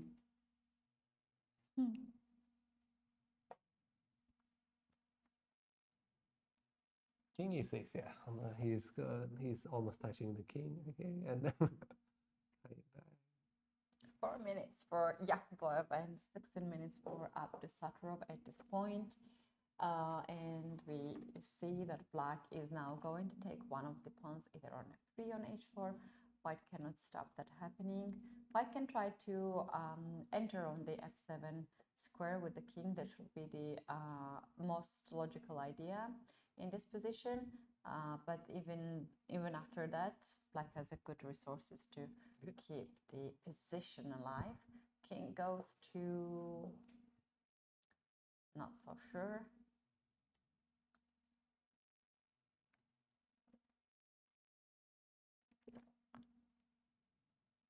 So he has right now 3 minutes on the clock, and we can see some quick moves by Yakuboyev very soon, because he doesn't have a lot of time to consider and calculate. 3 minutes, yeah. He's not certain.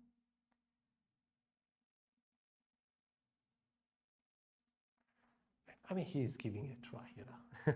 He's giving a good try, actually, in this position. Yeah. Giving up the pawn here, it's already something ambitious. His time is ticking down to 3 minutes now. It will be soon 2 minutes.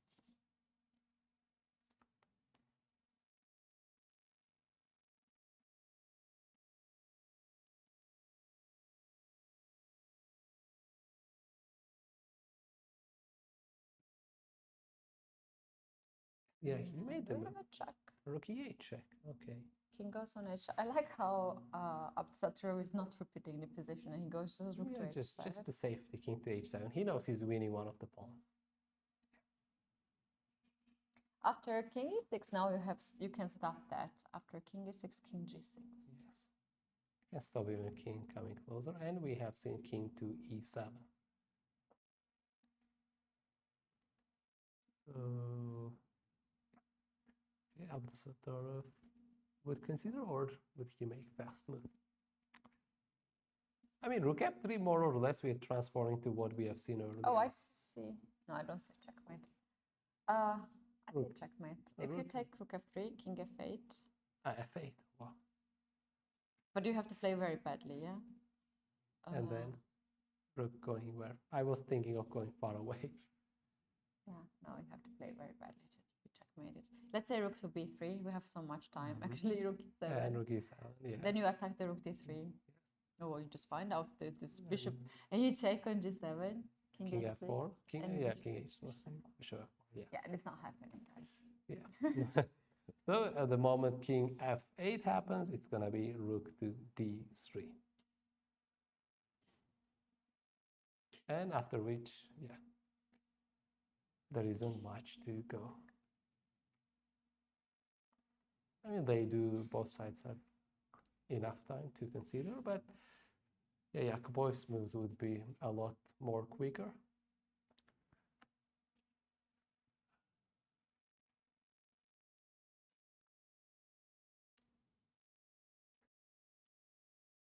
It's king f8, rook e7 and g7. What Yakubov is trying to do here.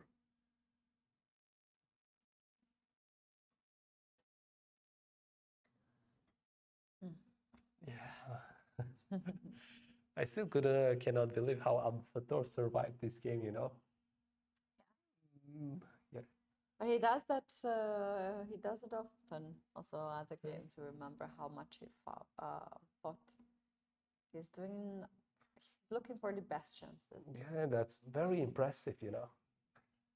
And I was earlier telling you in our even previous streams, he's maintaining victory with white and maintaining draw with black. Yeah.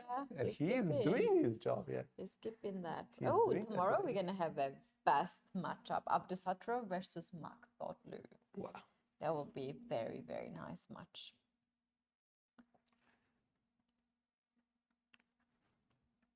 Did he make it? He made the move. He just took rook f3, king to f7. I guess rook can go far away to b3 as well, or you can go after the bishop with rook b3 move first. Yeah, but there's bishop f8, so we have to watch out. So where did he go? d3. d3. Bishop f8, bishop d7. Rook d7 check. Yeah, rook d7. Bishop f3, and bishop f8, and rook e check. Rook d7 check.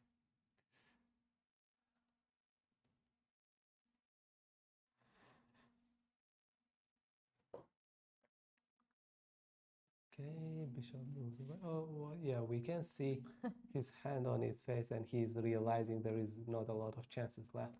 Yeah, Yakubov is realizing. Yeah, okay, he's doing bishop e7.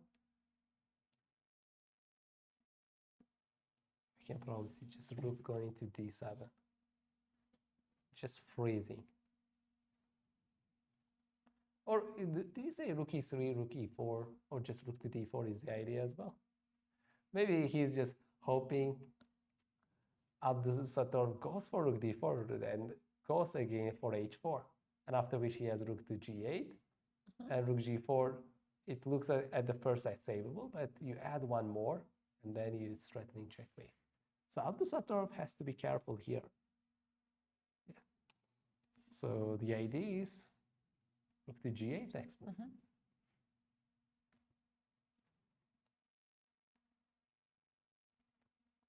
Taking his time, but yeah, I mean, it's not like he has completed the job yet. Until the result is there, is not there, you have to be fully concentrated.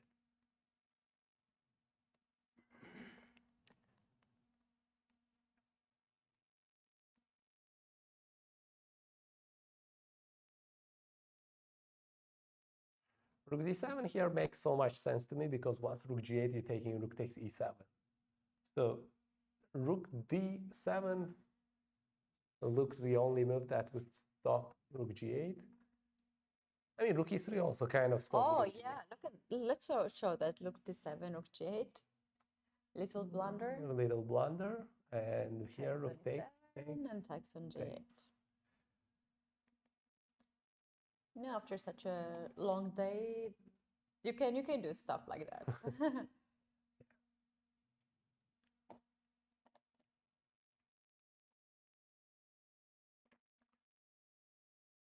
I would say Yakubov still consider going against h5 somehow, and then making his bishop on f8. Yeah. Oops.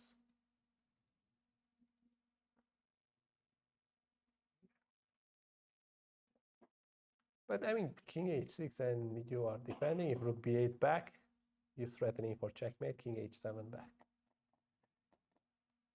Okay, which move did Rook e3. rook e3? Okay, that's another way to hold it, because if rook g8 is still threatening rook e7 check. If king e7, king takes g8. So let's go back. He's trying to go after rook takes h4, rook e4 and h4. But at the same time, he's giving away that g7 pawn maybe. If he is going for h4, let's have a look. Okay, rook 2 moving to a8. b8. B8, b8. I go rook e8. Rook e4. Rook e4, you're going after the pawn. I'm going to go after your pawn. Okay, rook e4 is on the board. Bishop f8. If you take rook h4, you're receiving a checkmate. So I guess you go far away. Is it bishop Rook f8? a4. Bishop f8. On the board. But this is actually funny. After rook a4, bishop g7 is not possible because Yes. you lose the bishop. Takes, check.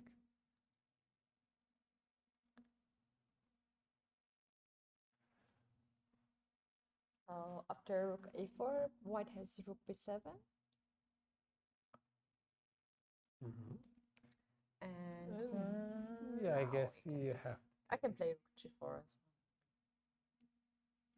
rook g4 possible. well. Oh, it's a blunder. It's a blunder, computer saying, but I don't know. It's because of that h5 pawn. Okay, king h6, and wow, look at that. Your king would be under the pin. This is a move you might miss here with black. Rook h5, rook f5. Yeah, but even not rook f5, there are other moves that exist. It turns out, according to Arjun, our third commentator. Yeah.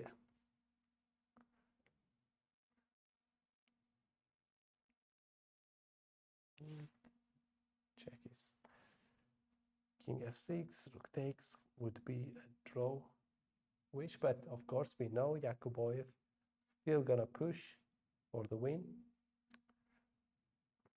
But if you look back, computer saying rook b8 is bad. So its suggestion is rook going to d8, keeping the rook on d file for some reason closer to your king. Does he have some specific line? It's pretty much what we looked. Or if rook g4, there is rook d5. Yeah, you gotta be careful here. And Abdusator is considering how careful he has to be.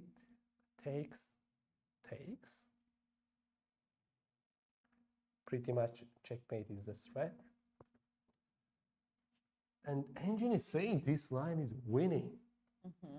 And let's have a look one more time. If we go to rook e4, bishop f8, rook a4, rook b7, rook h4, takes. You have to, I think you have to play rook somewhere c4, rook a4 from the distance, giving some checks. Why being rook? You see, the difference only we have is rook being closer. And not being closer. Do we have the move? Oh, rook to e4. So simple, similar line, but let me go a bit deeper on that line. After bishop g7, rook goes to a4, b7. bishop f8, h4. Yeah, there is some kind of computerish deep line that says white is winning. And we can see this king is trapped, but we can see on the other line, king is trapped as well. Why the rooks is important on d7? What's the difference it's making between b7 and d7 squares? Right Well, now, we are at this position. Rook is I think on it b7. takes more squares from the rook, but it's a slight difference. So it takes. I guess we'll continue this line till the end. By the way, here, Nodirbek of the Sator has to be careful because as we have seen, if rook tries to save his rook to g4, there is an idea of rook a5, rook b5 going after h5 pawn. If king to h6, there is a rook to f5 taking f6 pawn. That will be a very dramatic decision. He has done the thing, but yeah, we see very good progress so far by Nodirbek, Yakuboyev. Yeah, I don't know. I think Nodirbek could just not allow this to happen. The king entering on f7. Yeah. Let's have a look deeper to that line. Rook h4, bishop g7, rook a4, bishop f8, rook to a6. Okay, turns out protects that. Oh, I slowly realizing why rook on d7 we need it. If the same thing happens, if rook to a6, protection, there is bishop d6. And because king is so kind of in the almost back rank on a sideways, there are possibilities of checkmate. Okay, let's say h4. h4, king takes f6, king to h6, king to f5. You're threatening mate. If check, bishop e5, I would say this is a typical position already, yeah, on bishop and a rook. And this is considered a winning. Yeah. Yeah, we can say rook here. It takes the pawn on h4. Takes the pawn on h4. Okay, rook a7. And Bishop g7. It's pin. The moves on the board is bishop g7. Yeah. You're just making the moves away, and if king h7, you're just going here, just winning the game. If king h5 as well, you're going here and winning the game. So yeah. Did Nodirbek Yakuboyev miss a win? That was really, really hard to find, you know. But which line was that? It was going to rook to d8, and then placing your rook on d7. No, this is no. It's too. It's too much. It's too deep. It's like something when you work at home and you have hours and hours, and you're like, okay. Yes, yeah. It looks like another etude position. You know? Yeah, exactly. Wow. And Abdusatr actually just made the correct move here, rook to a4. Look at that. The understanding of this position is quite deep by both players.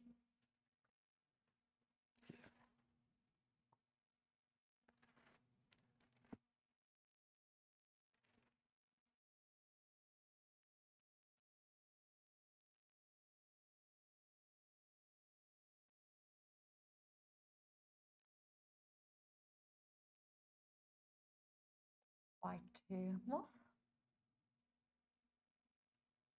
And now black is free to push the pawns as well.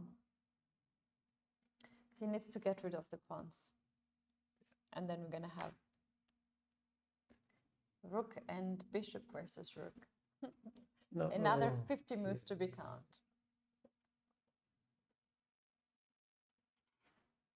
For black is considering how to make his king safe. White's progression so far has been like amazing. Yeah, putting his king on the kind of back file. In king and a bishop versus I mean, rook and a bishop versus rook endgame, you try to make your opponent king far and go back to the last line. And here he already managed to get his king, to get his opponent king on the back line. Nodirbek, Yakubov has done some progression, but can Abdusattorov still save it? And it is kind of savable, but he has to make precise moves.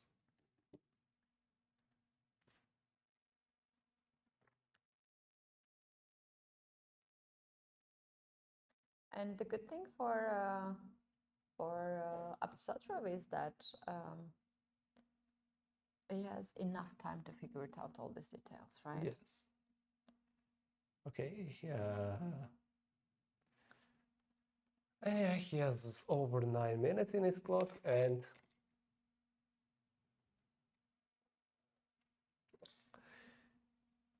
Yakubov noticed just time went below 2 minutes.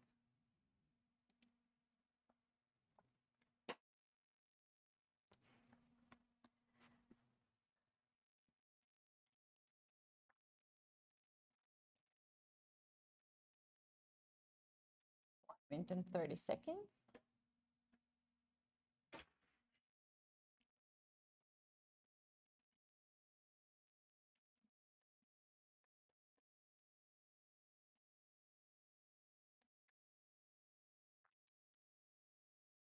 Still thinking. Almost a minute. Yeah. Okay, he's about to take f6, and he just took bishop takes f6.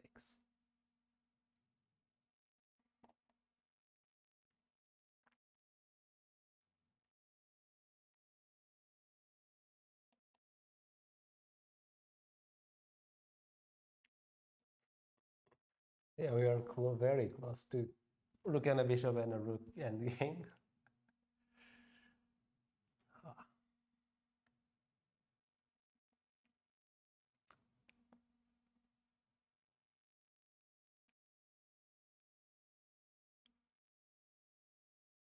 Yeah.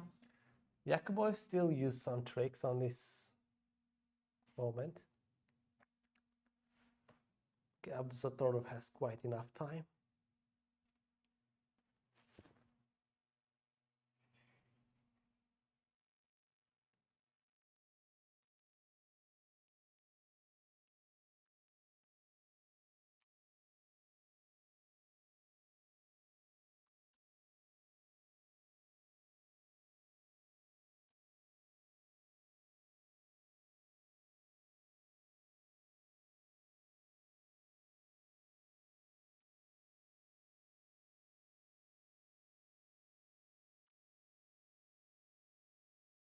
Still has 8 minutes. Yeah, he's considering and thinking to be accurate.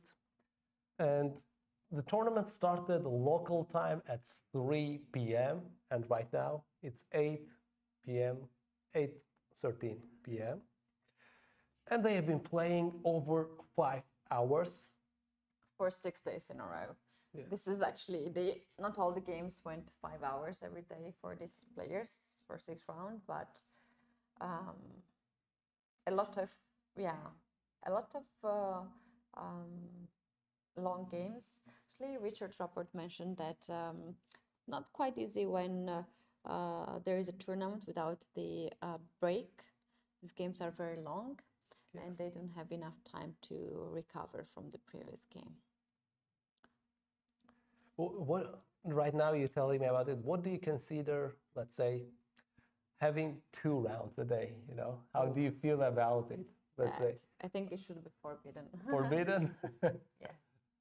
I mean, there wouldn't be 30-minute additional time, you know? I've played tournament with 13 minutes additional time and 2 rounds. 2 rounds? And I have played a tournament with 3 rounds as well in classical chess. So yeah. 3 rounds in a day? Yeah. How the timetable was that in the 3 rounds? I don't have any memories because that was just... No, you have your first round at 9 a.m., second round 2 p.m., third round 7 p.m., something like that? Yeah, in US it's quite common to have weekends, like 7 rounds in weekends. Ah,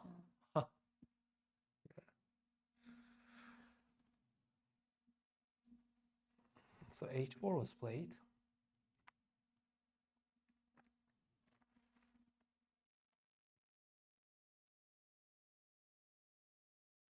Yeah, we are likely to see rook and a bishop against rook.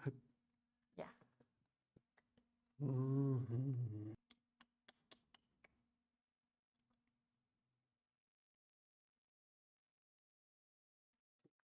Let's say if we give away the move and taking away any h6 square for like bishop g5.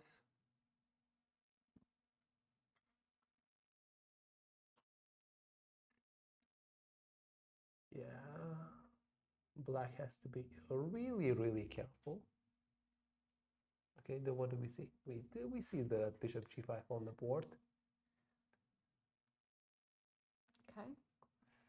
And if Abdusatorov still holds a pawn, see, would he hold the pawn?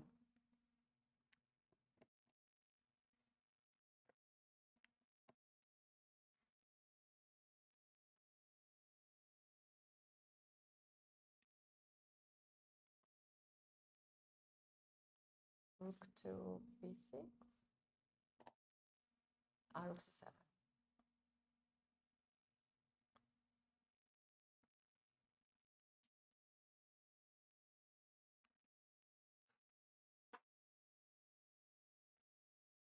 He's trying to survive.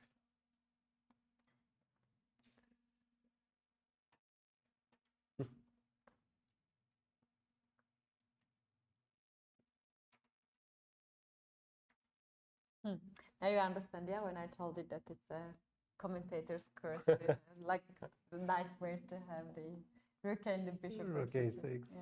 Yeah. Yeah.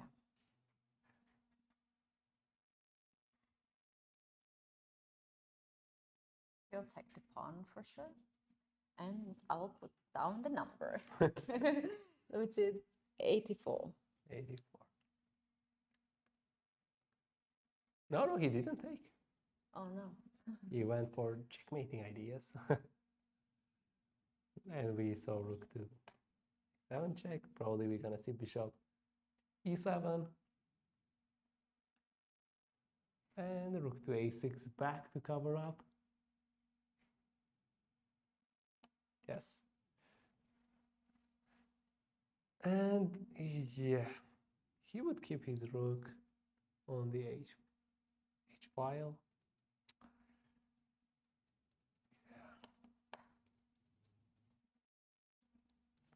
It depends. Rook h4, rook h6. Ah. No, the king is still at the edge of the board, at the corner, you know. There are tricks exist. Yeah. You have to be very careful. Very, very He careful. takes the And rook. yes, that's my Okay. 86. Oh man. 48, 84, 84, 86. Yeah.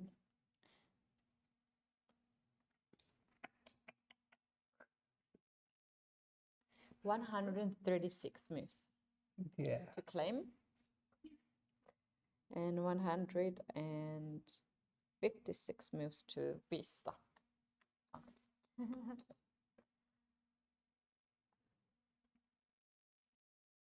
Rook to g4.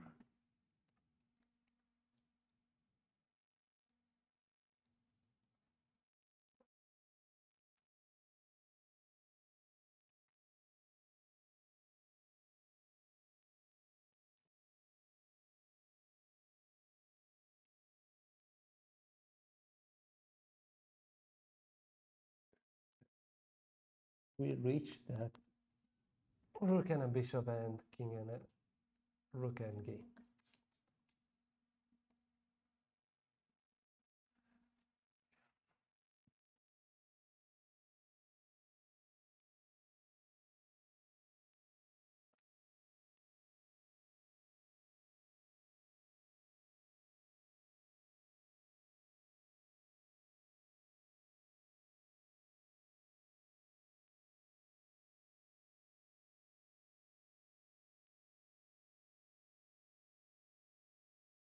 Okay, we're going to a6.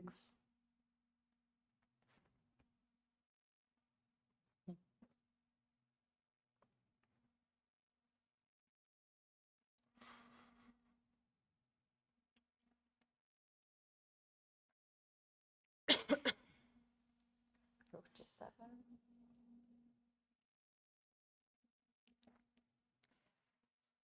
So basically, the last trade we had was move 86.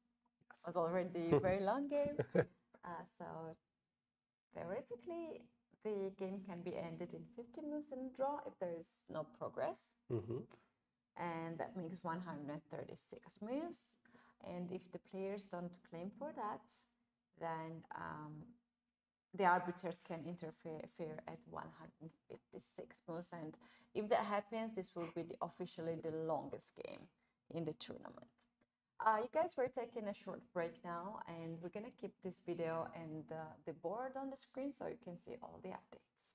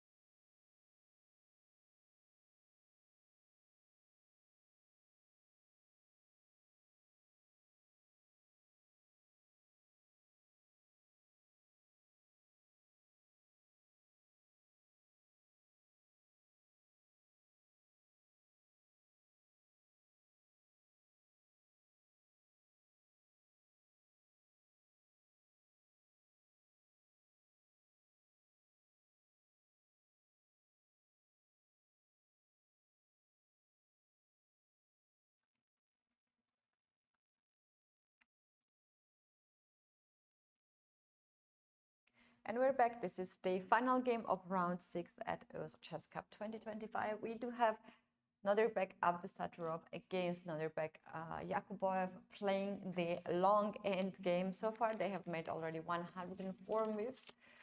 White is trying to checkmate Black's king as White has extra bishop, but theoretically it is possible to do. However, Black has very good practical chances to avoid checkmate. We don't have much of the progress from the last time we left the stream, but we do have actually several more moves. We know that after on the move 136, Abdusattorov can claim a draw.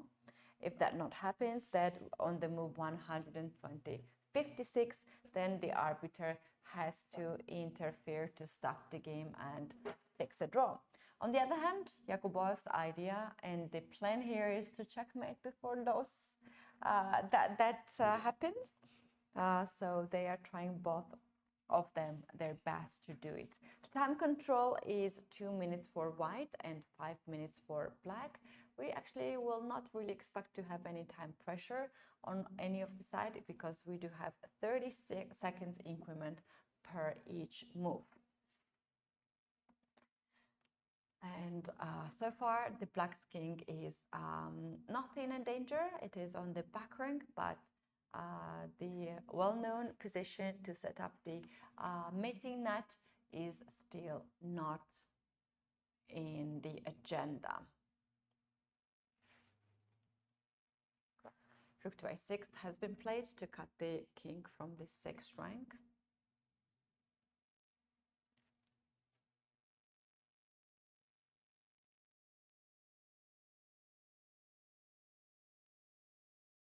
I think Nodirbek's second or third bottle of water.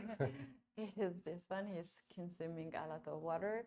And currently, today we had 41 degrees Celsius outside, but as it is getting darker, we might have less temperature. Yeah, 41 degrees. It stands strongly. Same. Bishop to f6 to cut the 6th rank. So White's king will then go to g6 and will try to checkmate the king. So Black didn't really pass the move like rook b6 or rook c6 because king g6 will create the mating net that you cannot really avoid. So Black has to somehow react with this threat. You can either play rook to a2 to give the check from the back, or you can play king to f7. In case of check, you can go back if White goes forward and to checkmate you, and you can do that rook f6 move. After takes, the game ends. Only kings on the board. Only kings on the board. So yeah. This one way to play. Another way is to play rook to a2. Obviously, a1 square is controlled by the bishop, so you have to go there. And then after king g6, you give a check, rook to g2, and you are safe. There would be bishop g5 blocking, but once he blocks, Black can go to rook a2 to check one more time. Or rook e2 would be, turns out, more ideal. But still, Black goes the other way. And maybe that's what we can see on the board. So the moves have been done, and that is rook goes to a2. Exactly.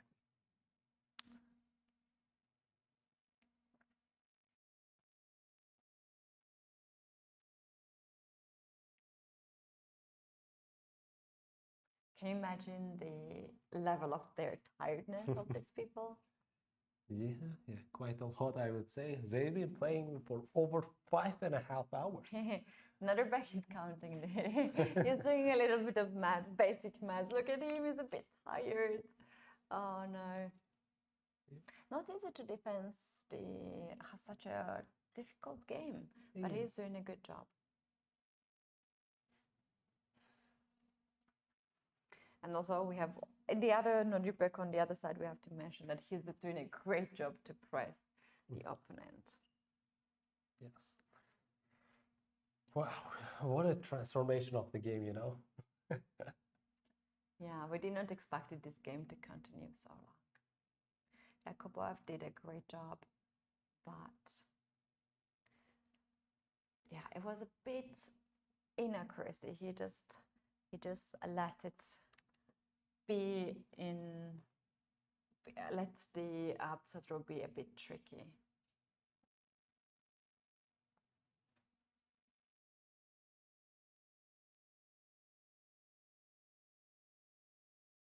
King J8 back. Yeah, back and forth. But I guess on this moment, he changed his rook's position from h file to the kind of getting to the 8th rank.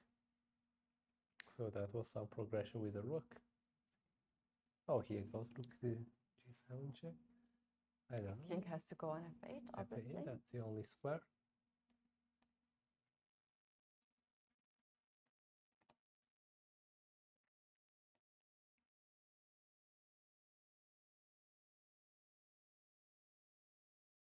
Yeah.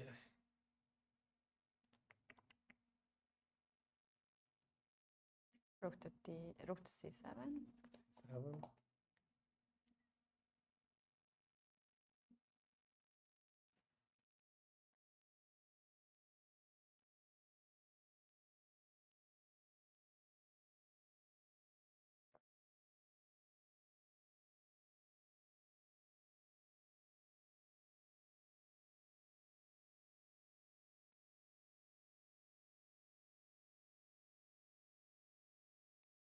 You see Abdusator shaking, you know? Yeah. But I think at this point you need some adrenaline as well, and that's why he's shaking to let his body be awake, not to sleep.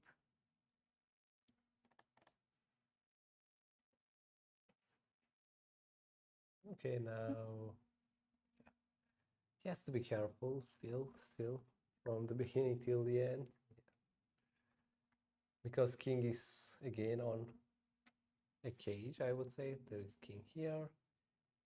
Check, you go back to bishop g5. And here, there is one only move that saves the game. Let's turn it on. You're testing me? No. Well, humanly, I wouldn't say it's easy to find, but logically, it's easy to find. I mean, opponent threatening to checkmate, and that only one move to the defense is rook f2, so that you protect the back rank. Players at this level, they are say no, yeah. so well prepared in these end games. I know that before the big tournaments that they are having, they always look for the end games like this. Yes, and we have some repetition right now.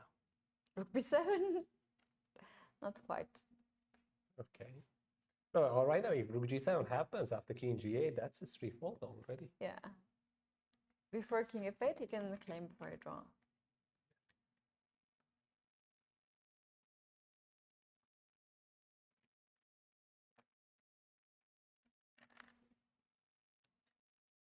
Rook on c7 or b7, I guess it's the same thing. Or do we have any difference?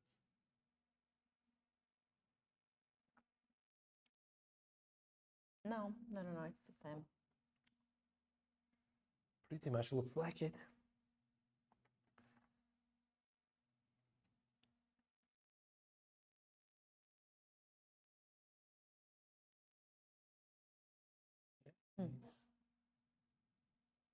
Or he's even going to king 2. No, he just goes to g8, just repeating. G8. Yeah. They have already 2 score sheets. Maybe they will have a third one coming on the way. We have the move, and that is bishop back to d4, taking care of the f2 square.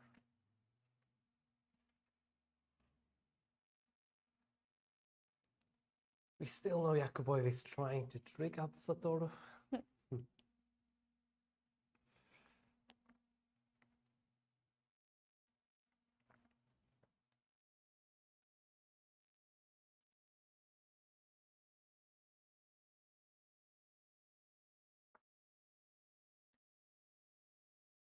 20 more moves to be done before the draw claim. Unlike the rapid games, when you don't know which move is it, now you can calculate properly which move do you have. You have a time, yeah.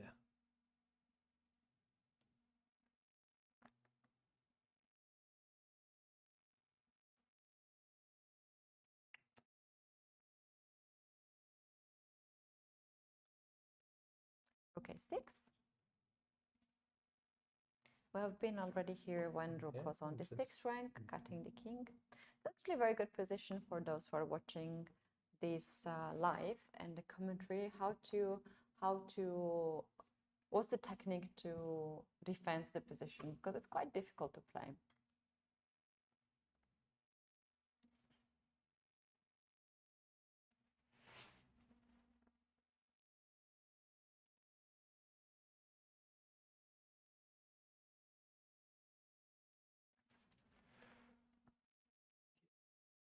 So Nodirbek Abdusatorov is still leading with 4 points out of 5 after 5 rounds. And if he manages to get a draw today, will he be sole leader? Yeah.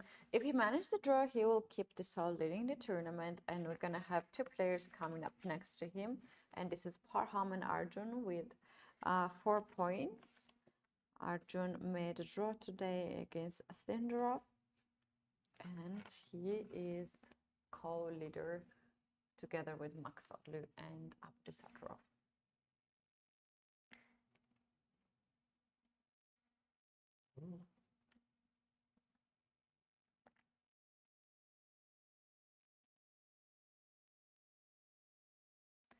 And what he's going to play is it Rook A6 again.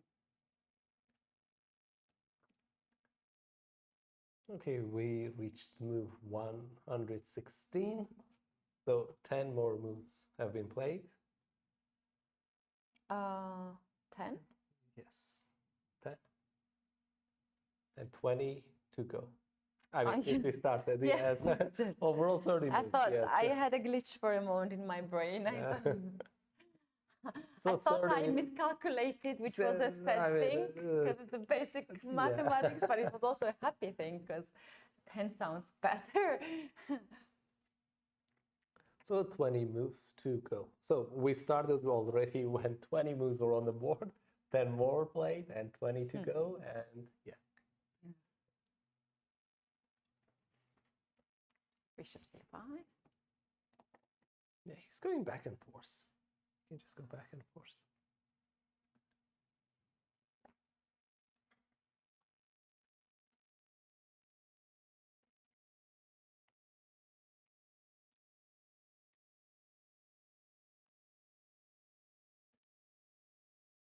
Wow, yeah. I'm not sure if I had a 6-hour game, ever in my chess career. Did you have ever? Yeah. 6-hour chess game? So what was it like? When was it? It was the opposite color bishop, but we also had rooks. I had extra 2 pawns. I was in US. I was playing double rounds, and I got so tired I couldn't sleep all night.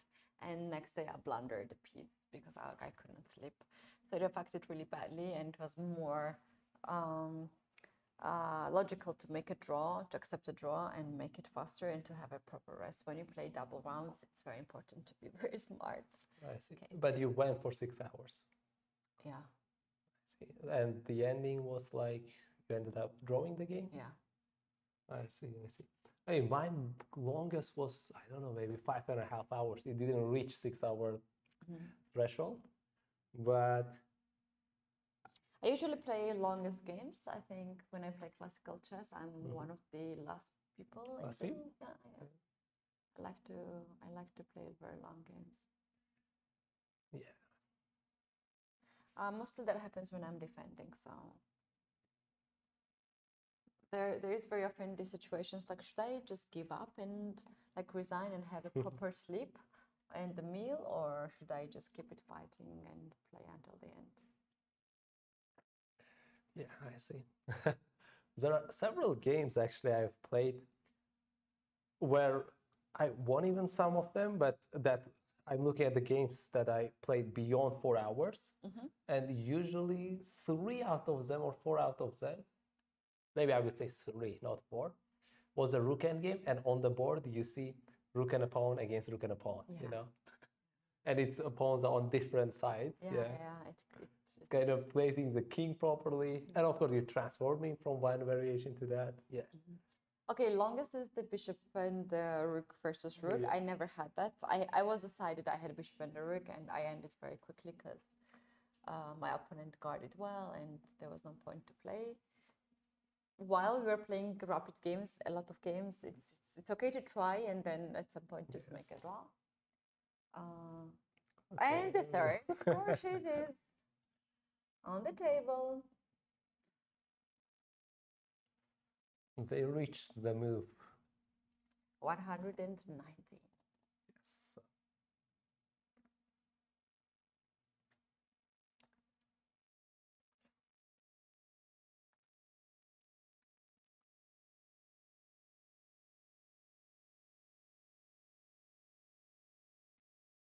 Rook c2, maybe. They're down all the way till the end.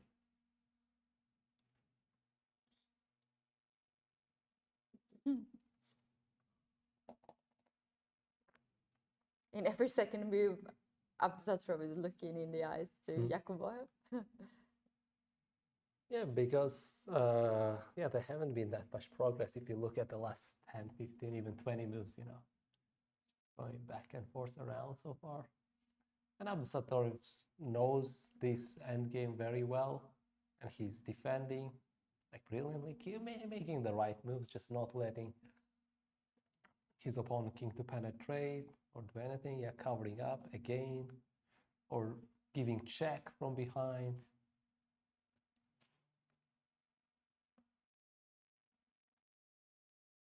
But I would say Jakubov still goes until he reaches move 50, you know. He's still giving it. Yeah, okay, he has to play. This is his job. He has to try his best. He's not doing anything wrong. He has to do it. And by the time they reach 136, then Abdusattorov should claim it. He cannot claim it for for his opponent. Yeah, it's also 5 minutes to go to reach 6 hour, you know, threshold. So yeah, if they end quick right now, it wouldn't be technically 6 hour games they reached. I don't know, it's like very few games, I mean, in one event reached that kind of 6 hour mark. I had a lot of commentaries with back-to-back 6 hours days. Back to back. The hardest one was I think it was Anish Giri playing against one of the Russian players. These players, they don't play this much these days, and we had 2 rooks versus 3 minor pieces. Okay, who is pushing for the win? I don't know. They were playing like crazy. It was longest day.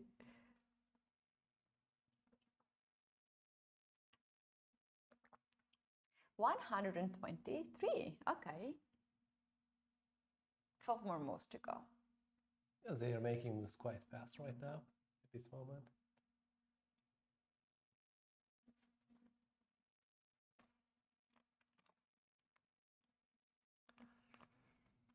Yeah.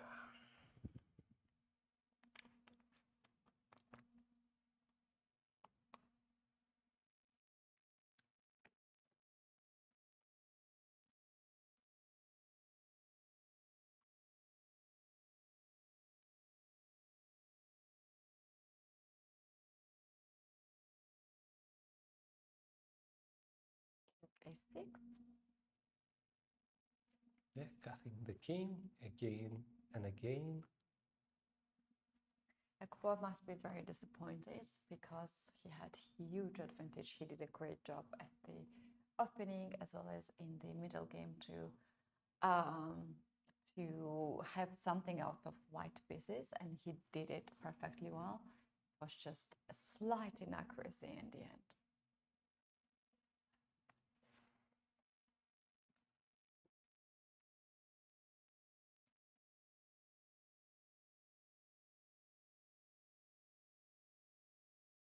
He brought the pen. He changed the pen. Yeah, I guess.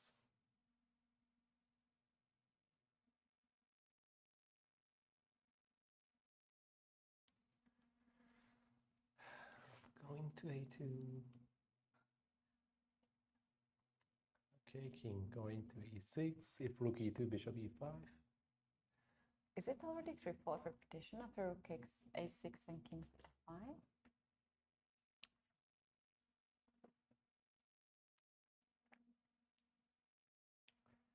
Caesar rook earlier have been on b7 so far. Yeah. No, it's not. Yeah. And then recently rook went to d7.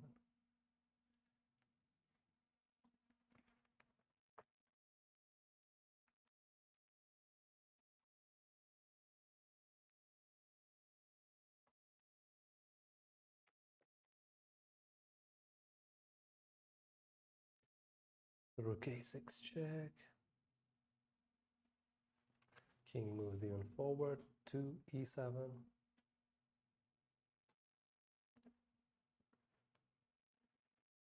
Yeah, okay. So you reached and passed move 126 and 10 more moves remaining. It's the countdown. 9. Yeah.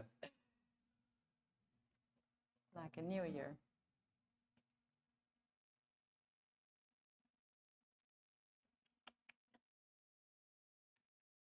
Okay, keep going. Okay, king H7. moving to h7. But we had some cases when there was a checkmate on the board and the player Yeah. claimed for a draw. It was exactly 50 moves and saved the game. So here's the very practical advice for those who play with the rook against bishop and the rook. If it happens that you play long game and somewhere you blundered, before resignation, before allowing checkmate, just claim for a draw and let the arbiter count the moves. Yeah. Here, of course, we do have the notification notes, and the players can count it well. But you might miss also some of the moves, right? So we have a digital boards which are registering the moves, and just to make it sure, you can also do it. Yeah.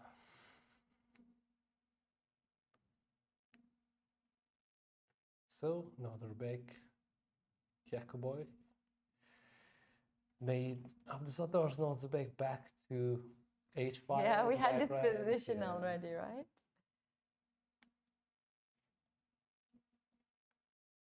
Rook to a2.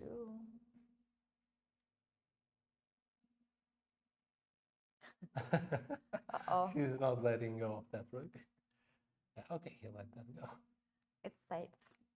Yeah, it's safe. So if white goes to rook to d8 to checkmate on h8, you have rook to a7 check. Bishop d4. We had this position earlier, bishop d4. It's strategically cutting off f2 square. I can go rook a3. Yes. Going Okay, after go f3 after and square, g3 yes. square. Oh, this is sneaky move. If you play something like rook to a6, Go rook to yeah, d8. bishop from d4 also controls a7. And if king here, rook to d5. Yeah.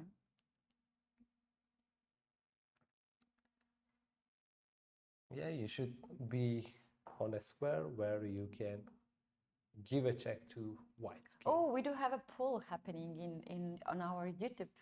And the question is game result. Abdusator wins. Seriously, guys? Jacobo wins and a draw. I'm going to vote. And we have only 100 votes. Go ahead and vote, you guys. It's the last call. The game will end in 9 moves.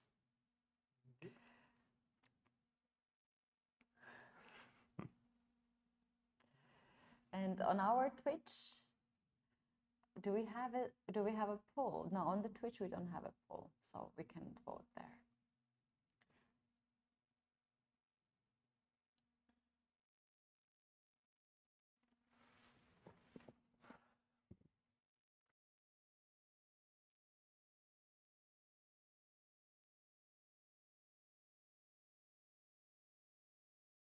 Wait, rook c2?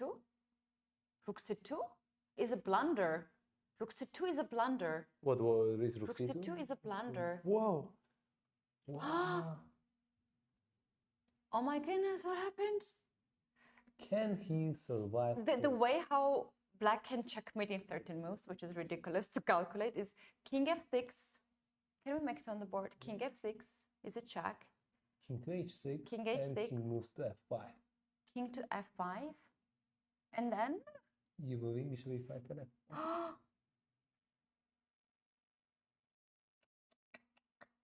And he's not reaching to move 136. Whoa! King f6 on the board! Whoa! Wait a minute!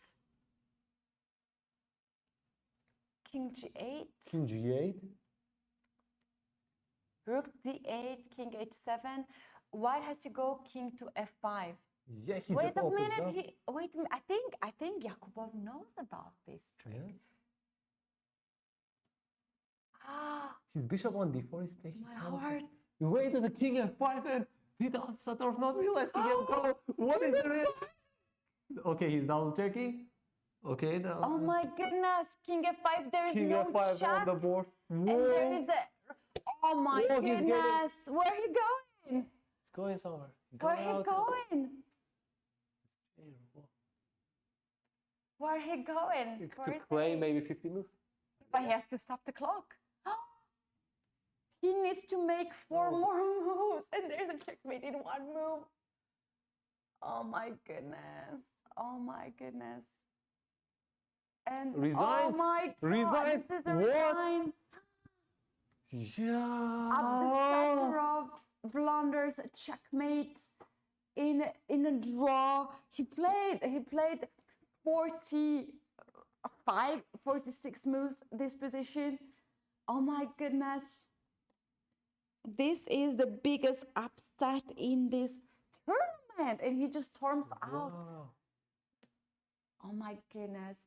Well, Yakubov deserves a good dinner, obviously, for this, what he has done. He didn't give up. He was stubborn, and he has achieved what he wanted to do. So congratulations to Yakubov indeed, but my heart goes to Abdusatorov as well. This is so frustrating. 4 more moves until the draw. Can we have a different angle of the video, because we just see a couple of people in suits? Yeah. Oh wow! Yeah, here we have it. Oh my goodness! Okay, what a shock! Yeah. What a shock! Okay. All right, this was actually the craziness, beyond the craziness. Wow. Some people are spoiling their yeah. Some people are spoiling like 15 minutes, before the time. Yeah. That is heartbreaking for Abdusatorov to lose a game little bit inaccuracy. Shall we show once again what just happened? Rook to, and he was thinking. He kept the rook on the second rank while. I was earlier mentioning I'm gonna take care of d2 square, when bishop is going on d4, and you just said a3 and f3 check with. Why he didn't play rook to a6? Wait, rook a6. We said that it's a loss. Yes. It was rook to a3. Wait, what was the draw? There are so many ways to draw the game, and it turns out there is this rook g2 and rook g7 check, that would make a draw as well. If king f6, you go into king h6. If check, you go into king h5. If check, you're getting out with king g4. He stormed out fast. Wow. And I'm not sure, was he kind of getting out of his chair when he did that rook c2 move as well? And went for the pen or something? Yeah, probably. Or he maybe just left the board, because it's kind of shock. Oh God, we have seen everything in this round. Let's just summarize the round as we just finished. We had two decisive results, and the first game that was a point for one of the players. Richard Rapport played one of the best game possible, and he beat Pragg. Then Nodirbek Yakubov actually had very nice position, winning position, but he missed his chances, and he had to play 150 move to let his opponent to blunder. And then we had Nodirbek Abdusatorov blundering so badly, but it happens to all of us. It happens to the best chess players, as we can see. Tiredness comes to the consideration. Also counting the last few moves comes to the consideration, and that happens. So then we have three draws. Arjun Sindarov draw, Aravin Vahidov draw, and we had Mark Sodlu against Jan Pomnishi draw. This has been the longest day possible, guys. We have seen so much. And I think one of the best days, we said that yesterday was the best day because of the game. Today was the better day. Let's see what tomorrow brings to us. 3 p.m. is our time to meet, local time, and we're gonna have really crazy matchup between Abdusatorov and Max Sodlu alongside with other players too, and we also have challengers and futures tournaments to cover. Thanks very much for being with us. It was a long day. Thanks a lot also to be a co-commentator and to show us all these lines. I think it's time to say final goodbye and see you tomorrow. Thank you. See you tomorrow.